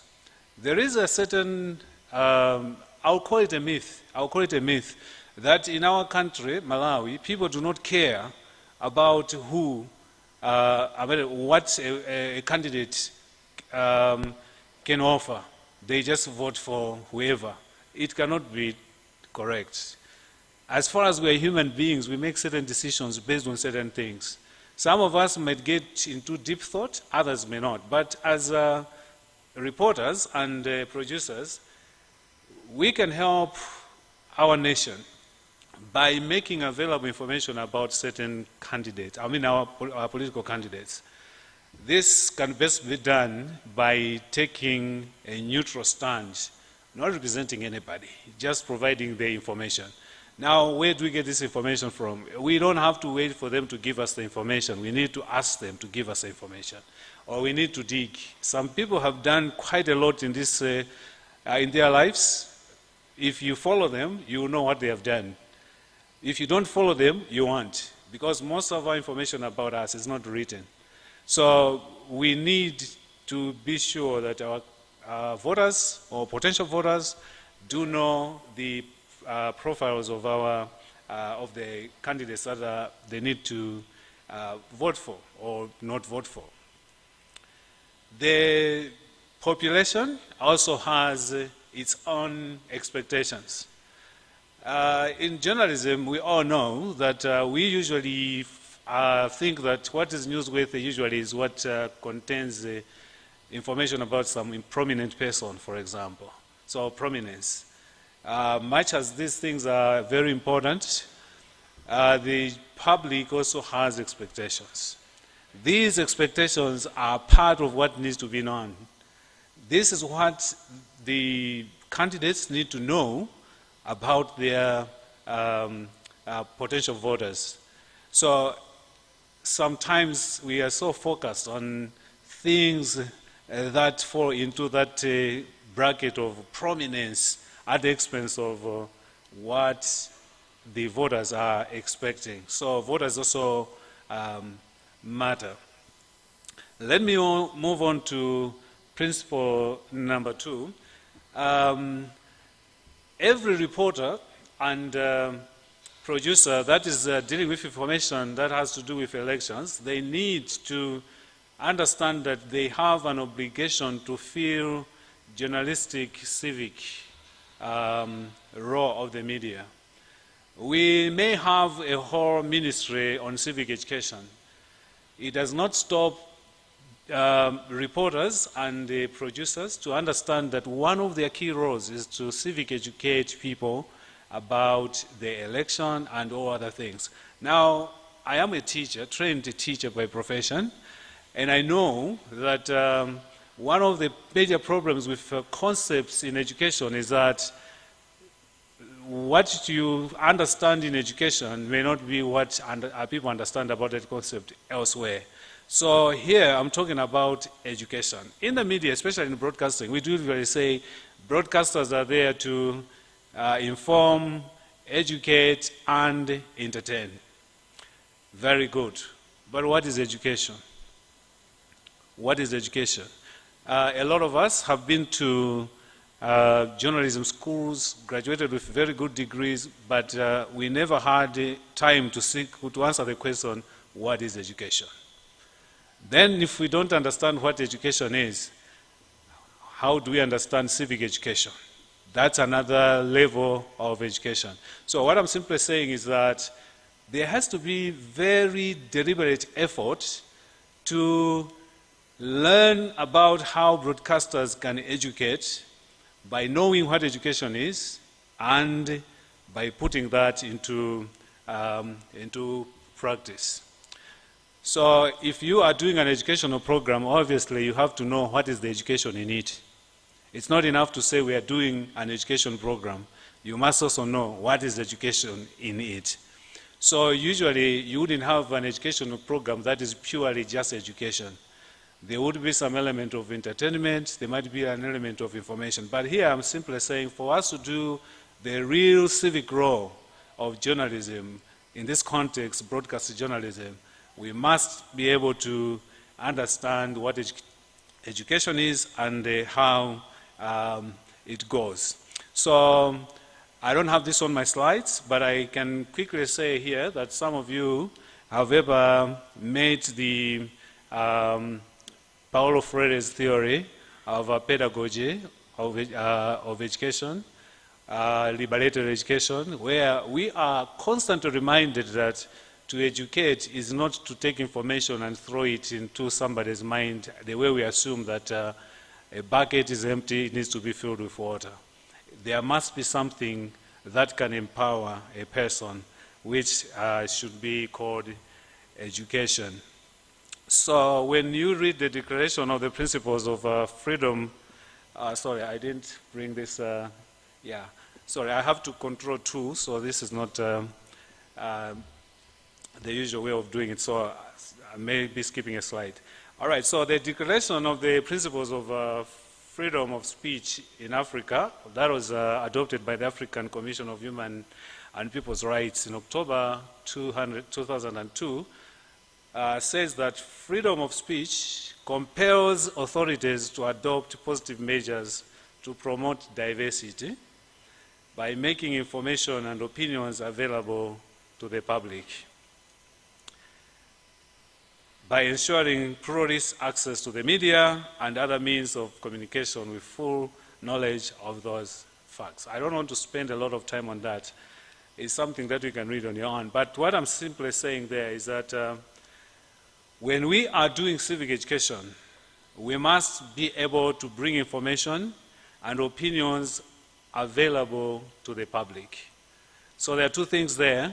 There is information and opinions. Sometimes the problem is we bring opinions and not information, because we are usually reporting things as events as opposed to processes. An election is like a war. Allow me to use this negative similarity. An election is like a war.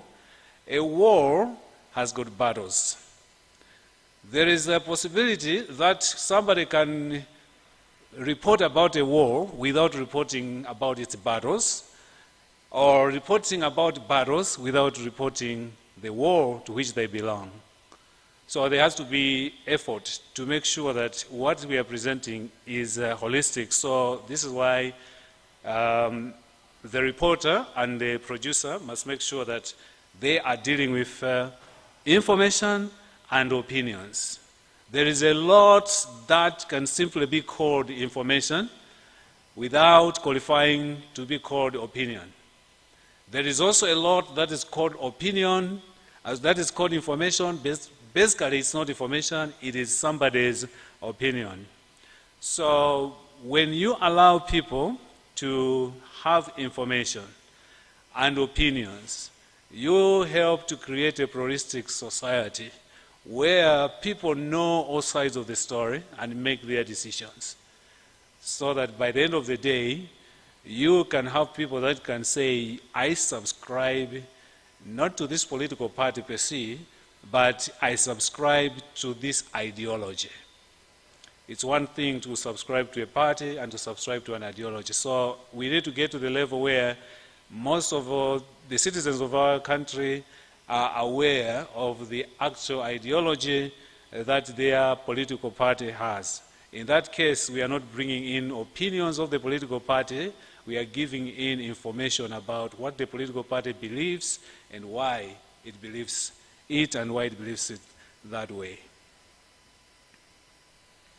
All right, so I have just examples here of information of broadcast electoral content, assuming we have a producer and his or her, we have a reporter with a producer or a news editor, whatever we may call them within our context.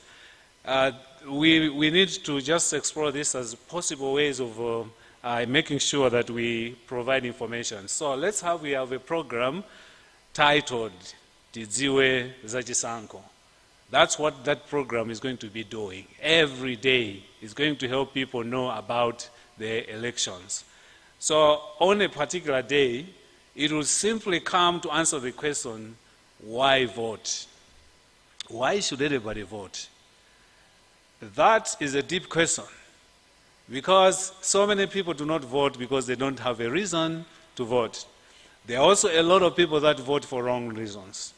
So you do have a moment where you sit and discuss this matter clearly. If this is repeated several times, as the way election programs are usually repeated, maybe one can learn one or two things. It's not enough to know why we should vote. We should also teach people who to vote for. Now I have to be careful here. I'm not saying go for that one, but I remember one time I listened to a program on one of the radio stations, so I'm not supposed to stand here and mention radio programs, but it's a private radio station, the previous general elections. There was a very good program on that radio station. The senior person from that broadcasting house was part of the panel, and he was saying, you know what, we may know who to vote for by looking at what they have done in life, at what they have achieved in life. If they have, for example, when they were in school, they were doing ABC, that could guide us to say, we could follow this person. We could support this person.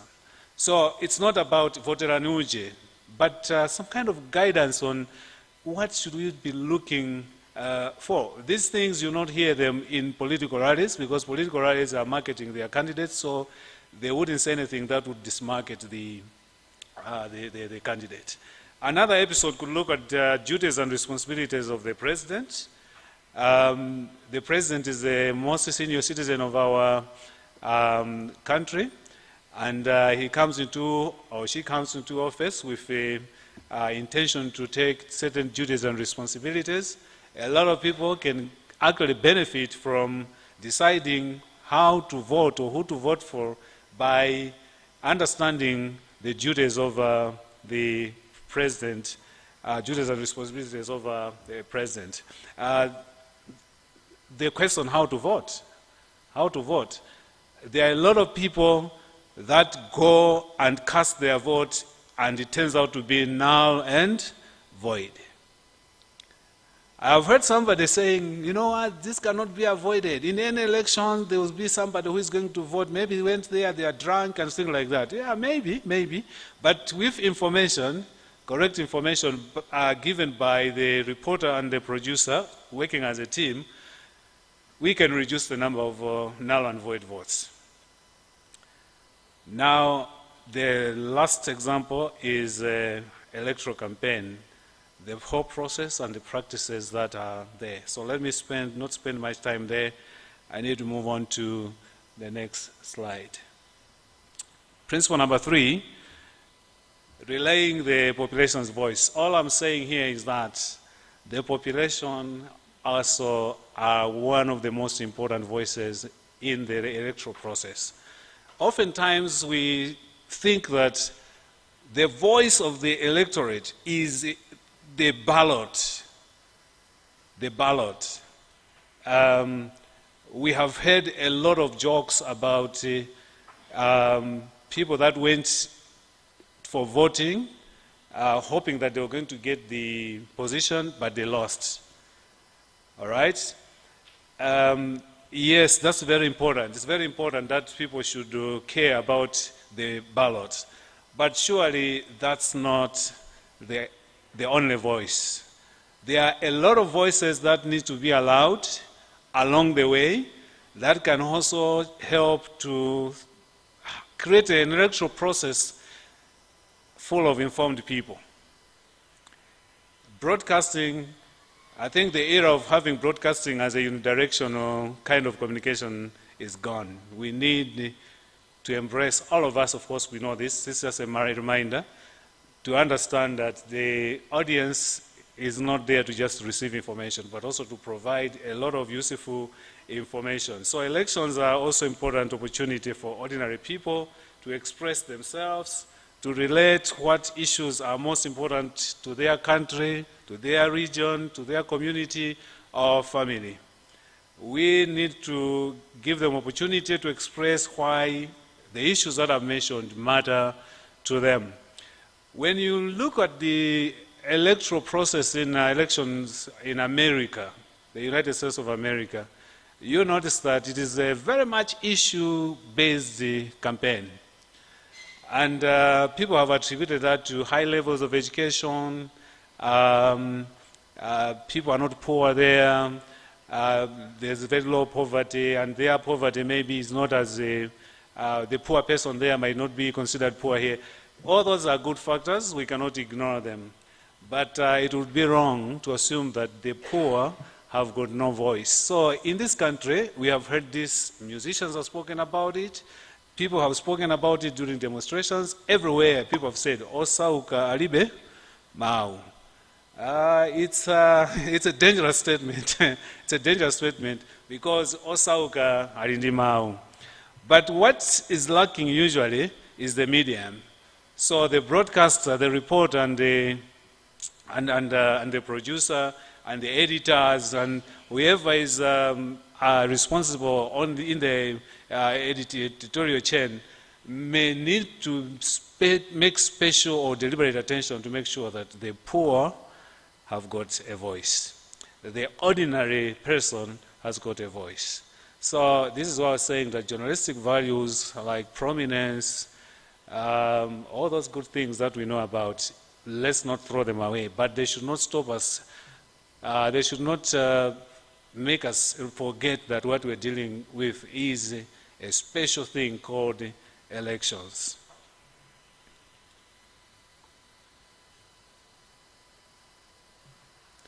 All right. There are benefits that the electoral process has when people are given opportunity to share to air their voice. So firstly, the candidates know the aspirations and concerns of the population. I personally believe, this is just a personal belief, so take it as personal. I believe that it is possible for somebody to want to stand for a position, whether it is a member of parliament, councillor, whatever, and when they hear what people say about them and about everything, they can say, I think I'm not the one, I'm not qualified. Do you think that is possible? Do you think that is possible? It is. Because humans usually calculate risks. All right? So when people have said what they want, sometimes you know I cannot provide. It also implies that you can also say, I qualify. Even those that did not know that this is what people think would now say, I see there is an opportunity there. What is lacking is usually the population is not given the opportunity to speak. We portray them usually as supporters. By the way, does the political party have supporters? We hear this all the time. good sympathizers. There is certain vocabulary about politics in Malawi, for example, supporters of this party. In America, they just call them Democrats or Republicans and some small parties. But in Malawi, we believe that there is a certain group that supports politicians. But truly, in politics, you have people who buy into your idea. They are not supporting. They are not like football fans that will never find themselves on the pitch, but they wear the jersey of the team. Now, so we need to give that opportunity to candidates that they can hear what the people think.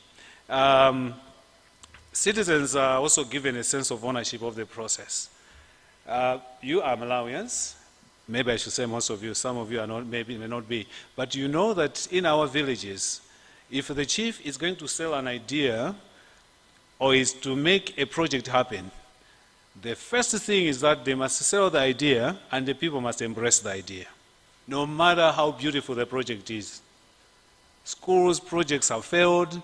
Post office building projects have. I know a place where you have a place called post office. That's a bus stage called post office. You would think there is a post office. It failed. The project failed. All right. What it means is that when people are given information and they are also allowed to give their views, they end up owning or maybe I should say chances are high that they will end up owning the process. It also generates active participation that ensures a more representative government. The more people participate, the more the government, the more the constituency, the more the position of the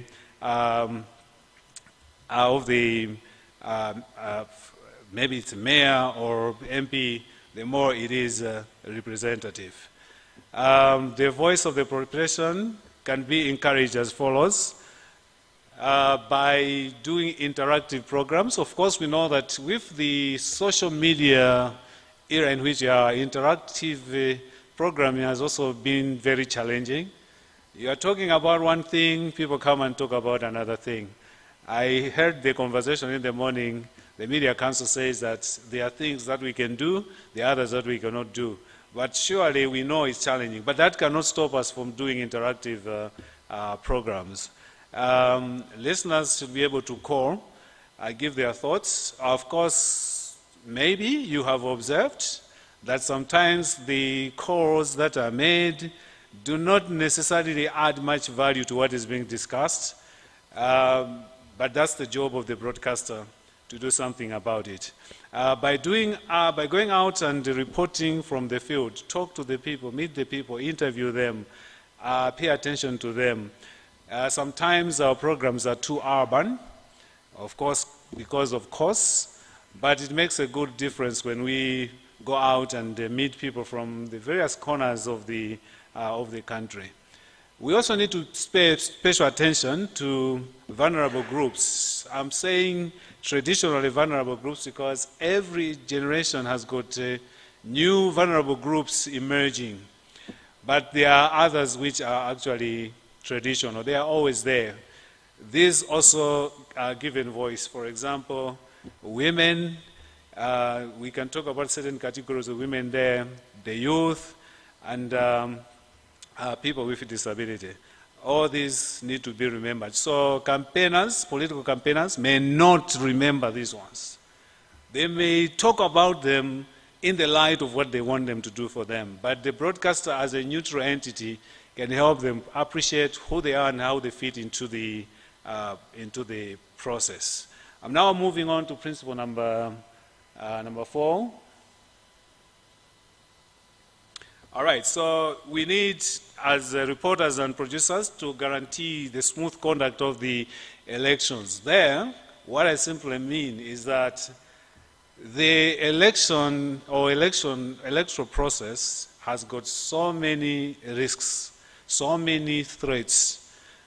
Some of them are there because of lack of information or because people have got wrong information, like my predecessor mentioned.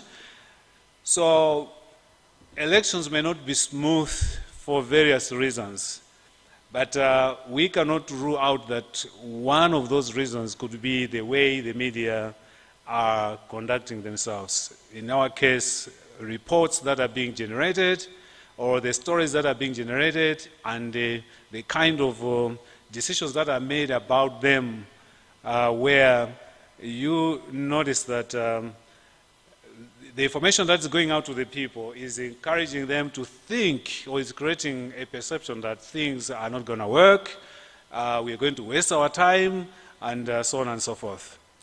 On the election day, reporters, producers need to go to polling stations and watch the different steps of the process. I am like speaking the obvious here. It is expected, but we know that nowadays there are easier ways of getting information. Some are easy in terms of cost, they are cheaper, but they cost us a lot, the credibility of what we do. So ordinarily, MEC would want you to be affiliated to them. They should recognize that you are a reporter, you are there for a good reason. That requirement is not there to make people feel like they are being hindered to participate, but at least it's about quality. But the bottom line is that there are monitors there. There are people that parties have put there to monitor on their behalf, but the reporter is going there as a neutral person, representing the population. Those people that were saying were given opportunity to know what to do and to be encouraged to go and vote. And this time, you also want to ensure that the things that were put in place are being followed. So the reports are now coming in from you as somebody who is on the ground. We should be very thankful that our media houses have traditionally sent reporters to electoral points, polling stations and stuff like that.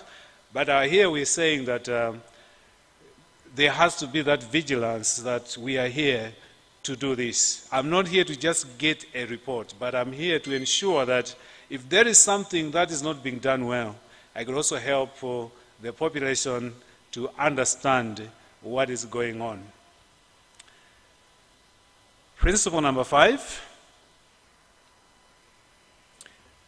contributing to the accountability of the political actors. The media in general and broadcasters in general have got a very noble responsibility. We call the media the fourth estate. The media as a watchdog, all those kinds of terms that are used. What I'm saying in this point is that those that are responsible for running the elections, for running various offices, have to be held accountable. It's not a new concept. We know that accountability of our governing institutions, or all institutions that are around, is so important that without it, we cannot be said to be a democratic nation. So when you are a reporter, one of the things that you need to do is to ensure that you are making sure that they are being held accountable. This is not to be negative about anybody, but the rules are clear, and so we need to follow the rules. Every game has got rules. So there are procedures for presenting complaints, for example, when something is not going on well at a polling station, whatever, there are procedures that are going to be followed. Those are very important. But you as a reporter, you are also ensuring to see that the whole process is going on well. This is why we even have an ethical code, a code of conduct that governs how you should do it properly. So you have standards that you have to follow. So in programs that we do, we need to bring people who can be interviewed and be asked questions, and as these are duty bearers as well as any people that matter, just to assure people that the process that they are participating in is giving them the hopes that they do have.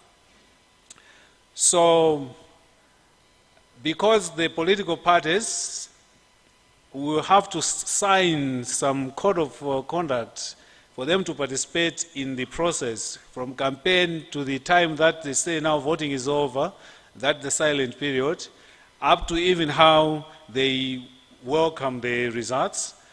It is important that the reporter, the producer should see to it that these things are being followed. That's their responsibility. Otherwise, sometimes things may go wrong and nobody is going to be able to say anything. But you go there as a neutral person. My last principle, encouraging social cohesion and reconciliation. So here I've had in mind the idea about peace journalism. Peace journalism is, of course, in academia, in practice, is a controversial concept, but it has its own merits. We know that elections can go wrong. Things may go wrong in elections, especially in our African context. Usually there's an election and somebody disputes the results. As in some places, people can threaten each other and things like that. So it's not enough to report about the good things that have happened. We also have to be able to ensure that we are able to say something reasonable about the problems that might be there.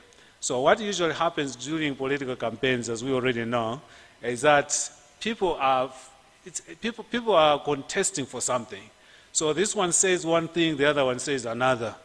There's a lot of contradiction, and sometimes people might even physically meet and exchange blows. A lot of things can happen. What is the role of the reporter in that one? What we have in mind here is when the reports are careless, when the reports are done in an unprofessional manner, they might actually encourage division. They may even discourage efforts of reconciliation. So reporters sometimes will find themselves in situations where they have to go beyond the simple narration of the facts to promote peace and consolidating democracy. What I'm saying here is that our value of journalism, that we have to be neutral, usually teaches us that we should say Group A or Candidate A say this and Candidate B says that. And we think that we have been balanced. When we talk about peace journalism, we are talking about trying to guide, trying to say something that might end up helping people to know what is right or what is wrong. So sometimes by trying to say we are neutral, what we do is we create a window for certain voices to just be heard. And who is going to guide the people to understand what has been said? I have observed that journalism in Malawi is changing, and one of the things that is happening is that we're seeing a lot of programs where there is a lot of exchange of ideas. That is a very good thing. Now, assuming that there is somebody, the situation is very volatile. You also have to be careful who you choose to come and speak. So we know that in politics, we do have certain people, organizations that might be seen to be moderate. All those moderate organizations or individuals might be very helpful when there is contention. It's not good to take people that are fighting and then you are bringing them in one space and then they should fight. It might not work the way you want. I'm saying it might work, it might not work. So there has to be that thoughtfulness of who you bring on air to talk about what when there is conflict. That's my. This is my last slide. Oh, sorry, we've gone too far. I hope I can come back. Yeah, so that's my last slide. The reporter or the host of the program must try to underline the common ground between candidates or give voice to neutral and apolitical people such as analysts and observers. Dr. Kanyangwa said something about analysts. Yeah, broadcasters need to have analysts. We see that broadcasting elsewhere has grown because of analysts. And in our context, I think it's high time that we begin to also rely on, we begin to recruit, I should say, for example, political analysts, those that have studied politics, and they can make certain contributions based on what they have studied. And these will be the ones that will work hand in hand with our vibrant journalists who already are doing a lot of good work, asking questions, making things known, and so on and so forth. But we know that journalism, broadcast journalism in particular, always is also grows its own stages, and we know where our country is. What I'm simply there is to just stimulate the thought that one day we could hear that somebody who has studied politics eventually is a political analyst for this media house, and they are dealing with the questions that have to do with elections, or even the legal issues. Maybe one day we are going to employ a lawyer who is going to do the work of lawyers, but for the broadcasting house. I've been too ambitious there. I can see Mr. Kwacha here smiling and saying, no, that cannot happen. But call me a dreamer. I would like to dream in color. I think that's the direction that we should be going. Thank you. Thank you very much, Dr. Kankuzi. Let me invite Dr. Kanyangwa from Ubas to come. We're going to sit there. Mipando yoyo ndi yabwino kwambiri. Ikatiti kalepo. So we're going to sit here. All right. If you have questions, I should sit here. So I'm the only one that doesn't have a mfunda. Mfunda, doctor. Honorary doctor. All right, if you have questions, let's ask our questions. Tafunsa Tianke, we want to all right, he's going to get his notebook so that he writes down what we'll be asking. So let's be brief. In the last session, we were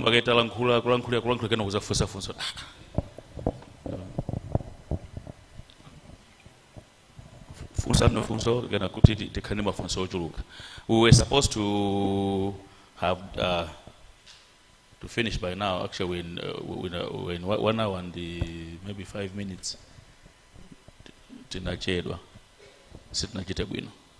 So yeah. If you have questions, there was a discussion about misinformation and disinformation and malinformation. Star 321. You're not going to call that one, but ask them live. They're here. And Dr. Kankuzi has shared the 6 principles on how to write a very good program, or produce a good program on elections. Yes. Oh, all right. I am Edward Howe from Radio Liranguga, Mangoji. I just want to make a few comments, if not 2 comments, and then maybe 1 question. The first comment... So restrict your comments to 1 comment, because if you... Of course, yeah, it's just 1 comment. All right. Thank you. 1 comment and 1 question. Yeah, sure. But I just want to comment, say, I think you're right, as Dr. Kanyangwa presented. I think what lacks in Malawi mostly is integrity and honesty. Because even the academia itself, as you've presented here, is influenced even by the fact that a certain political party belongs to the tribe of that academic person, or even religion. So there's a lot indeed that we need to do. And Dr. Kankuzi mentioned the point about maybe letting the politicians know the desires of the people or the ambitions of the people, so that maybe these politicians may pull out to say, I may not manage this. But I think that point might not necessarily work in Malawi, because what we like is honesty and integrity. We just say, what do you want? I want this. Is that a comment or your opinion? Yeah, that's my comment. All right, let's get to your question now. Yeah, so let's go to the question. In terms of faith-based broadcasters, who maybe they are owned by prophets or maybe some pastors, and then what they, in order to promote their radio, their broadcasting media, is through maybe what we call prophecies, and then they make some prophecy, and then here we are talking about broadcasting standards. How can we help these faith-based broadcasting media to be in line with these principles, but as well as maintaining their goals? All right. Thank you very much. Mine is not a question, it's a comment. One, I think in his presentation, Dr. Kanyangwa mentioned the issue of misinformation and how other people are manipulating the pages, so they'll take the Sunday Nation and change the headline. I think you also want to note that I think the other key issue that we are currently grappling with is also the manipulation or parody accounts. For instance, someone will have Times Media Group fake Facebook page, and they will be posting there. There will be a Nation Publications Limited fake Facebook page, and they will be posting there. It's something that we are struggling with. But allow me to also just implore, I don't know, Makra is here. I think I'll take advantage that I'm here now. If Makra can help us to have these Facebook pages or accounts verified, that is for the media houses. It's something that we are struggling with, so that people can are able to differentiate whether this is a fake Facebook account or this is really Capital Radio, the original, the genuine account. It's very difficult right now because we don't have the verification process, and we are asking maybe Makra to help us. Our accounts, our pockets don't allow us to do the subscription because it's quite pricey. Thank you. Who wants to ask a question? This side, and then we go to where Uncle CC is. Mbali yao kupali Fonso. Sikuti tu makomenti musanene ya. Makomenti. Ndi chatu chi conference chatu chi. All right.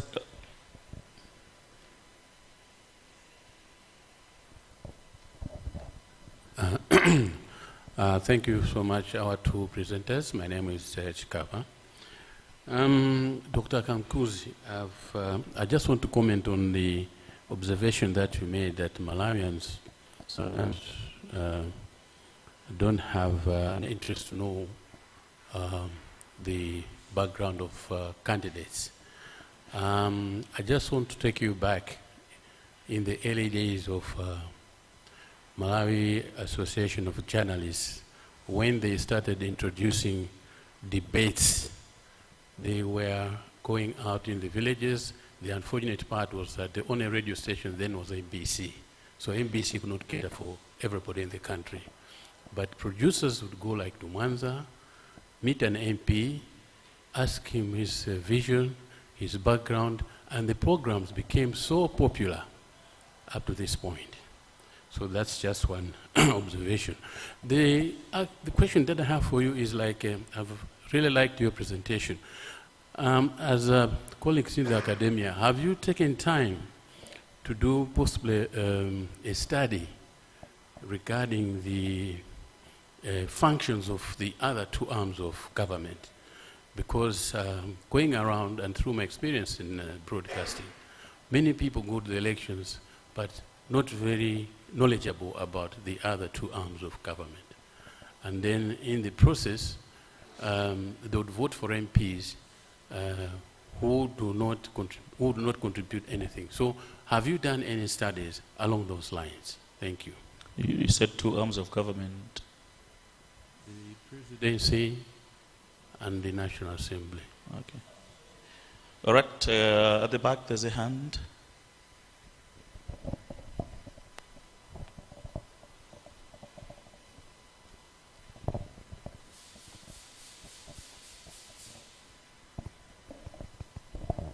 Thank you very much.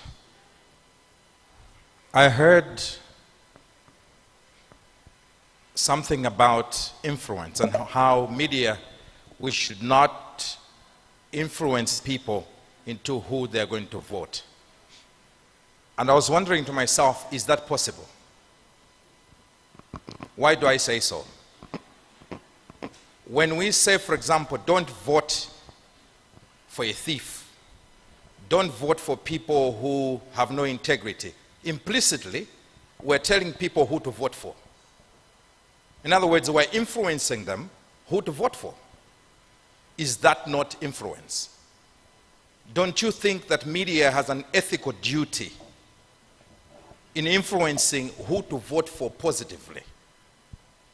And how do you separate that from what we were told in the morning about media independence, but also us trying to avoid as much as possible not getting to influence? So, that implicit line, I wanted clarification. Thank you very much. Thank you. We can take two more.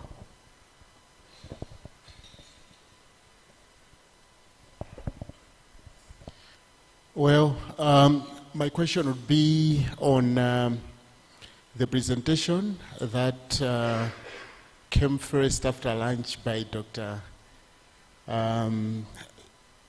Dr. He was Kanyama? yes, he was speaking on an issue concerning the elections case, where he was saying there are some elements that were there during the live broadcasts that somehow created mistrust and suspicions on how MEC handles itself. And I was also looking at how the PR side of MEC on the credibility of its duty bearers. I think there is a lot that they must do, because it cannot only be us as the media doing it. The second part, Matiba? I was saying, maybe don't you see that MEC can do more to give credibility to its officers, instead of the whole blame saying it's the media that paint a very bad picture about MEC and people losing trust in the whole electoral process because of the duty bearers. Okay, well, on the last one.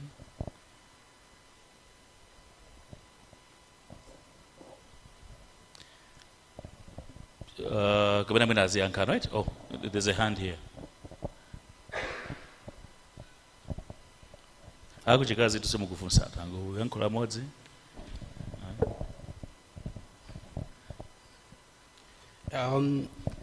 Mine, I just wanted to find out particularly on the analyst, particularly on the programs that do with political analysts, that sometimes maybe even ourselves as broadcasters or may become the analysts, or else the prominent, those who have actually done the political studies.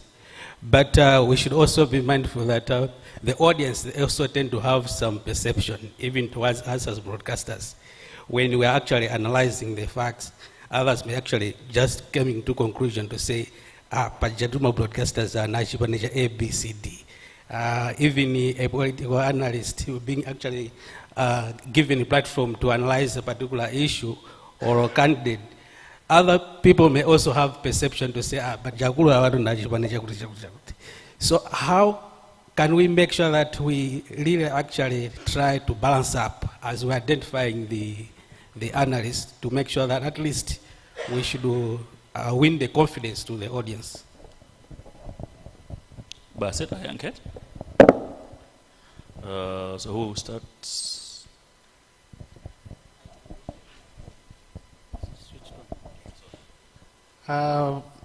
Most of the issues, I think, around my presentation basically have been comments.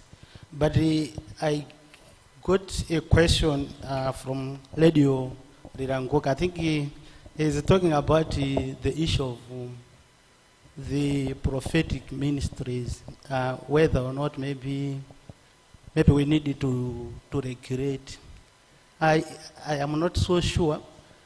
It will be my personal opinion. I think just like there is macra to regulate the broadcast industry or the communications industry in general, we should also be thinking of regulating the prophetic ministry and the church in general.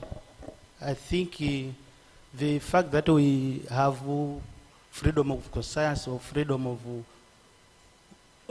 religion or freedom of worship should not be, we should not be given a blank check, or it should not be it should not be an open check. I think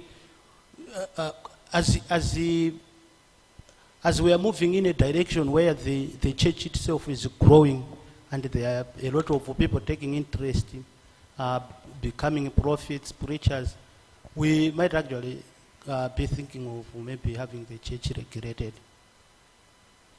So maybe that one, the Prophecies Regulatory Authority would be able to answer, but we don't have, unfortunately. So, you want to take another question? The other one, I think, is maybe it's for both of us. It's from Mr. Shikap. He's talking about a study on the functions of the other two arms of government. What I have noted from the study that we've been doing, we did the study in 80 wards across the country, in the eastern region, the central region, the northern region, as well as the southern region. There are two things that are coming out very clear. The people think we need a lot of civic education. When it comes to the functions of the National Assembly, I am thinking that up to now, Malawians still don't understand what should be the role of an MP. You will see that a lot of MPs are buying coffins, sponsoring funerals, sponsoring choir festivals. These are things that, you cannot bury a person who is not your relative.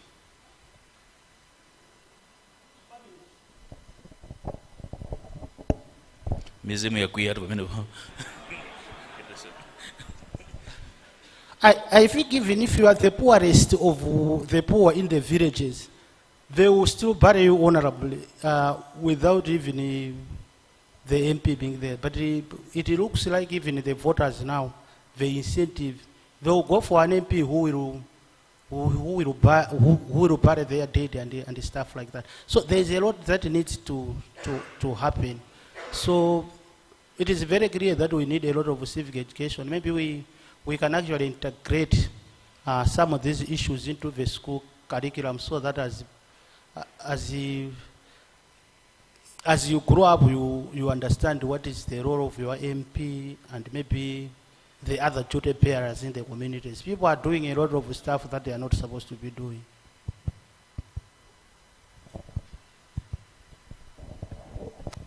All right, so I will just start with the same question that was posed by Mr. Chikama. I personally have not done any study, but I'm sure that this is an area in political science. So because I'm not a political scientist, I would think that those in political science can actually see that as a fertile ground.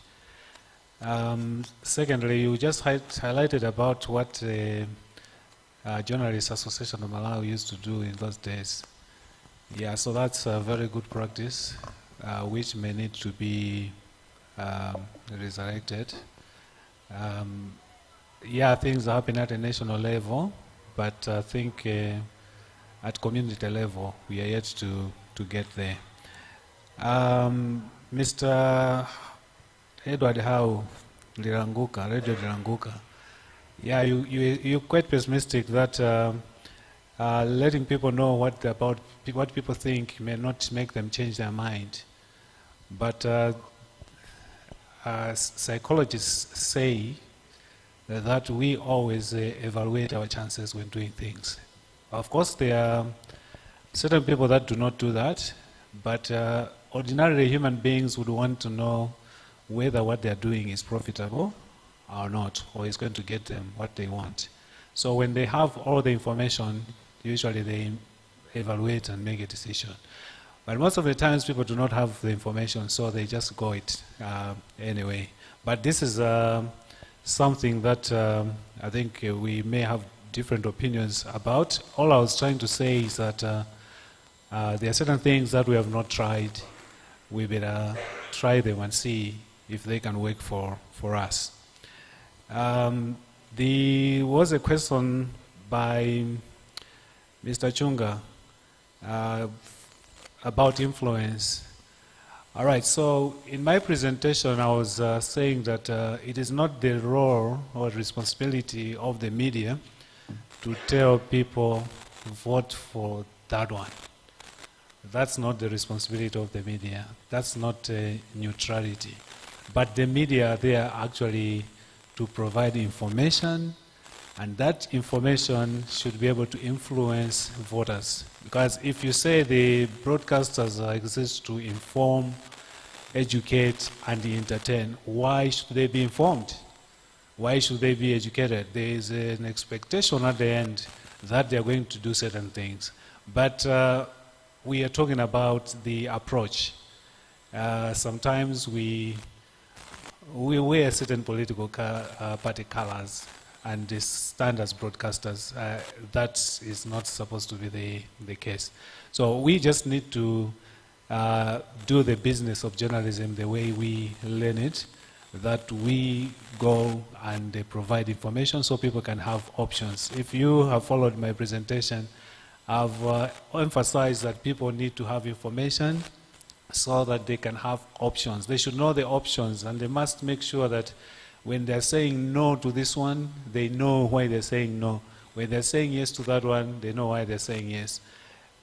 They should not be like a person who had an opportunity and they said no, and the moment they say it, they begin to think, maybe I've made a mistake. We need to get people to be sure about what they need to know. The question about analysts. In this presentation, I have said that we do have broadcasters who can analyze, and there is no journalism without analysis. If we have journalists that cannot analyze, then why are they there? But we're talking about elections here. We are talking about certain issues that can best be analyzed by those that have had special training in analyzing or in that content. So we are not nullifying the role of editors, reporters, and all those officers to analyze situations. No, we need to analyze things. No analysis, no journalism. As a matter of fact, there is actually a global trend in journalism. Maybe you've observed it in Malawi as well, that journalism is fast becoming public relations. Why is it becoming public relations? Because there is no analysis. Because somebody comes and says, I would like you to inform the world about me concerning this. And then we go and say, in this program today, we are doing a program about this one. When you listen to the program, we begin to ask, Was there any journalism in that one? Maybe yes, maybe no. So yes, analyze. Yes, you can analyze. But we know that outside this country, even just in South Africa, they have gone to the stage where for certain pieces of information, they would get a political scientist to be an analyst so that they can say those things from a, maybe I should call it a very highly informed position, not just an informed position. Thank you. Before I give you 30 seconds each, as a matter of taker, some my uncle and a papa can go more to analyst bomba. Yes, I'm a presenter. We can go analyst. Is that acceptable as well? It's a normal human characteristic for us to be to analyze things. We analyze things every day. There's nobody who woke up today and did not analyze anything. We analyze things. When we go to buy things at the market, what do? We analyze. So analysis is part of us. But we are simply saying there are certain issues that you would want to say, can the expert come and speak? So that expert culture, we yet to embrace it. Okay, so your final remarks, 30 seconds. I would simply say the presentation that I made was just highlighting a lot of points that maybe we just take lightly, but my understanding was that the purpose of this presentation was to remind people and urge them to be principled in the way they do reports and producing. Thank you.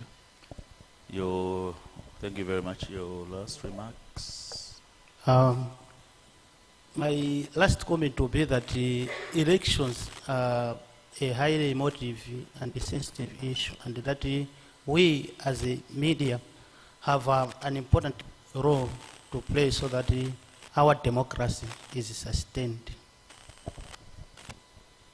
That was 15 seconds. But thank you very much, Dr. Kanyangwa and Dr. Kankuzi.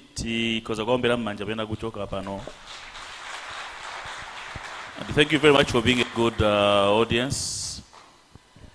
Yeah, so Joseph is going to continue with the rest of the program. Maybe before we go? Before you close, there was, I think, a request from Selina, from Nation, to say that maybe if Makra can assist in verifying the pages. Yes. Yeah, that's a good proposal. Unfortunately, I don't have the powers to declare anything. The powers to declare anything at Makra is a race in the DG's hands. So we will relay that message to the DG so that he can see what he can do. But that's a good proposal. Thank you so much. So the answer is good, Mamva. Tamva. Oh. Tikani na kwa authorities. Oenerawo. Kuti no aone kuti achita banje. Because I saw somebody pililana maseka kutamva. I saw you. We did. Well, thank you very much, Kelton. Continue, Joseph. Thank you. All right, thank you very much, Willie Soko, Dr. Kanyangwa, and Dr. Kankuzi. Thank you very much. We have come to the very end of our afternoon session and the first day of our conference. I would like to thank all of you for your active participation, the questions, the comments, and even the discipline. Conference India tu zonse zimene zikuchitika muno ndi zathu zimene zitithandize kwambiri pamene tikukagwira ntchito zosiyana-siyana zowatumikira amalawi komanso pamene tikukonzekera chisankho cha mu 2025. 3 announcements imene ndikuyenera kunena. Yoyamba tiyambire ama logistics inde yofunika chifukwa tiyamba kwenyana pakhosi ndaona ajeri akusekerera. All right, since amene simunafire mafomu mukuyenera kuti muchite motero. Amene mwafira kale ndi ma account number be assured kuti especially a National Bank by close of business today simufika midnight zipanga reflect ndalama zanu chifukwa chokuti ako accounts ali konkuno ndi amene ali kumbuyoko akugwira ntchito imeneyo, so be assured kuti simukagona pa mtengo kapena ena akukwenyaniza ngongole kuti mwalipire. So be assured that the money will be reflected in your bank accounts. Let's hope you have really filled my account oyenerera, because mavuta so mwakuti. So if you have any queries, please meet the secretariat maka Nathan Majawa amene akulongosola zimenezi. Kachiwiri kuli cocktail madzorano. We have a cocktail from Chief 6:30. Okay, they are telling me 6 o'clock. Yeah, 6 o'clock. The main foyer that we took our lunch. So there will be cocktail this evening. When moving out from this room, please make sure you get this bangle.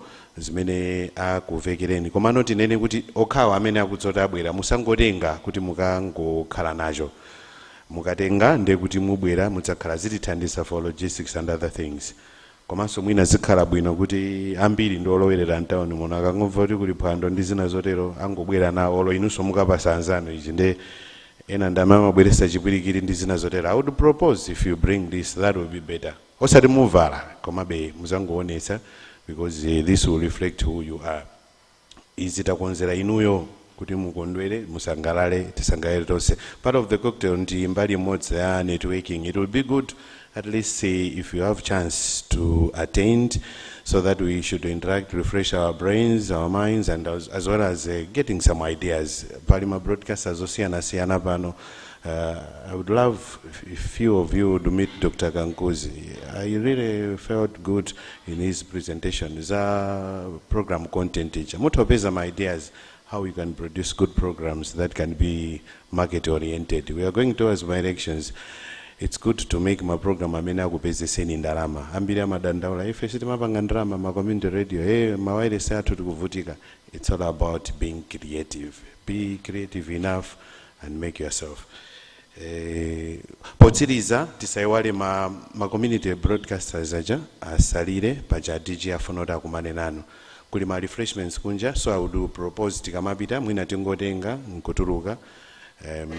Ma community broadcasters, just grab a cup of tea or coffee, then you come in here. Adiji mukumana nao momuno, and the rest of us will meet tomorrow. Tomorrow we are starting at 9 o'clock in the morning. So let's be punctual so that we should finish in a good time. Others would still want to go back to their respective places. It would be good if we finish in a good time so that muzainde so kudakalikoera. Otherwise, I don't think there is any communication unless Chief. Is there anything, Mr. Masanga? Nothing? All right. So with the power vested in me, I declare the first day of the meeting closed. And many thanks again. We'll meet tomorrow. Thank you very much. Enjoy your evening. For the rest of the people that are following us on online, it's good that we have been together. We would wish if you join us again tomorrow from 9 o'clock in the morning. Otherwise, have a blessed day. Thank you very much.